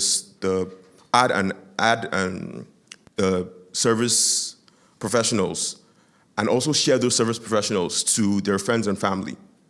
Secondly, we also provide the service whereby we can retain users. And how can we do this? We gamify it. We give them rewards. We give them incentives.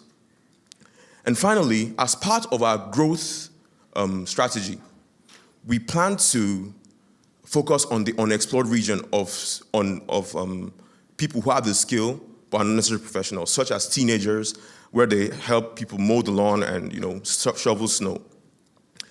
Now, going to our revenue generation model, we're primarily focused on transparent transaction fees. And as we grow, we plan to incorporate subscription model where users pay a subscription to be able to get service workers. And we also plan to incorporate targeted advertisements. This is Plug, and hopefully everyone here can be a Plug in the future. Thank you very much.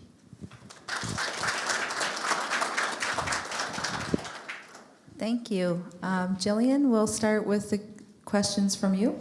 Sure. So just to make sure we're clear on the differentiator for you and compared to TaskRabbit or other marketplace platforms is that you allow sharing and incentives is what you're saying. Okay. Yes. And then on the quality piece for, say, those that are in that I think what you call the unexplored Yes, piece. unexplored region. And by region, you mean just The markets, the yeah, unexplored market. markets, Okay, yes, not of the not a specific Yes, the geographical unexplored region of the markets. Okay, so Yes. for that region, how do you maintain the quality? Well, so the idea of Plug is we're trying to help those people build their professionalism to the point that that unexplored region then becomes explored through the service of Plug. So we're trying to maintain quality by, doing things like security check-ins and ensuring that we have a data-driven model to make sure that we capture those features accurately. Thank you. Thank you. So you're trying to standardize the service from the skilled professionals. Sorry? You're trying to standardize the services from the skilled professionals. Yes. So I was just curious, who defines the price here? The service providers, or are you going to standardize the pricing, or it's variable like other marketplace platforms? So as we're rolling out our platform, we start to understand the price range of services that are being offered. So initially, the service professional will offer the price. Right. And if the user who is asking for the service is not comfortable with the price, they begin to bid. They begin to negotiate. There's an upper bound and lower bound. So there is a bidding process. There's a bidding process. Okay. Also, other service professionals decide to select an hourly rate. It's initially, as we're rolling out, we have that dynamic flexibility to select the pricing model. Then eventually the market would now decide what's the best approach to have a pricing model for our platform. Okay, thank you.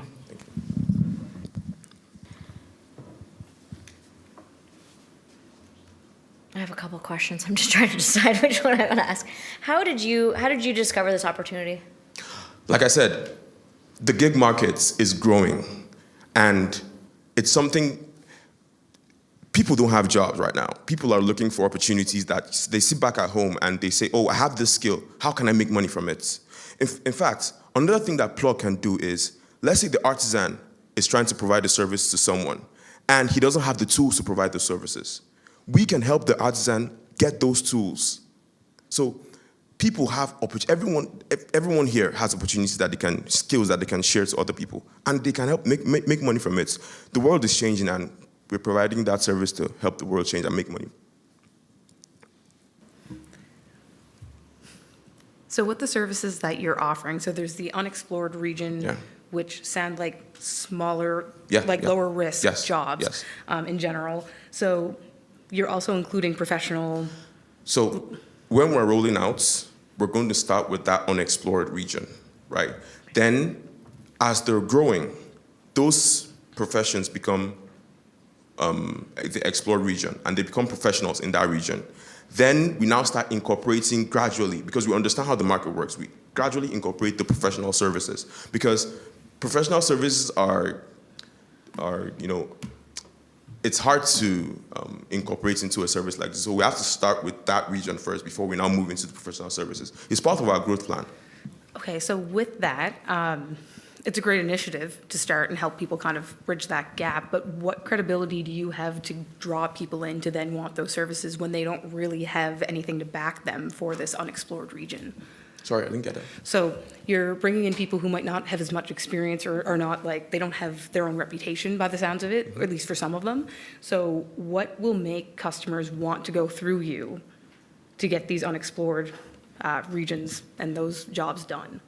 Well, like I said, they want to come through us for first of all, they're getting incentivized for doing this first. And also, me looking for a service from someone doesn't limit me to just being a service request person. I can also offer services. And in order to reach out to people, we can reach out to people that are new to the country, people that don't have jobs. And this is something that is very critical in today's economy. We all know that to get reliable skill is hard to find. And we have to look for a way to bridge that gap. And we have to start from somewhere. Okay, and just really quickly, what are you using as an incentive?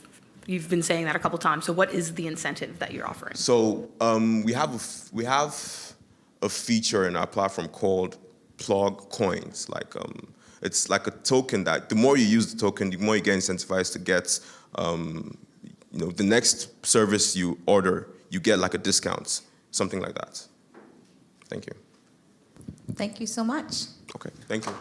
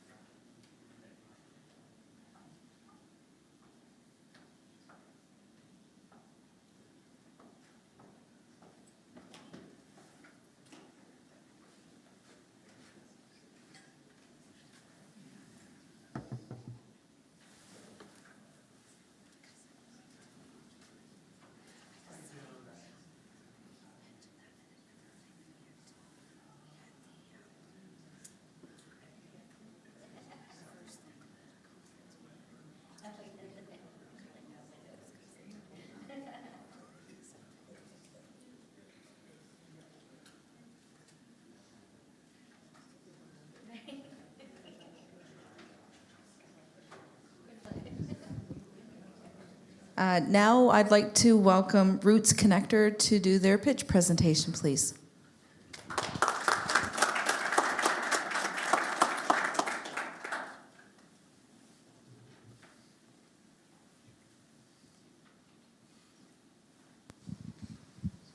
Just don't hold it down here. Just hold it up here. Whenever you're ready, you can start it. When I visit my part-time job these days, I hear a slogan printed like on advertisement like this that says, "Fight the hunger." It shows me that the food shortage is a big problem around the world and even in Canada. So it leads me to the idea that tries to solve this problem by focusing on community gardens. For that, my plan is to build an app that is called Roots Connector. That app will do the three things. One is connecting. The second thing is optimizing. And the last thing is saving the plants from diseases. When I say connecting, then I am meaning to connect gardeners, volunteers, local government, and the people who are selling the products to save the plants. When I am talking about optimizing, it means that optimizing the land usage for the planting the plants and making sure that we are using the resources that are provided optimally. And the last thing is to save the plants. For that, we will use artificial intelligence to first identify the diseases that are connected or that are affecting the plants. And the last thing is how to provide the solutions or the products to the gardeners that can help to save the plants. So let's connect and solve this problem by focusing on community gardens, because it's not about only plants, it's about community and connecting. Thank you.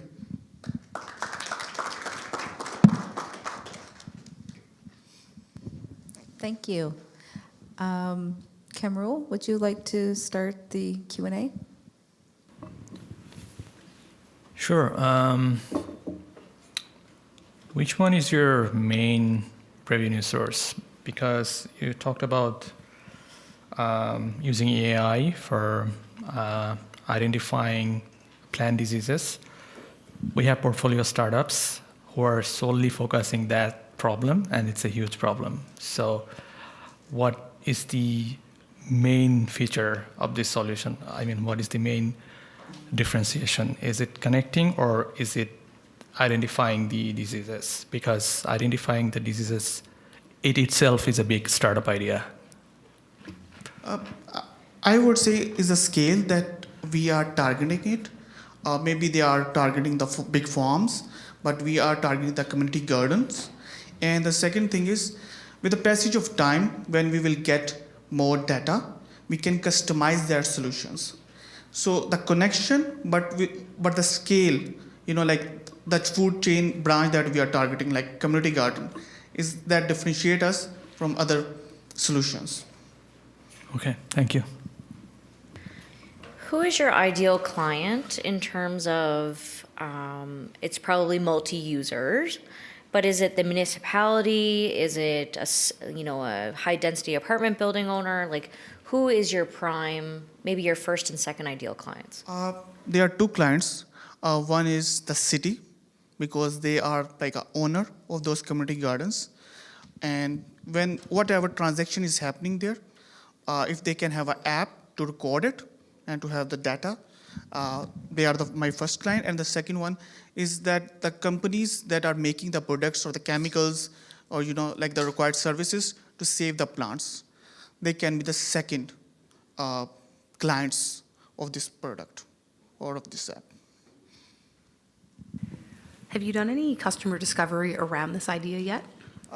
Not till now. This idea is just based on my experience as a volunteer at the community garden. Okay, great. Where I have seen like volunteers are coming, but they have not have any experience back home like me. And the food banks are one of the entity that I forgot to mention here. Like the produce has been grown sometime there, and people are donating those food to the food banks, but it's not been recorded somewhere. There is no official channel to connect them with an app or something where like city know that okay, if the garden is producing something, where that food is going. Like it's going to the food bank, or you're trying to sell it, like you can sell it, but there's not a code, I think so. Okay, so currently, how are people solving some of the problems that you've mentioned? Usually applications I have seen, people are using it with some of the applications, but they are doing it usually at home garden based. Or like if there are some applications are available, but they are not using artificial intelligence, to suggest them. And one thing that I would like to mention more, that one module we can add more is training the people, so that module can be added there. Have you thought about telling that story to open up your pitch as your own personal story? Yeah, like I thought so, just to start with Walmart first, but like the motivation is to, like my volunteer experience. Yeah, but next time. Yeah, it's a good. I mean, I ask you that because I got asked that when I was pitching at a university, and it was really helpful for me. And I've seen it since. I mean, ever since then, of course. I mean, the storytelling is so important. So it's great to see, where it came from for you and the connection. And then, can you tell us a bit about your team and the next step that you're planning to take towards bringing this to Currently, market? I am just only in my team. For me, the first thing was to discover a problem, or based on my research experience. With the passage of time, because I am a computer science graduate, I can find more students that have expertise in computer science related fields, or there should be, if we have one guy that has farming experience, or that is related to plants, the studies are related to plants, it would be a great benefit for the team. Yeah, and then for your the community gardens, do they have a budget? Like, would they be able to purchase the product? I'm not sure. I think so. They belong to the city. Okay. Yeah. This is what my knowledge is. Sure. Great. Thank you. Are there any other questions? Okay. Thank you very much.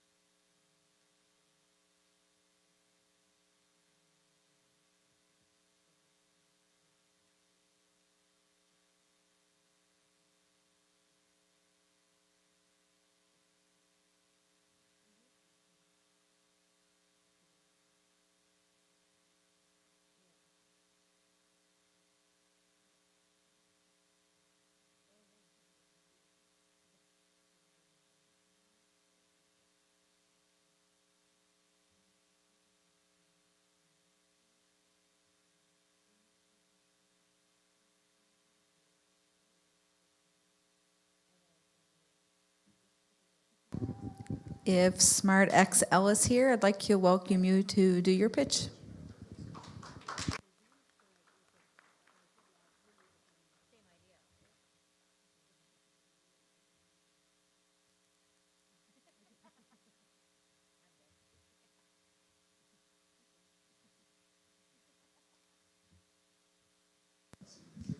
Sorry, not down here, up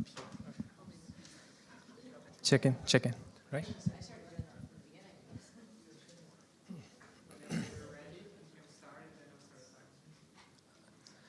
Hi, everyone. AI relies on data, and data processing has to be extremely fast. CPUs, they lack compute power, so what's the alternative? The second alternative is GPU. Now, the GPU are power hungry, they are costly. And recently, OpenAI mentioned they are short of GPUs. So what's the third alternative? The third alternative is FPGAs, another hardware accelerator. So as a result, the companies, high-performance companies like the AMD, they purchased the Xilinx for $49 billion, one of the largest in the industry. Amazon purchased Annapurna for $350 million, another one, the high cost for FPGAs. But then there is a catch with the FPGAs. So they are smaller in size, they are also costly. So, and as in the word of the Google's CEO Sundar Pichai, hardware is extremely hard and challenging. So they require a huge pool of engineers for this one. Now, where we fit, we propose to move from all accelerate to smart accelerate. We do not intend to accelerate everything. We intend to accelerate in the smarter way. And we have shown, as compared to our competitor, such as the AWS and Barcelona supercomputing, we are 5.5x faster. And in terms of the green environment, we are 2x power saving. We have already published a paper for the same report last year. Our patent is already in filing in progress. And our company name is smartexcel.io. And here I am, the CTO of the smartexcel.io. Now, what's the market segment? So we propose to have $750 USD for 60 hours for a month per customer. That accounts for roughly 9,108 USD per customer for a year. And our first response to the customer will be within 24 hours. And yeah, within 24 hours. And the competitor, as I have already mentioned, HPC and Barcelona supercomputing and AWS. And the market segment that we are targeting is the high-performance computing sectors such as the AMD, Intel, and the financial trading such as the Hudson Trading, and the last but not least, the telecommunication sector such as the Verizon and Huawei. And who we are. So we are a team of the 4 highly specialized industry people with over more than a decade of experience, almost everybody is having. And we hold in total around 8 patents, 2 trade secrets, and several industry awards. Thank you very much.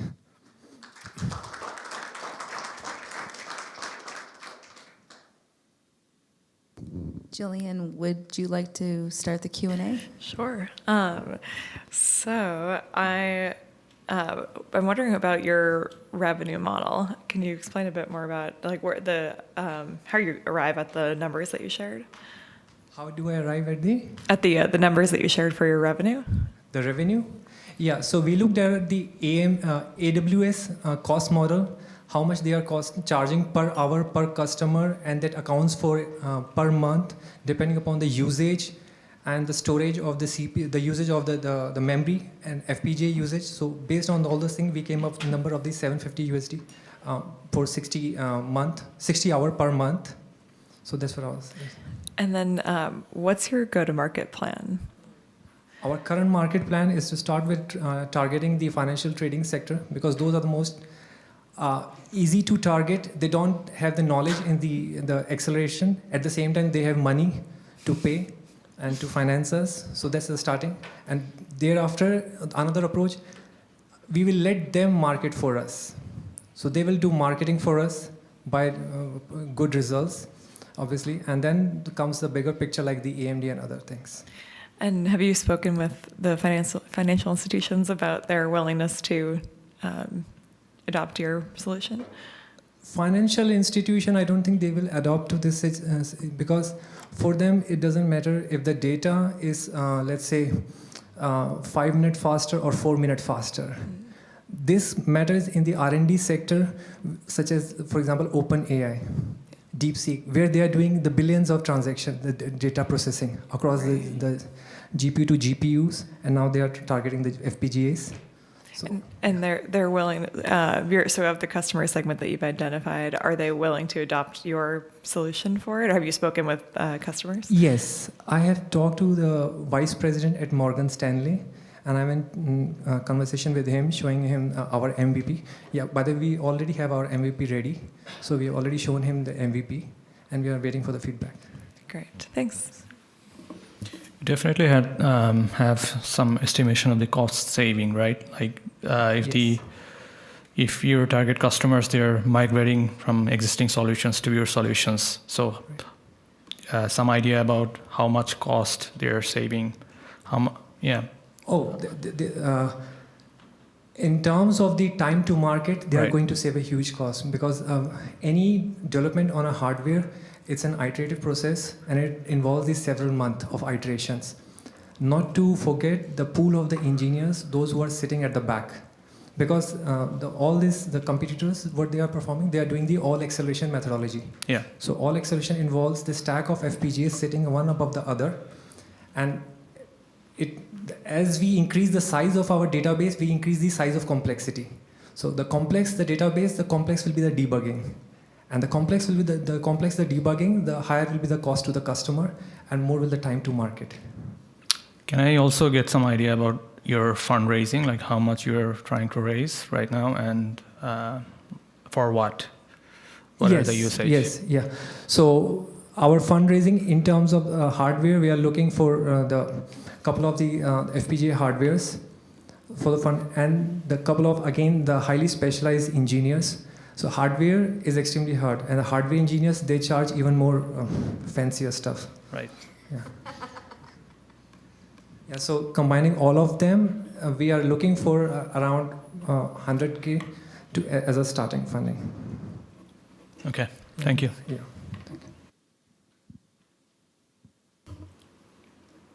I'm not going to pretend to know half of what you are doing, but I'm very interested in industry awards, 8 patents, and trade secrets. Yes. Can you tell me a little bit more about how you got there and how you're going to leverage that getting into the new market? Yes, I hold 4 and 2 trade secret. Another founder, he holds 7, and another founder holds 1 patent. So total 4 plus 3 plus 1 is 8, and there are 2 trade secrets are there. And so we are going to leverage those because those are in the semiconductor industry, the completely hardcore semiconductor industry, with all involving the AI and the next generation of the tool development, which even the AWS is using. So, yeah. Many of my questions have been answered. So that was great. Just one I'm just curious about. So how long have you actually, like you and your team, been working on this solution? So we have been working on this one last but 1 year. Yes, on this one. And then the last year we submitted a paper and it got selected in one of the top tier FPGA conference. And we got a very good feedback. It's there on our website, smartexcel.io. Yes. So. Great, thank you. Thank you very much. That was great.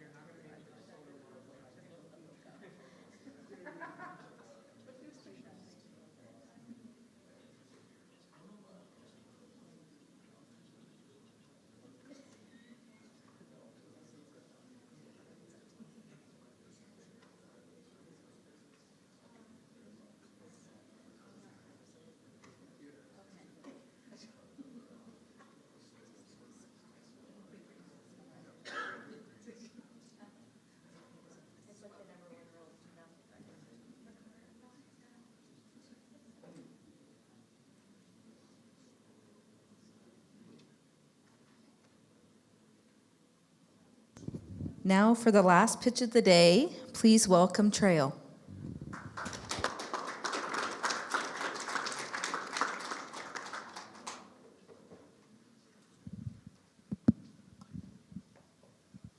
Hello, just hold it up here, please. Hello.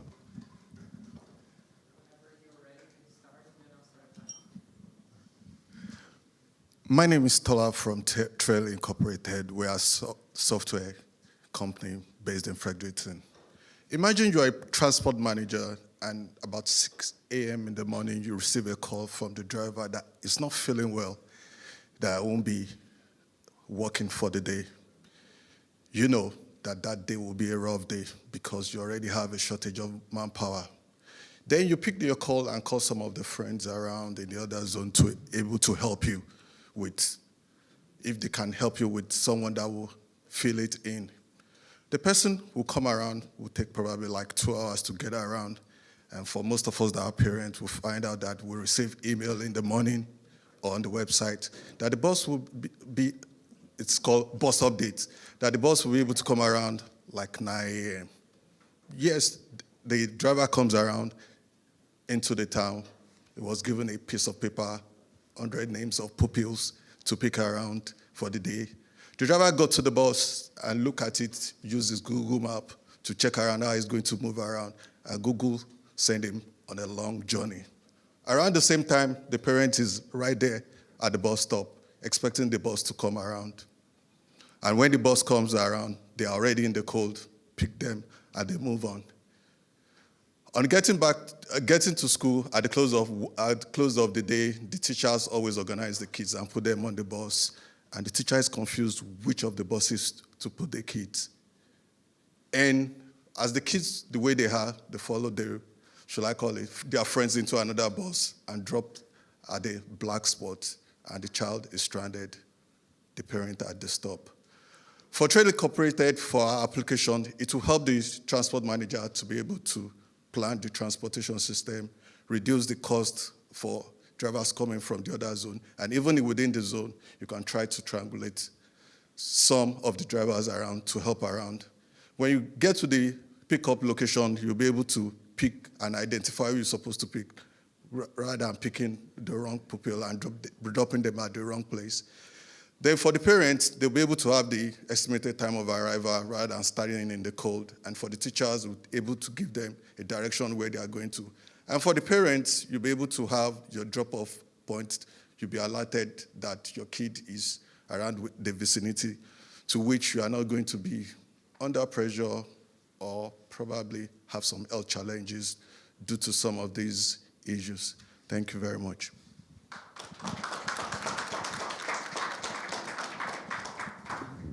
Thank you. Sarah, would you like to start the question? Sure. Can you explain to me in a little bit of greater detail on who your client is? Who is your first user, first buyer? Because of the peculiarity of New Brunswick, we find out that the education system is owned by the government, not the private. So our major focus is going to be a buy-in from the government, but we know that the ultimate beneficiaries are the parents. Once we have the buy-in of the government, which has to do with regulations, then we are home with the parents. Because our major focus is the parents, because they are the ones that, let me see, appreciate much about the benefit based on our customer discovery. I am that person that gets that notification that scrambles to pick up or drop off the child when the bus doesn't arrive. So I hear this pain point, this opportunity. I'm curious about when you're talking about the future, we're talking about public transportation right now. Is there a growth opportunity that in other markets or in other areas that you're also exploring, or? We are looking at those areas, but because we want to start a little first, which we normally call the beachhead, then we expand. And what is so good about the solution is that because, let me put it this way, New Brunswick is the capital of logistics. So once we are able to do, let me say, make sure that the app is working efficiently, we talk to the logistics company because we are all in the same industry. Could you explain your revenue model? Our revenue model is targeted, let me say, for the first day, it's going to have two components. The one-off, which is more or less like the device, and the other one is recurrent, which is about, subscription is about $100 per month. But those are off the shelf, because the moment we'll get it better, the lower the cost is going to be for the beneficiaries. So it's just the starting, putting the app in a functional way that more or less, like we say, that most of the cost has to do with the R&D and the device. But going forward, it's scalable. And are you currently working on a prototype? But right now, we are almost like, if I may put it this way, 6 weeks out.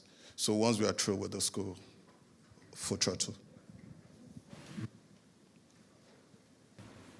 Great. And do you have a team with you that is working on this with you?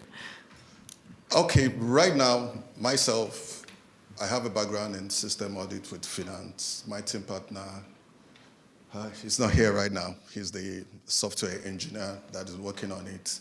Our plan is to get a CEO, which is more or less like that can do the business development aspects of it. Then as we progress, we can now extend, because based on the, let me say, the plan right now, the major focus is going to be the software part of it, so which is the major focus, and with the help of the accelerators and the advisors and partnership, and being a student of UMB, we know that we're in a fertile ground. Awesome, thank you. And have you spoken to any parents as customers yet? I am one of them, and so also my friends. Yeah. So the story I just gave you, the problem, is what happens to group of friends. So I can give them the names. I can give you the other details if you want. Yeah. Oh, thank you. That's great. So what I just shared is a life event. Let me say that just happened in the last 6 weeks. Yeah. Yeah. Yeah. How you're going to scale this solution? Can you explain a little about the technology you're using? Is it specific to cities, or what is the scaling factor here? Okay, if you can give me just a minute. Sure. Pawan, kindly come forward. Awesome. So we have the that's guy. the software engineer that will answer the question.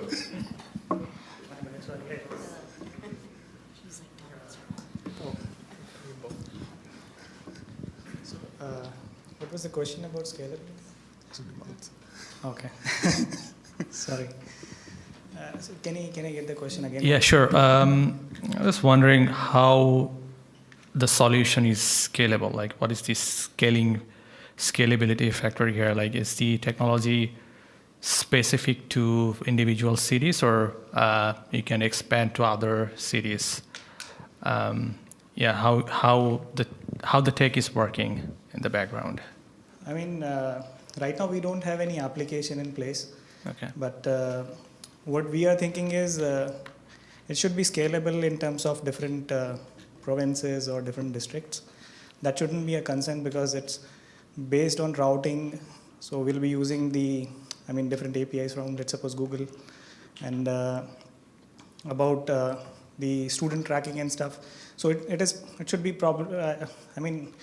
be similar in all the cases. Actually, it should be consistent. So it should be scalable in that ways. Actually, is there anything else if I'm missing anything? No, thank you. No, okay. All right. Thank you.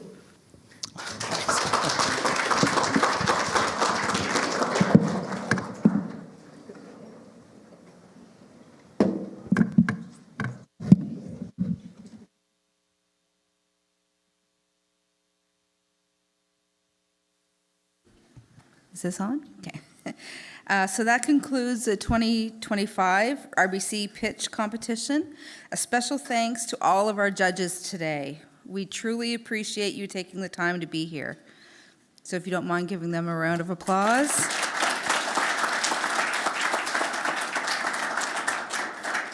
Thanks also to my colleagues at the J. Herbert Smith Center.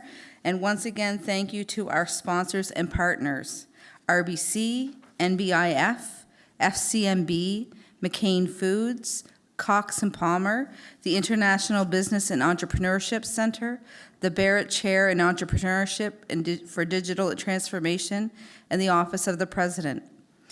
Now you can take a few minutes to network and have some nice conversations, and we'll start to serve dinner shortly in the Chancellor's Room.